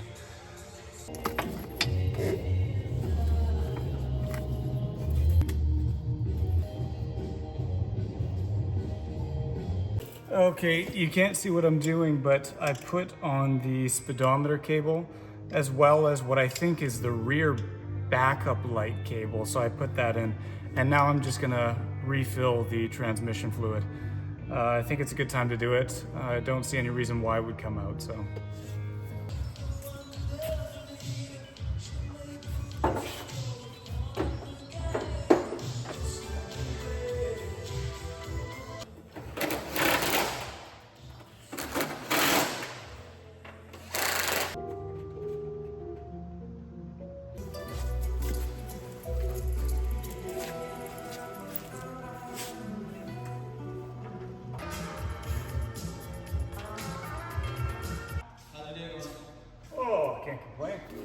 You working?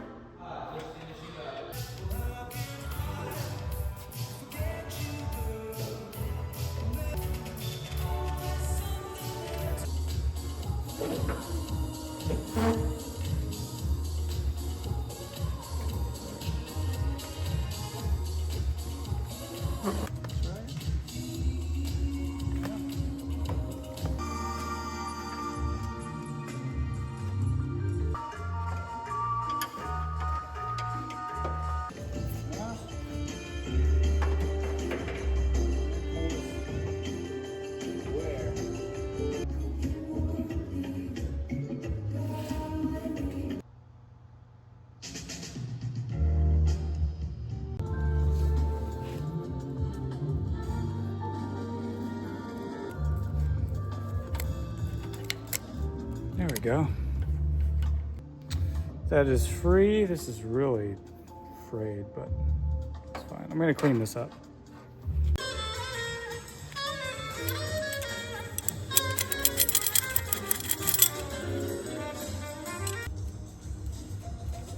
Yeah, right? Good. Okay, and I think that goes here. Look at that. I don't know about that. The rest is really simple, right? So I can't remember for the life of me how to put this back on. There's springs in the bag. Why are there springs on a headlight? And no, I didn't film when I took them off.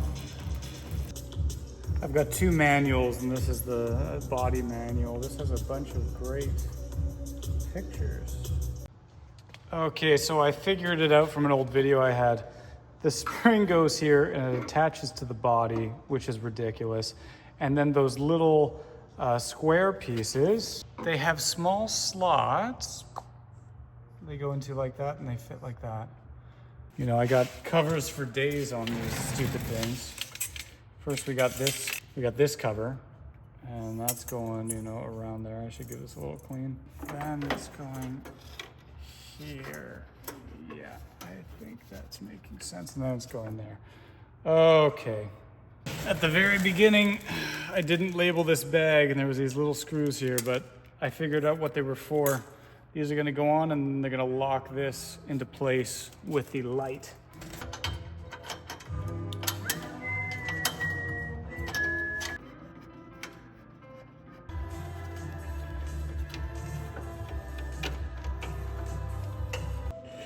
There it is, a complete headlight.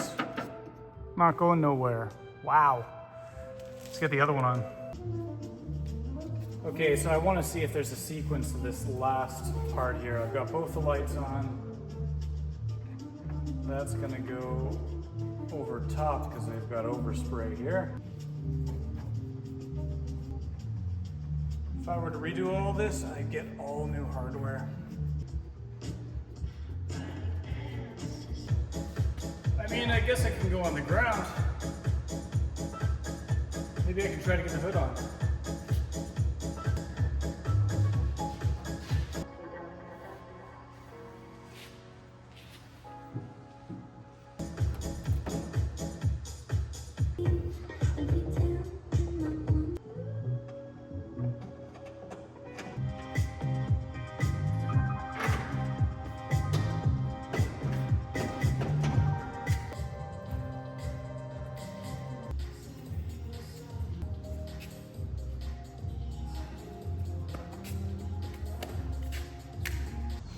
I am not a mechanic. I'm not even a car guy. I am an architect, and after losing $15,000 to a repair shop, I decided to rebuild this 50-year-old Corolla myself with the hope that one day this vintage car could be my daily driver. And I had absolutely no idea what I was doing.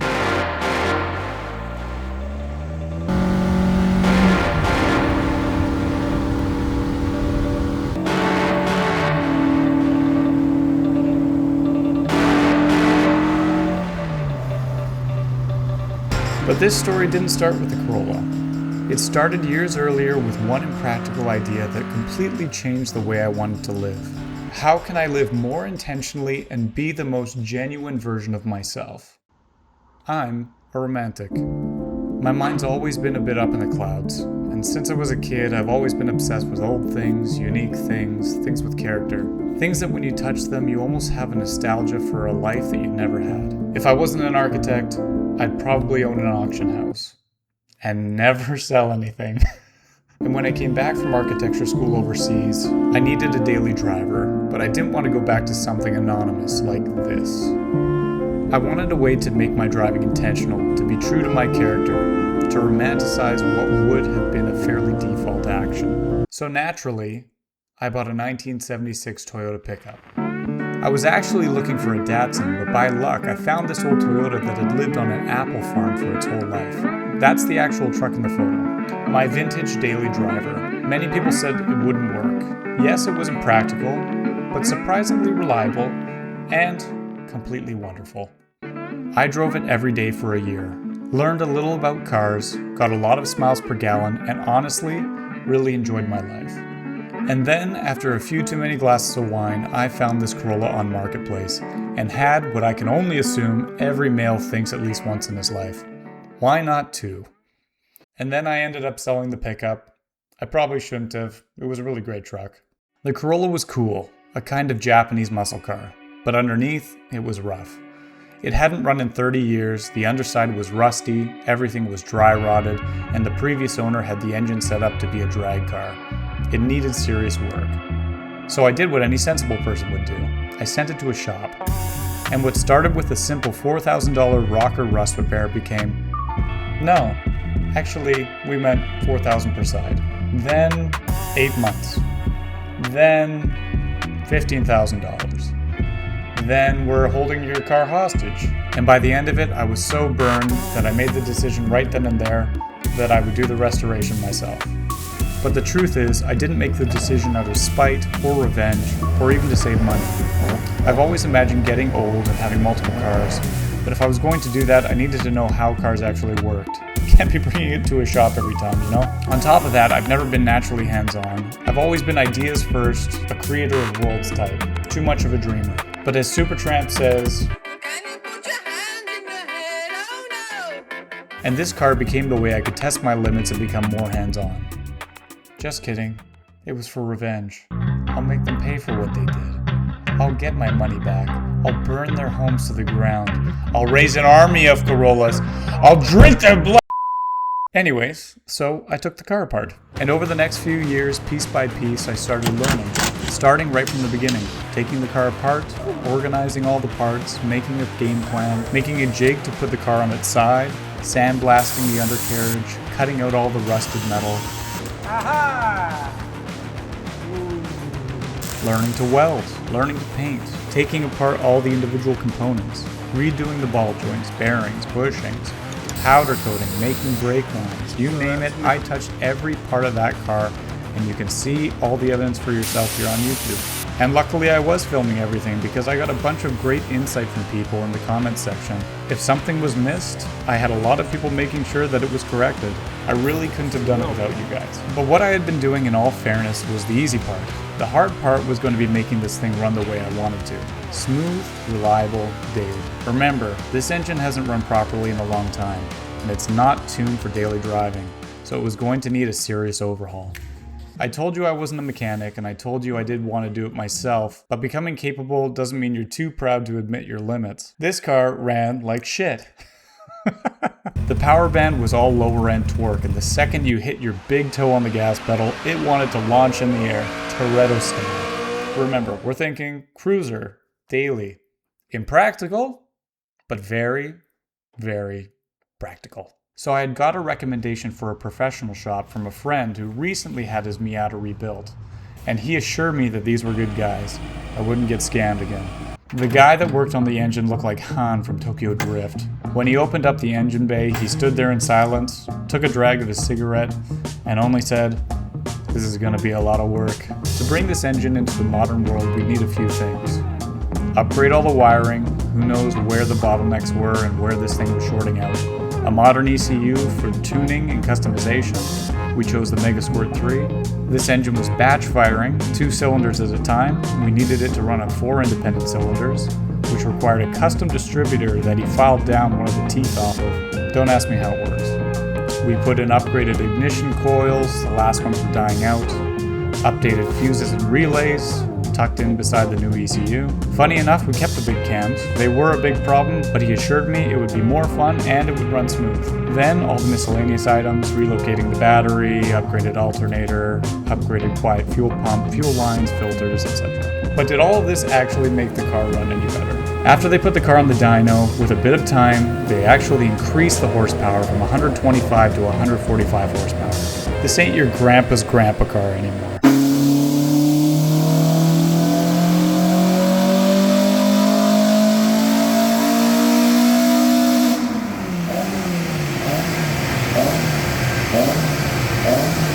We didn't upgrade anything, not really. We just made it run smoother. It wasn't using its full potential, and all of these components working together in harmony unlocked that. These guys did really fantastic work, and they didn't ask to be mentioned, but if you need your car to be worked on, go to Racing Greed here in the Lower Mainland. Now, the car's back in my possession, and I was either about to discover if all this had been worth it, or discover, very suddenly, that I shouldn't have been trusted to put together a braking system. So there's only one thing left to do. Drive it.